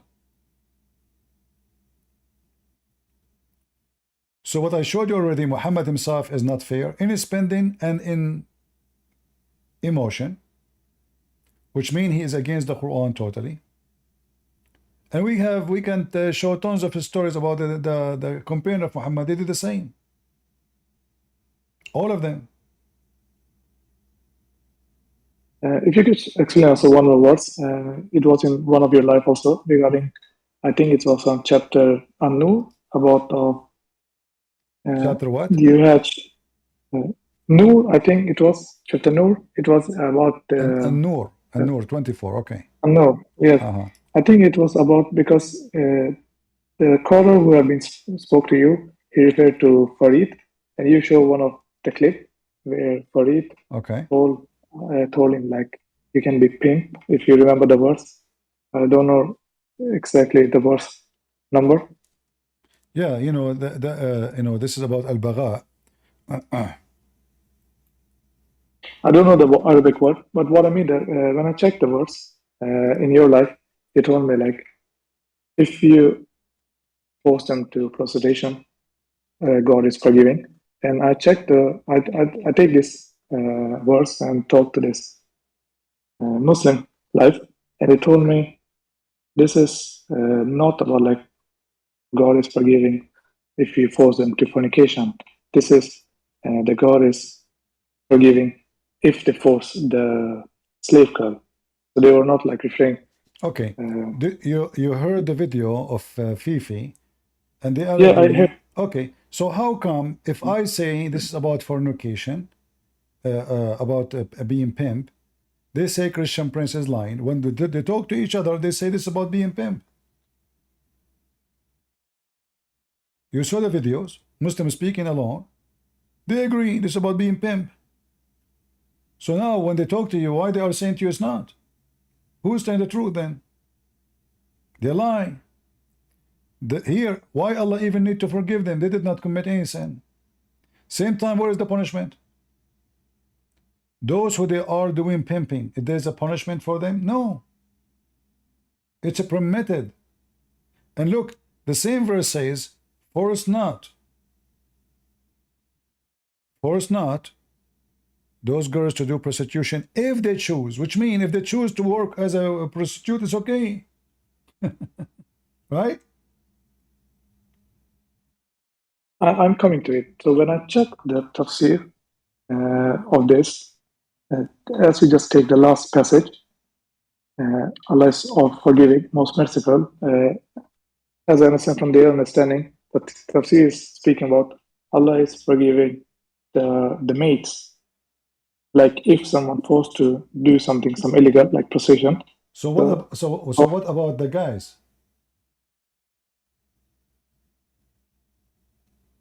I didn't ask them about that. So for me, was it? I wanted No, to ask them to. what about the guys? You see, after you force them, Allah is all merciful. It doesn't say merciful to them. This is a false translation. The word them does not exist. If you could show me the tafsir, because I don't know which tafsir they took it for me. You can go and read Yeah. all tafsir you want. You keep coming back word tafsir. The verse in the front of you is saying it clearly. Force them not if they choose not. But if they choose, it's okay. So the verse here is not about it is not right to do prostitution and to be a pimp. It's about if you force them or not to force them. So let us say, for the sake of argument, Allah will forgive the girls, not the guys. Where in the Quran it says those guys will be punished?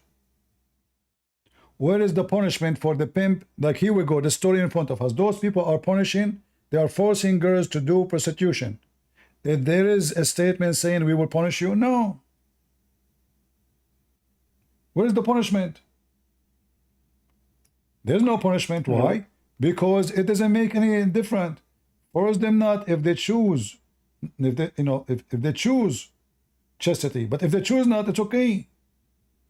What if the girls? What if the girls agree? No problem.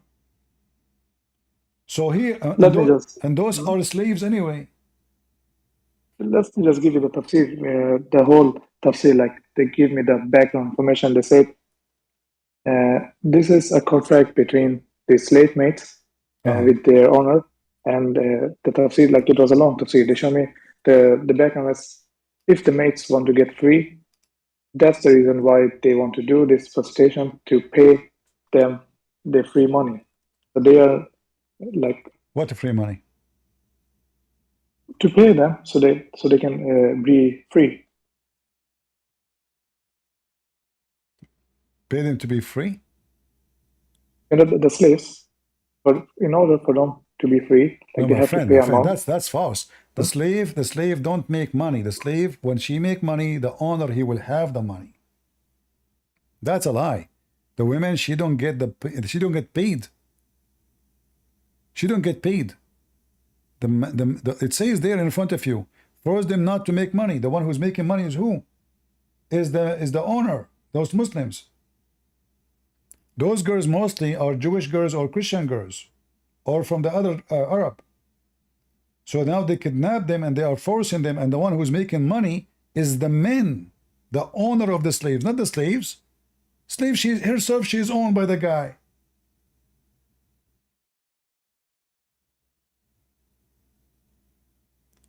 The slave herself is owned by the girl, by the guy. How she can make money? No, this is like the pimping. Like the understanding is, of course, they are not playing directly. The money the owner is receiving, it's the payment for her to get free. Why she will go free? Who is going to give her free? You see, you cannot free her by giving her money, because the money she earned is going to go to the owner.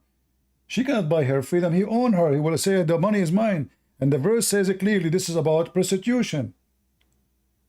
But sorry, is it my friend, also my not? My friend. Just a second. No, this is for you me can to understand. argue as much as you want. The verse is so clear. The Muslim men, they are forcing their girls to do prostitution. What is the purpose?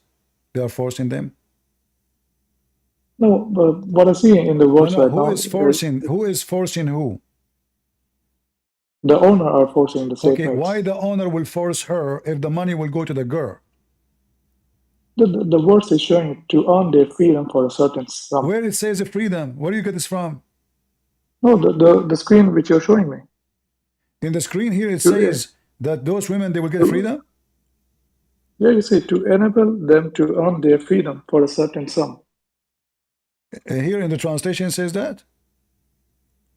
The one you're showing in your screen right now. Is You that in see, the, and is if that in the, any, is if that in the any, Quran? This is false. Don't you see this bracket? This is false. There's nowhere it says that. What freedom? The money she make is going to go to the pocket of the owner. She cannot buy herself. He owns her. Whatever in her pocket is owned by him. He is the one is forcing her. He do not need to do that. He can sell her if he want. But what does that mean? You know, he will never sell this woman. She is making him money. The money will not go to her pocket. This is a false translation. You change the translation here, all of this will be go. You change the translator. Just change the translation. All of this is gone. Where is freedom? Where is the, you know, what is this about? What freedom? All of this is a false. It does not exist in the Quran. But even the tafsir was speaking about the same, what I told you before. Okay. Now I don't have the tafsir, but so that was what they showed okay. me. So if I show you which tafsir you think is the one is legitimate? We can take Ibn Kathir because I think most of the time they always show me Ibn Kathir or Ibn Kathir? Ibn Kathir or Maduri or Jalalain. These are the names which I know. Oh, I can show you all. You can read them all by yourself. There we go.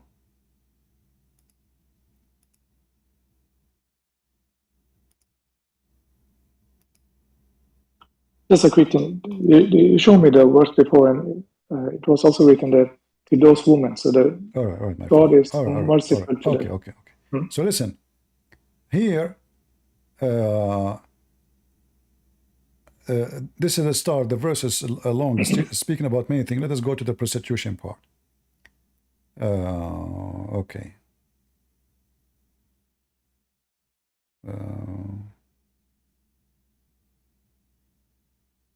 All right. Where is the part of the prostitution? I don't see it. Here we go. Let's see here. All right. So, and do not compel your slave girls for your handmaids to prostitution, fornication, when they desire to chaste, to obtain the therefrom. This desire is the cause of an act of compulsion. So that statement is not properly a conditionals that you may seek through such a compulsion the transit things of life of this world, where it says about freedom, you know. Here it says, this was revealed regarding Abdullah ibn Ubay, who used to force his slave girls to earn money through the fornication. Do you see it? He's the one who made he is the one who made the money, not them. What freedom? What is all of the garbage? Why somebody wanna sell a cow is giving him milk? By what? By making milk? By people buying the milk. This is his milk. The whole girl is his. She cannot make his own money. So he forced them, you know, to make money. Did Muhammad say shame on you? No. Did he forbid him? No. All of us knew that the Muslim, they practice muta, correct? Yes. What is the difference between this and the muta? Nothing much. The difference is that the money in the case of the muta, it's done with the women. She is free, so she collect her money. Here, the owner collected, but it's the same.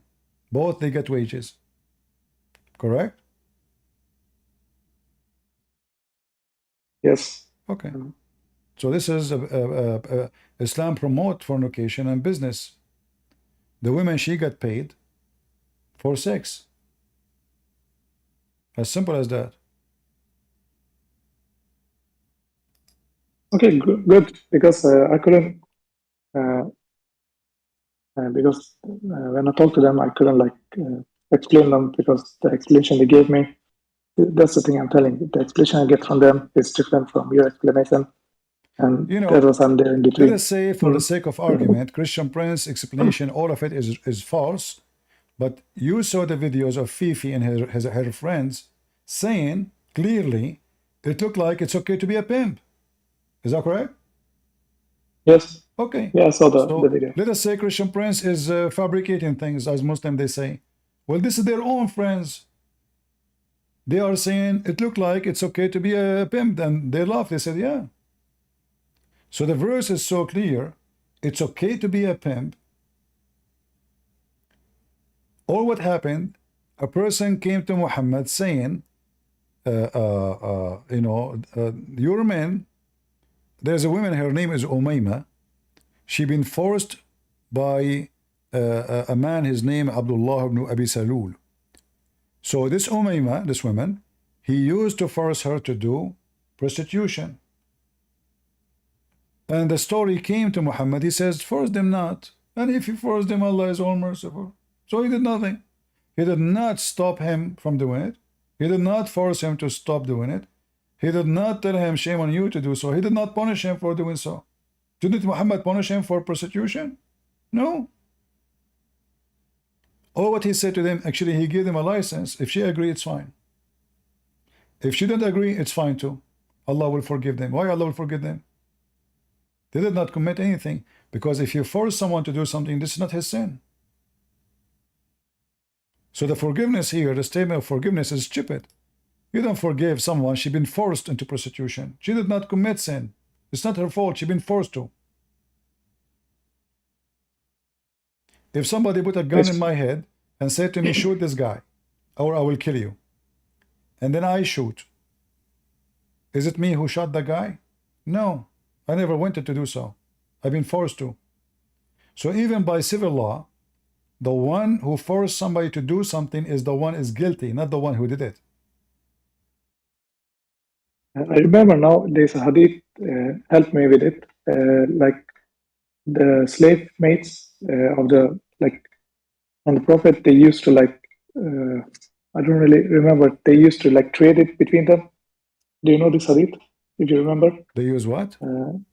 Exchange. Exchange. Like, yeah. Exchange, yes. Yeah, exchange, can you yeah. just show, can you show me there is because something, this is something I just remembered right now. Yeah, but you know, this is taking long, you know, I need to go soon. Maybe next time you come. But there is something you can search online. It's called the exchange of vagina. In Arabic, it says isti'aratul furuj. Isti'aratul furuj, which means you take my female, I take your female. So you said that you speak Arabic? No, I don't speak Arabic, but I've seen, I remember you have taken it sometime in your life to someone. And that's why I remember, and we're now just speaking about it. I remember this hadith you showed once. Yeah, there's tons of them. They are not only one or two, or you know, there's endless, endless numbers of. As an example, let's see. Let me show you like one reference to go.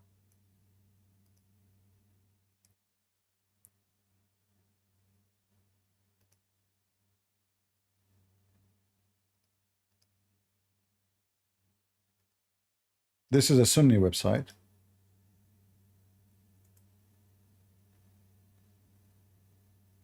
And this is a book, it's called Al-Muhalla bil-Athar by Ibn Hazm. Ibn Hazm is very well known, big name in Islam. So Muslims cannot say they don't accept him. All right? You see the name? Can you see it? No, I don't see it in my screen. It can be because of the all right connection. So here it says, all of this is about exchanging, you know, slaves and having sex with the slaves. You know, slaves is just for sex. You know, slaves is just to boom boom.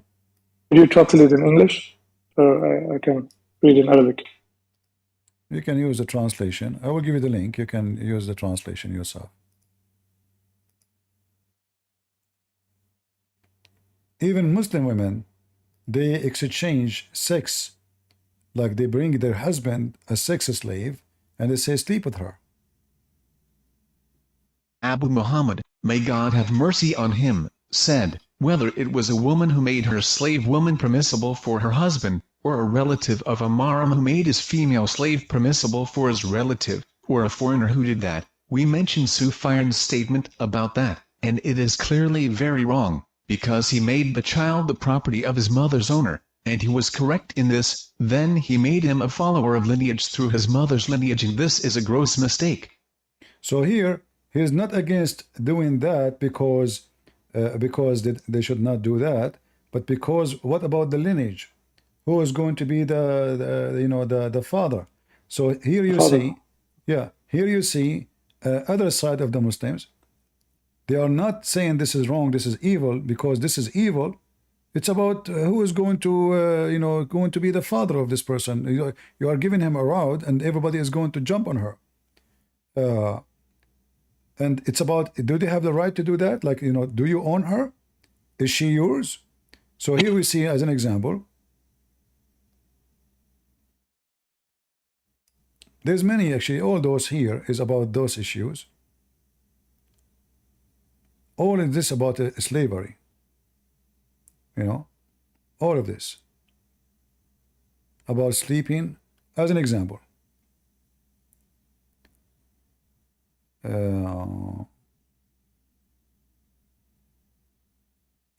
Here, this is Ibn Abbas saying the following.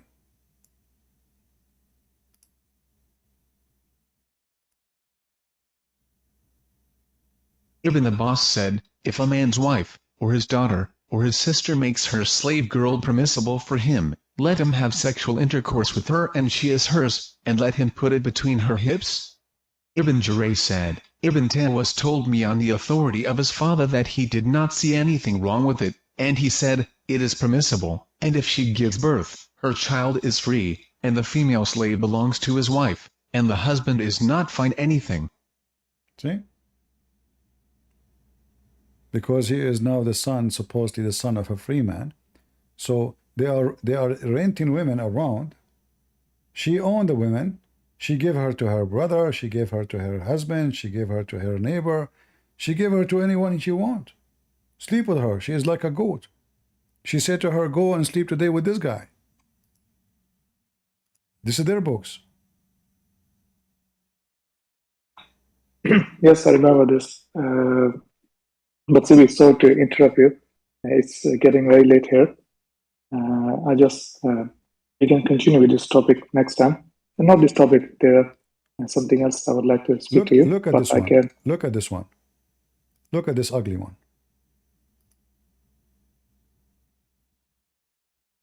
Attar said, would he like to do, and what I heard from him was proven. He said, I heard that the man used to send his daughter to his guest.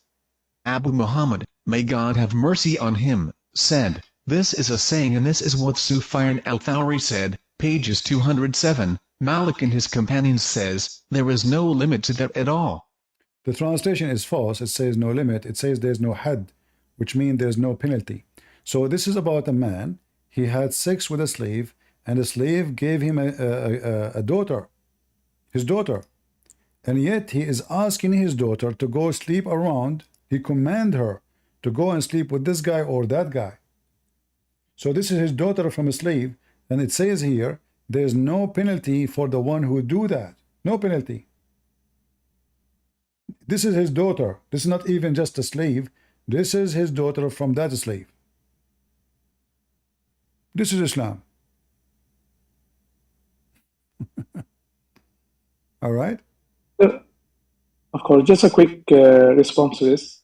Is it not because of, in the Quran, there is like permissible, having sex with mates? This is why I'm telling you, if I get this answer, if I talk to them and they tell me it's permissible, so what should I? First Did of you all, get my point? Principle for what?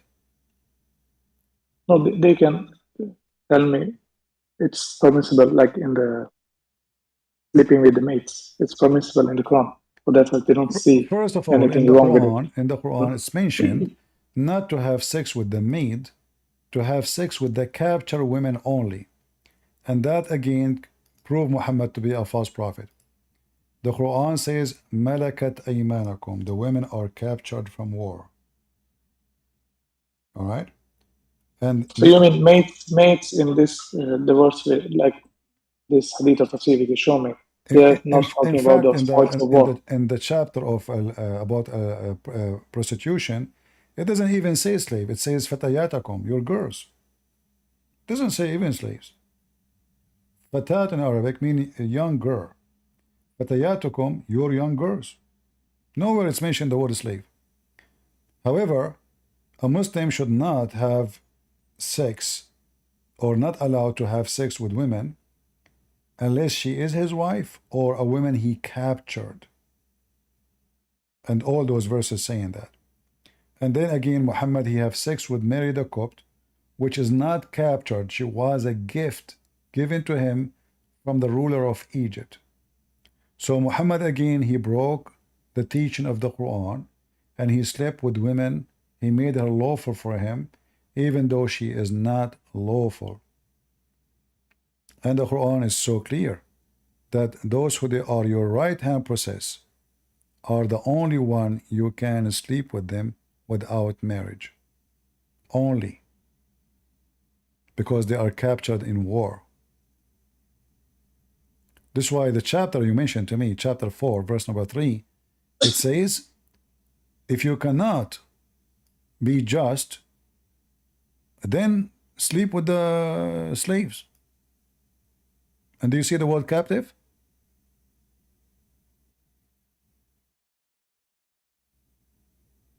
No, not captive, but the right hand possess. A captive, which is your right hand possess, the captive is right hand, is not a maid. A maid is not a captive. Right hand possess means you took it by hand, not by money. You earn her by your hand, by the sword, not by buying her. Anyway, my friend, either we say Islam is bad. If there is one thing about Muhammad is evil, Muhammad is evil. So those people, they keep filtering and try to defend. And then you need to remember that the interpretation, I use the interpretation against Muslims, not because I believe in the interpretation. Absolutely not. All the interpretation, they are full of fabrication to defend the Quran, to defend Muhammad. However, I use it when the Muslim deny what it says. But I don't accept the interpretation of any Muslim. All Muslims are liars. All interpretation is made to defend Muhammad, not to explain the Quran. This is why you see that those interpretations start to be printed and made long after Islam, because people, they start making questions and accusation. Like Ibn Kathir, he is not explaining the Quran. Ibn Kathir is defending the Quran. And if you ask the same people you talk to, do you accept Ibn Kathir? They will say some, you know. So Ibn Kathir is a scholar when they want. He is a potato when he want. For me, I use the word say scholar. This is scholar according to them, not according to me. Otherwise, I believe all the Muslim scholars are a bunch of idiots. They have zero education. It's good you told me, because it's clear for me, as you told me why you use the interpretation, because when I use the same logic with them, they say the interpretation is saying something else, as what I understand. You know, the Quran is just a collection of, let us say, rules to serve the man, to serve the Muslim who is going to fight for Muhammad. It's not made for justice. Because why, first of all, why we allow them to have slaves and they are forcing them for, why wouldn't say the one who forces a slave into prostitution, we are going to kill him? Why Muhammad, he says, shame on you? Why Muhammad says Allah will all forgiven? Why is being so easy? Muhammad, he did not see it as a bad thing.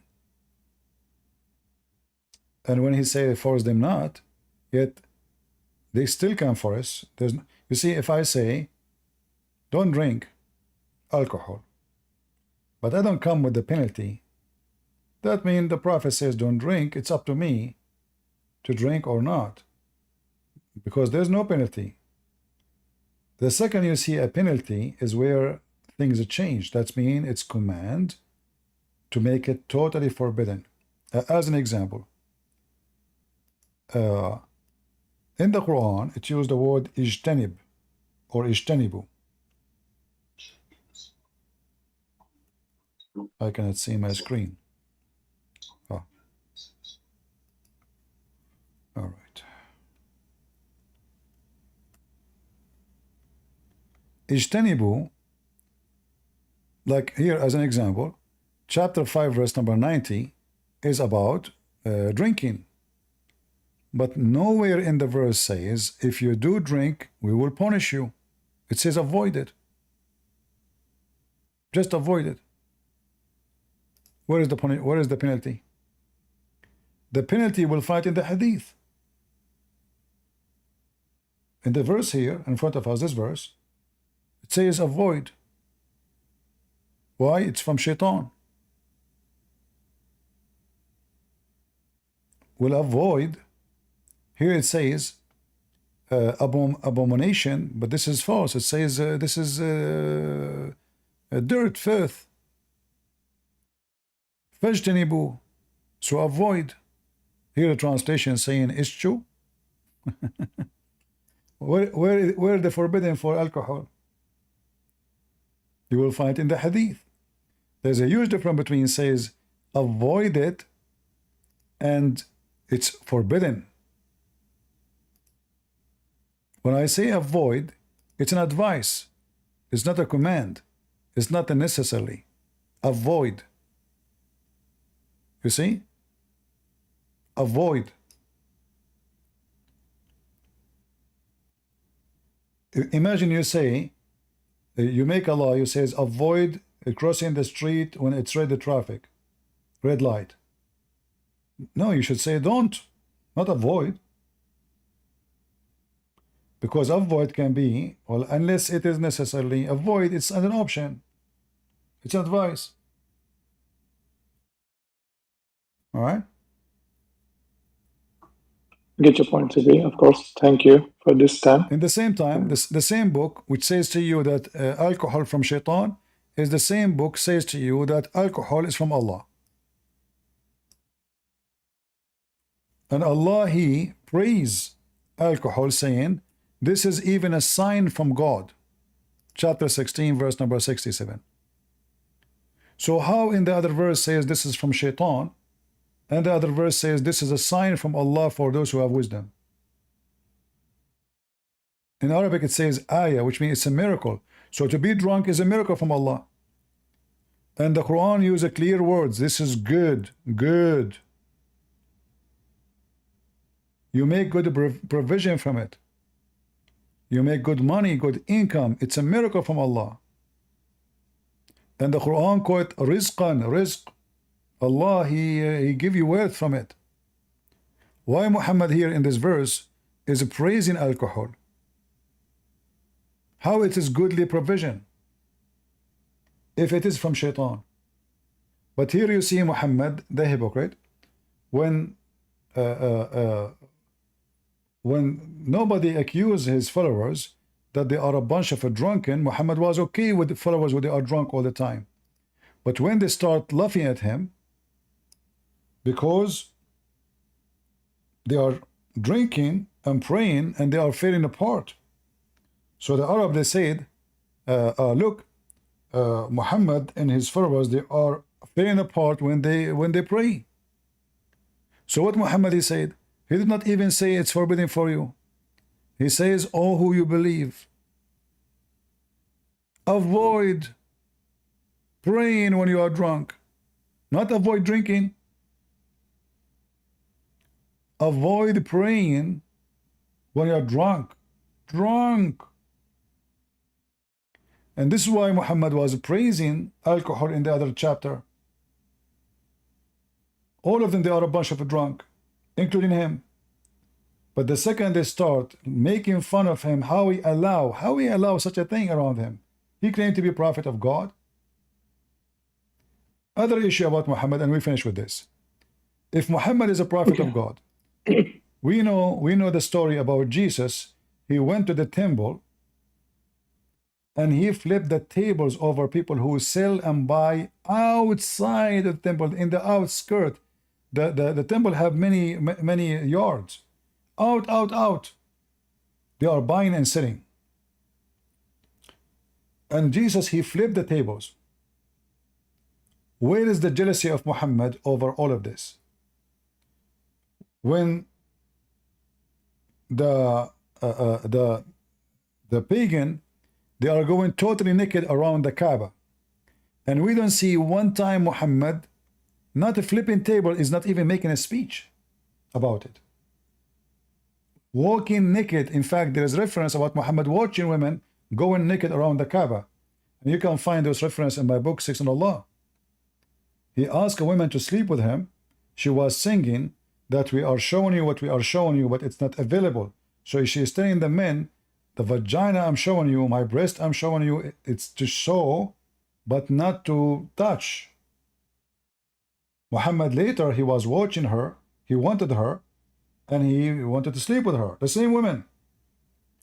But Muhammad never felt jealousy that men and women going totally naked in the most holy, sacred mosque for Muslims, according to Muslims, because he's the false prophet.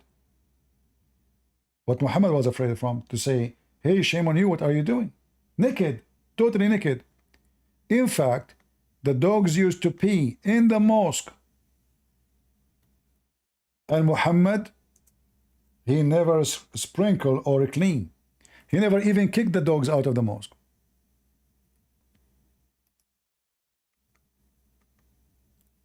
If Muhammad is a prophet of God, he should be jealous against any act will be an insult to God. Dogs are coming in and out and pissing, and Muhammad and Muslim never even sprinkle. So you can imagine the dog piss all over the mosque and the smell. In fact, there's a story about a Bedouin man. He went inside the mosque in the presence of Muhammad. The Muslims are praying. He unzipped, he started pissing. The Muslims, they wanted to stop him. Muhammad, he said to them, let him finish. Let him finish. Muhammad cannot be a prophet of God. There's no way someone, he is a prophet of God, he will allow all those things. People going naked around the Kaaba, practicing sexual rituals, dogs getting in and pissing all over the place, and they never clean, as you see. And this Al-Bukhari, a man going inside the mosque and he piss, standing in the middle, and nobody stop him because Muhammad forbid them from stopping him. All of this telling us that so-called sacred mosque or the holy ground or the house of Allah is a joke. For Muhammad is the last one to care for it. In fact, he promote bringing najasa, which means filth, to the house of Allah when he allowed dogs to do that, when he allowed the man to piss. If there's any Christian will allow anybody to go inside the church and piss in the middle of the church? This is a normal person will not allow that. If there's any Muslim will allow anyone to go inside the mosque and piss? Muslim will not allow that. Muhammad he allowed. For he is satanic. If Muslims, Muslims they kill the person, they will kill a person for a cartoon. But they will not be angry for dogs pissing inside their mosque. A man pissing in the mosque. Women and men going naked around the Kaaba. All right, my friend. Thank you very much for joining us. Thank you very much. Bye-bye. All right, guys. So anyway, like if somebody don't want to believe in something, you cannot convince him. And if you want to go to Muslims, they will never agree in what I say. If you expect Muslims to agree with me, that means those Muslims are out of Islam already. But we are showing you reference. We are not making things up. There's no way a person who is in love with his God and he is a prophet of God, he will allow dogs to piss inside the mosque. And then you need to ask yourself, what kind of people they are? Even forget about Muhammad. Muslim, they put their head in the ground. Jag har konversation med honom och alla muslimer. Jag berättar vad de har sagt. Look, he's talking to somebody, but he's still here. So listen, what about the Muslims and Muhammad? They put their head in the floor. They put their head on the floor. Where the dogs is pissing. Yeah, we are done for today. Thank you. So anyway, guys, I wanted to make this video shorter, but as you see, it ended many hours. Maybe I need to shorten it later so you can download the video, because my plan is to shorten it or to make it short. But the plan failed, going to many places. So later I might shorten this video because I wanted to make it like introduction. I mean, this has became long, very long. So I might later trim this video. So I will leave it for now. I will give it a day, 2 or 3 days. You download it, you post it in your channel. All right. And we have it in full in Rumble, you know, but in YouTube, I'm going to trim it mostly to make it short. Okay. I have a question in your position on icons. Well, you know, for me, a person having a picture of Mary, he is not a bad person. But if you believe that the picture is Mary, you know, she, like, if you worship a picture, this is wrong. This is paganism. So having a picture of Mary, it's okay.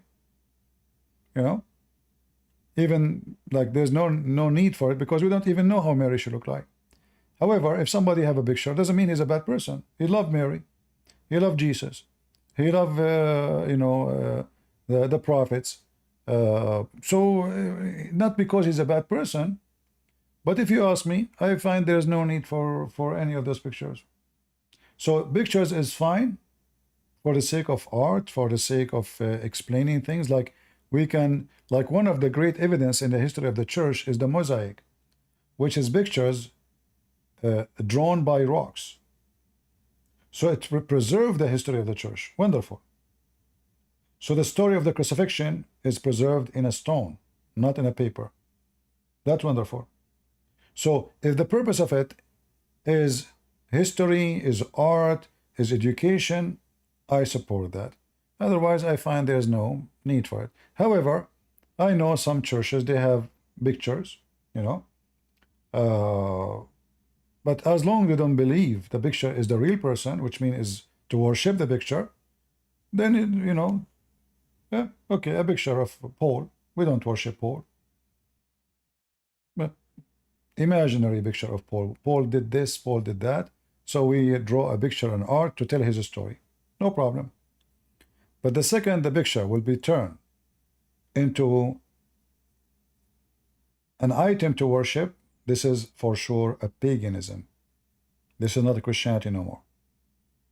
And we know that nobody worship pictures. No Christian worship pictures. We know it's a piece of paper or a piece of paint, etc. All right.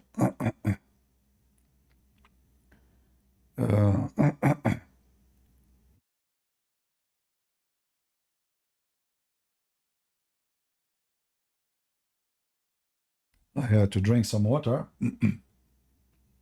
Anyway, you know, for us, the Lord, he said, from their fruits you shall know them, right? So it's not what go inside your mouth will make you bad, Jesus said, but what come from your mouth. So whatever come from your mouth is what you are going to be taken accountable. So if we decide to be people who believe only Jesus is our God, it's not a picture. Jesus is a real person. Picture is picture. It's not Mary. We don't worship Mary. No Christian worship Mary. It's not Mary who will forgive your sin. Mary cannot forgive your sin. If not the saint can forgive your sin. Only Jesus can forgive your sin. So there's many forms of paganism people they can adopt, yet they claim to be Christian.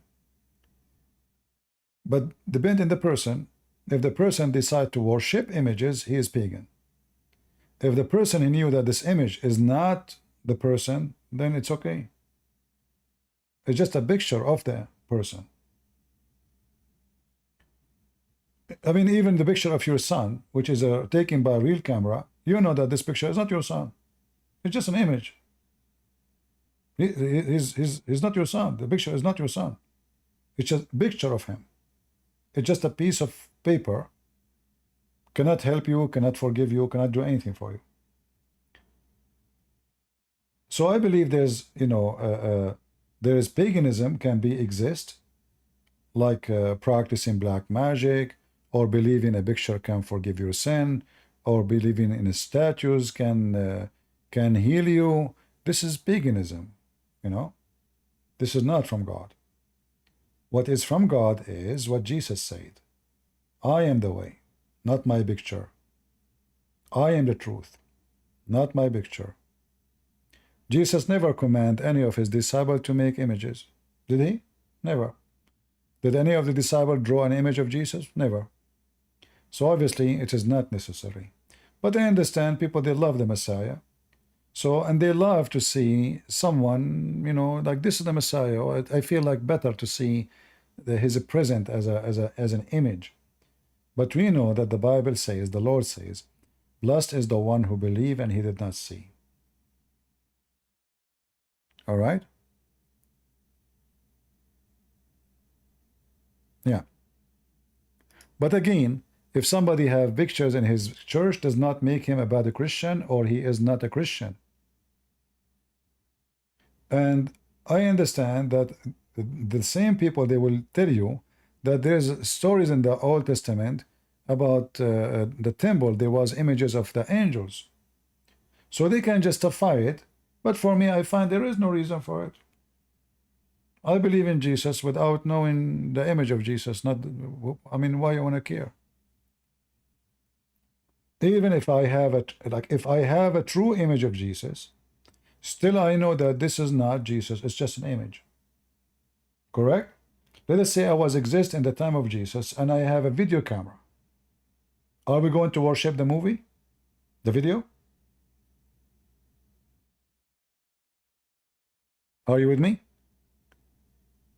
So if I was there and I took a video of Jesus, I will not worship the video. Even though this is Jesus himself in the video.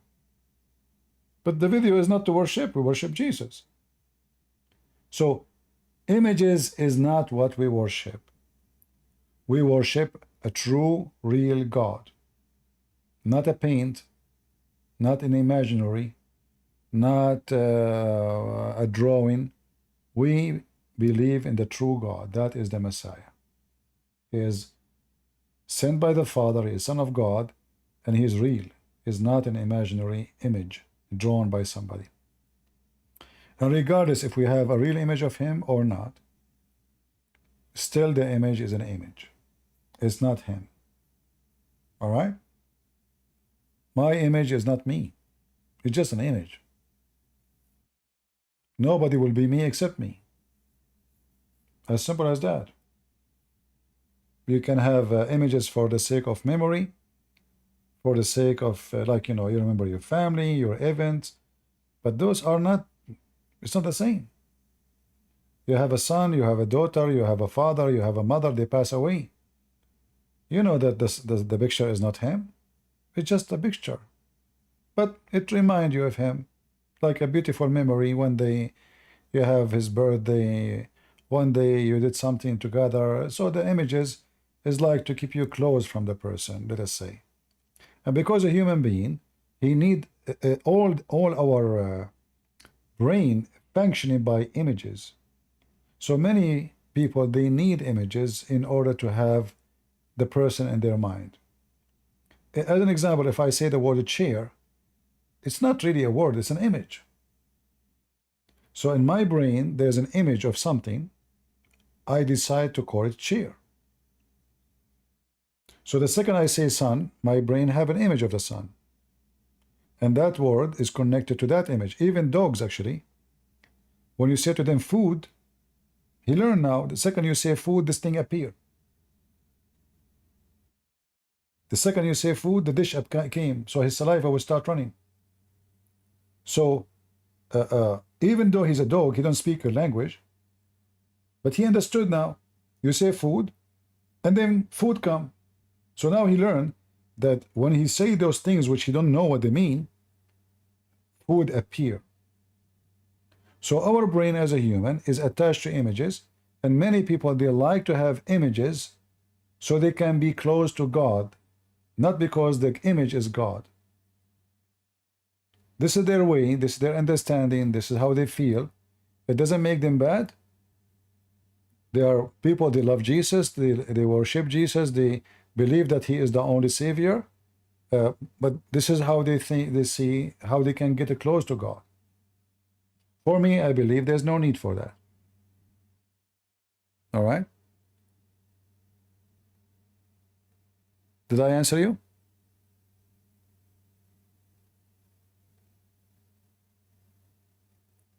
Like you say to the Muslims, you kiss the black stone, they say we don't worship it. Well, why you kiss it? Is the black stone, like they say to you, do you kiss an image of a picture of your mother? Well, no, first I don't. Why am I do that? This is not right. Secondly, it's a picture. Number three, the black stone is the image of your mother. The black stone is an image of what? They can't answer. The stone is a stone. So if we go to the point we start kissing stones, and we start worshiping stones, and we start believing the stones as the one who will heal us, that is a sign of paganism.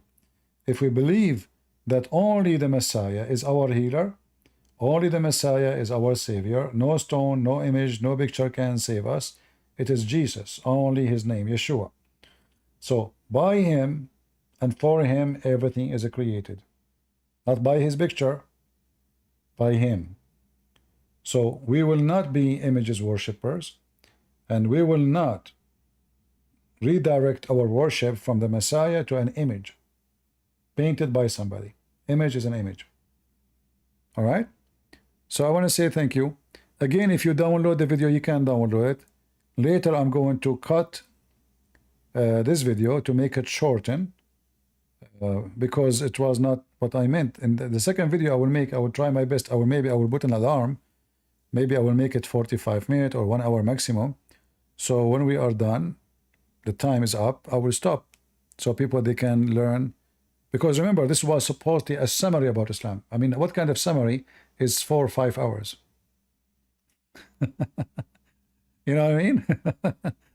That is a hilarious summary. Yeah. So I have to cut it off, and we will see. All right, guys? I want to say thank you. God is good. So is Jesus. And everything proved to us that Muhammad is a fraud.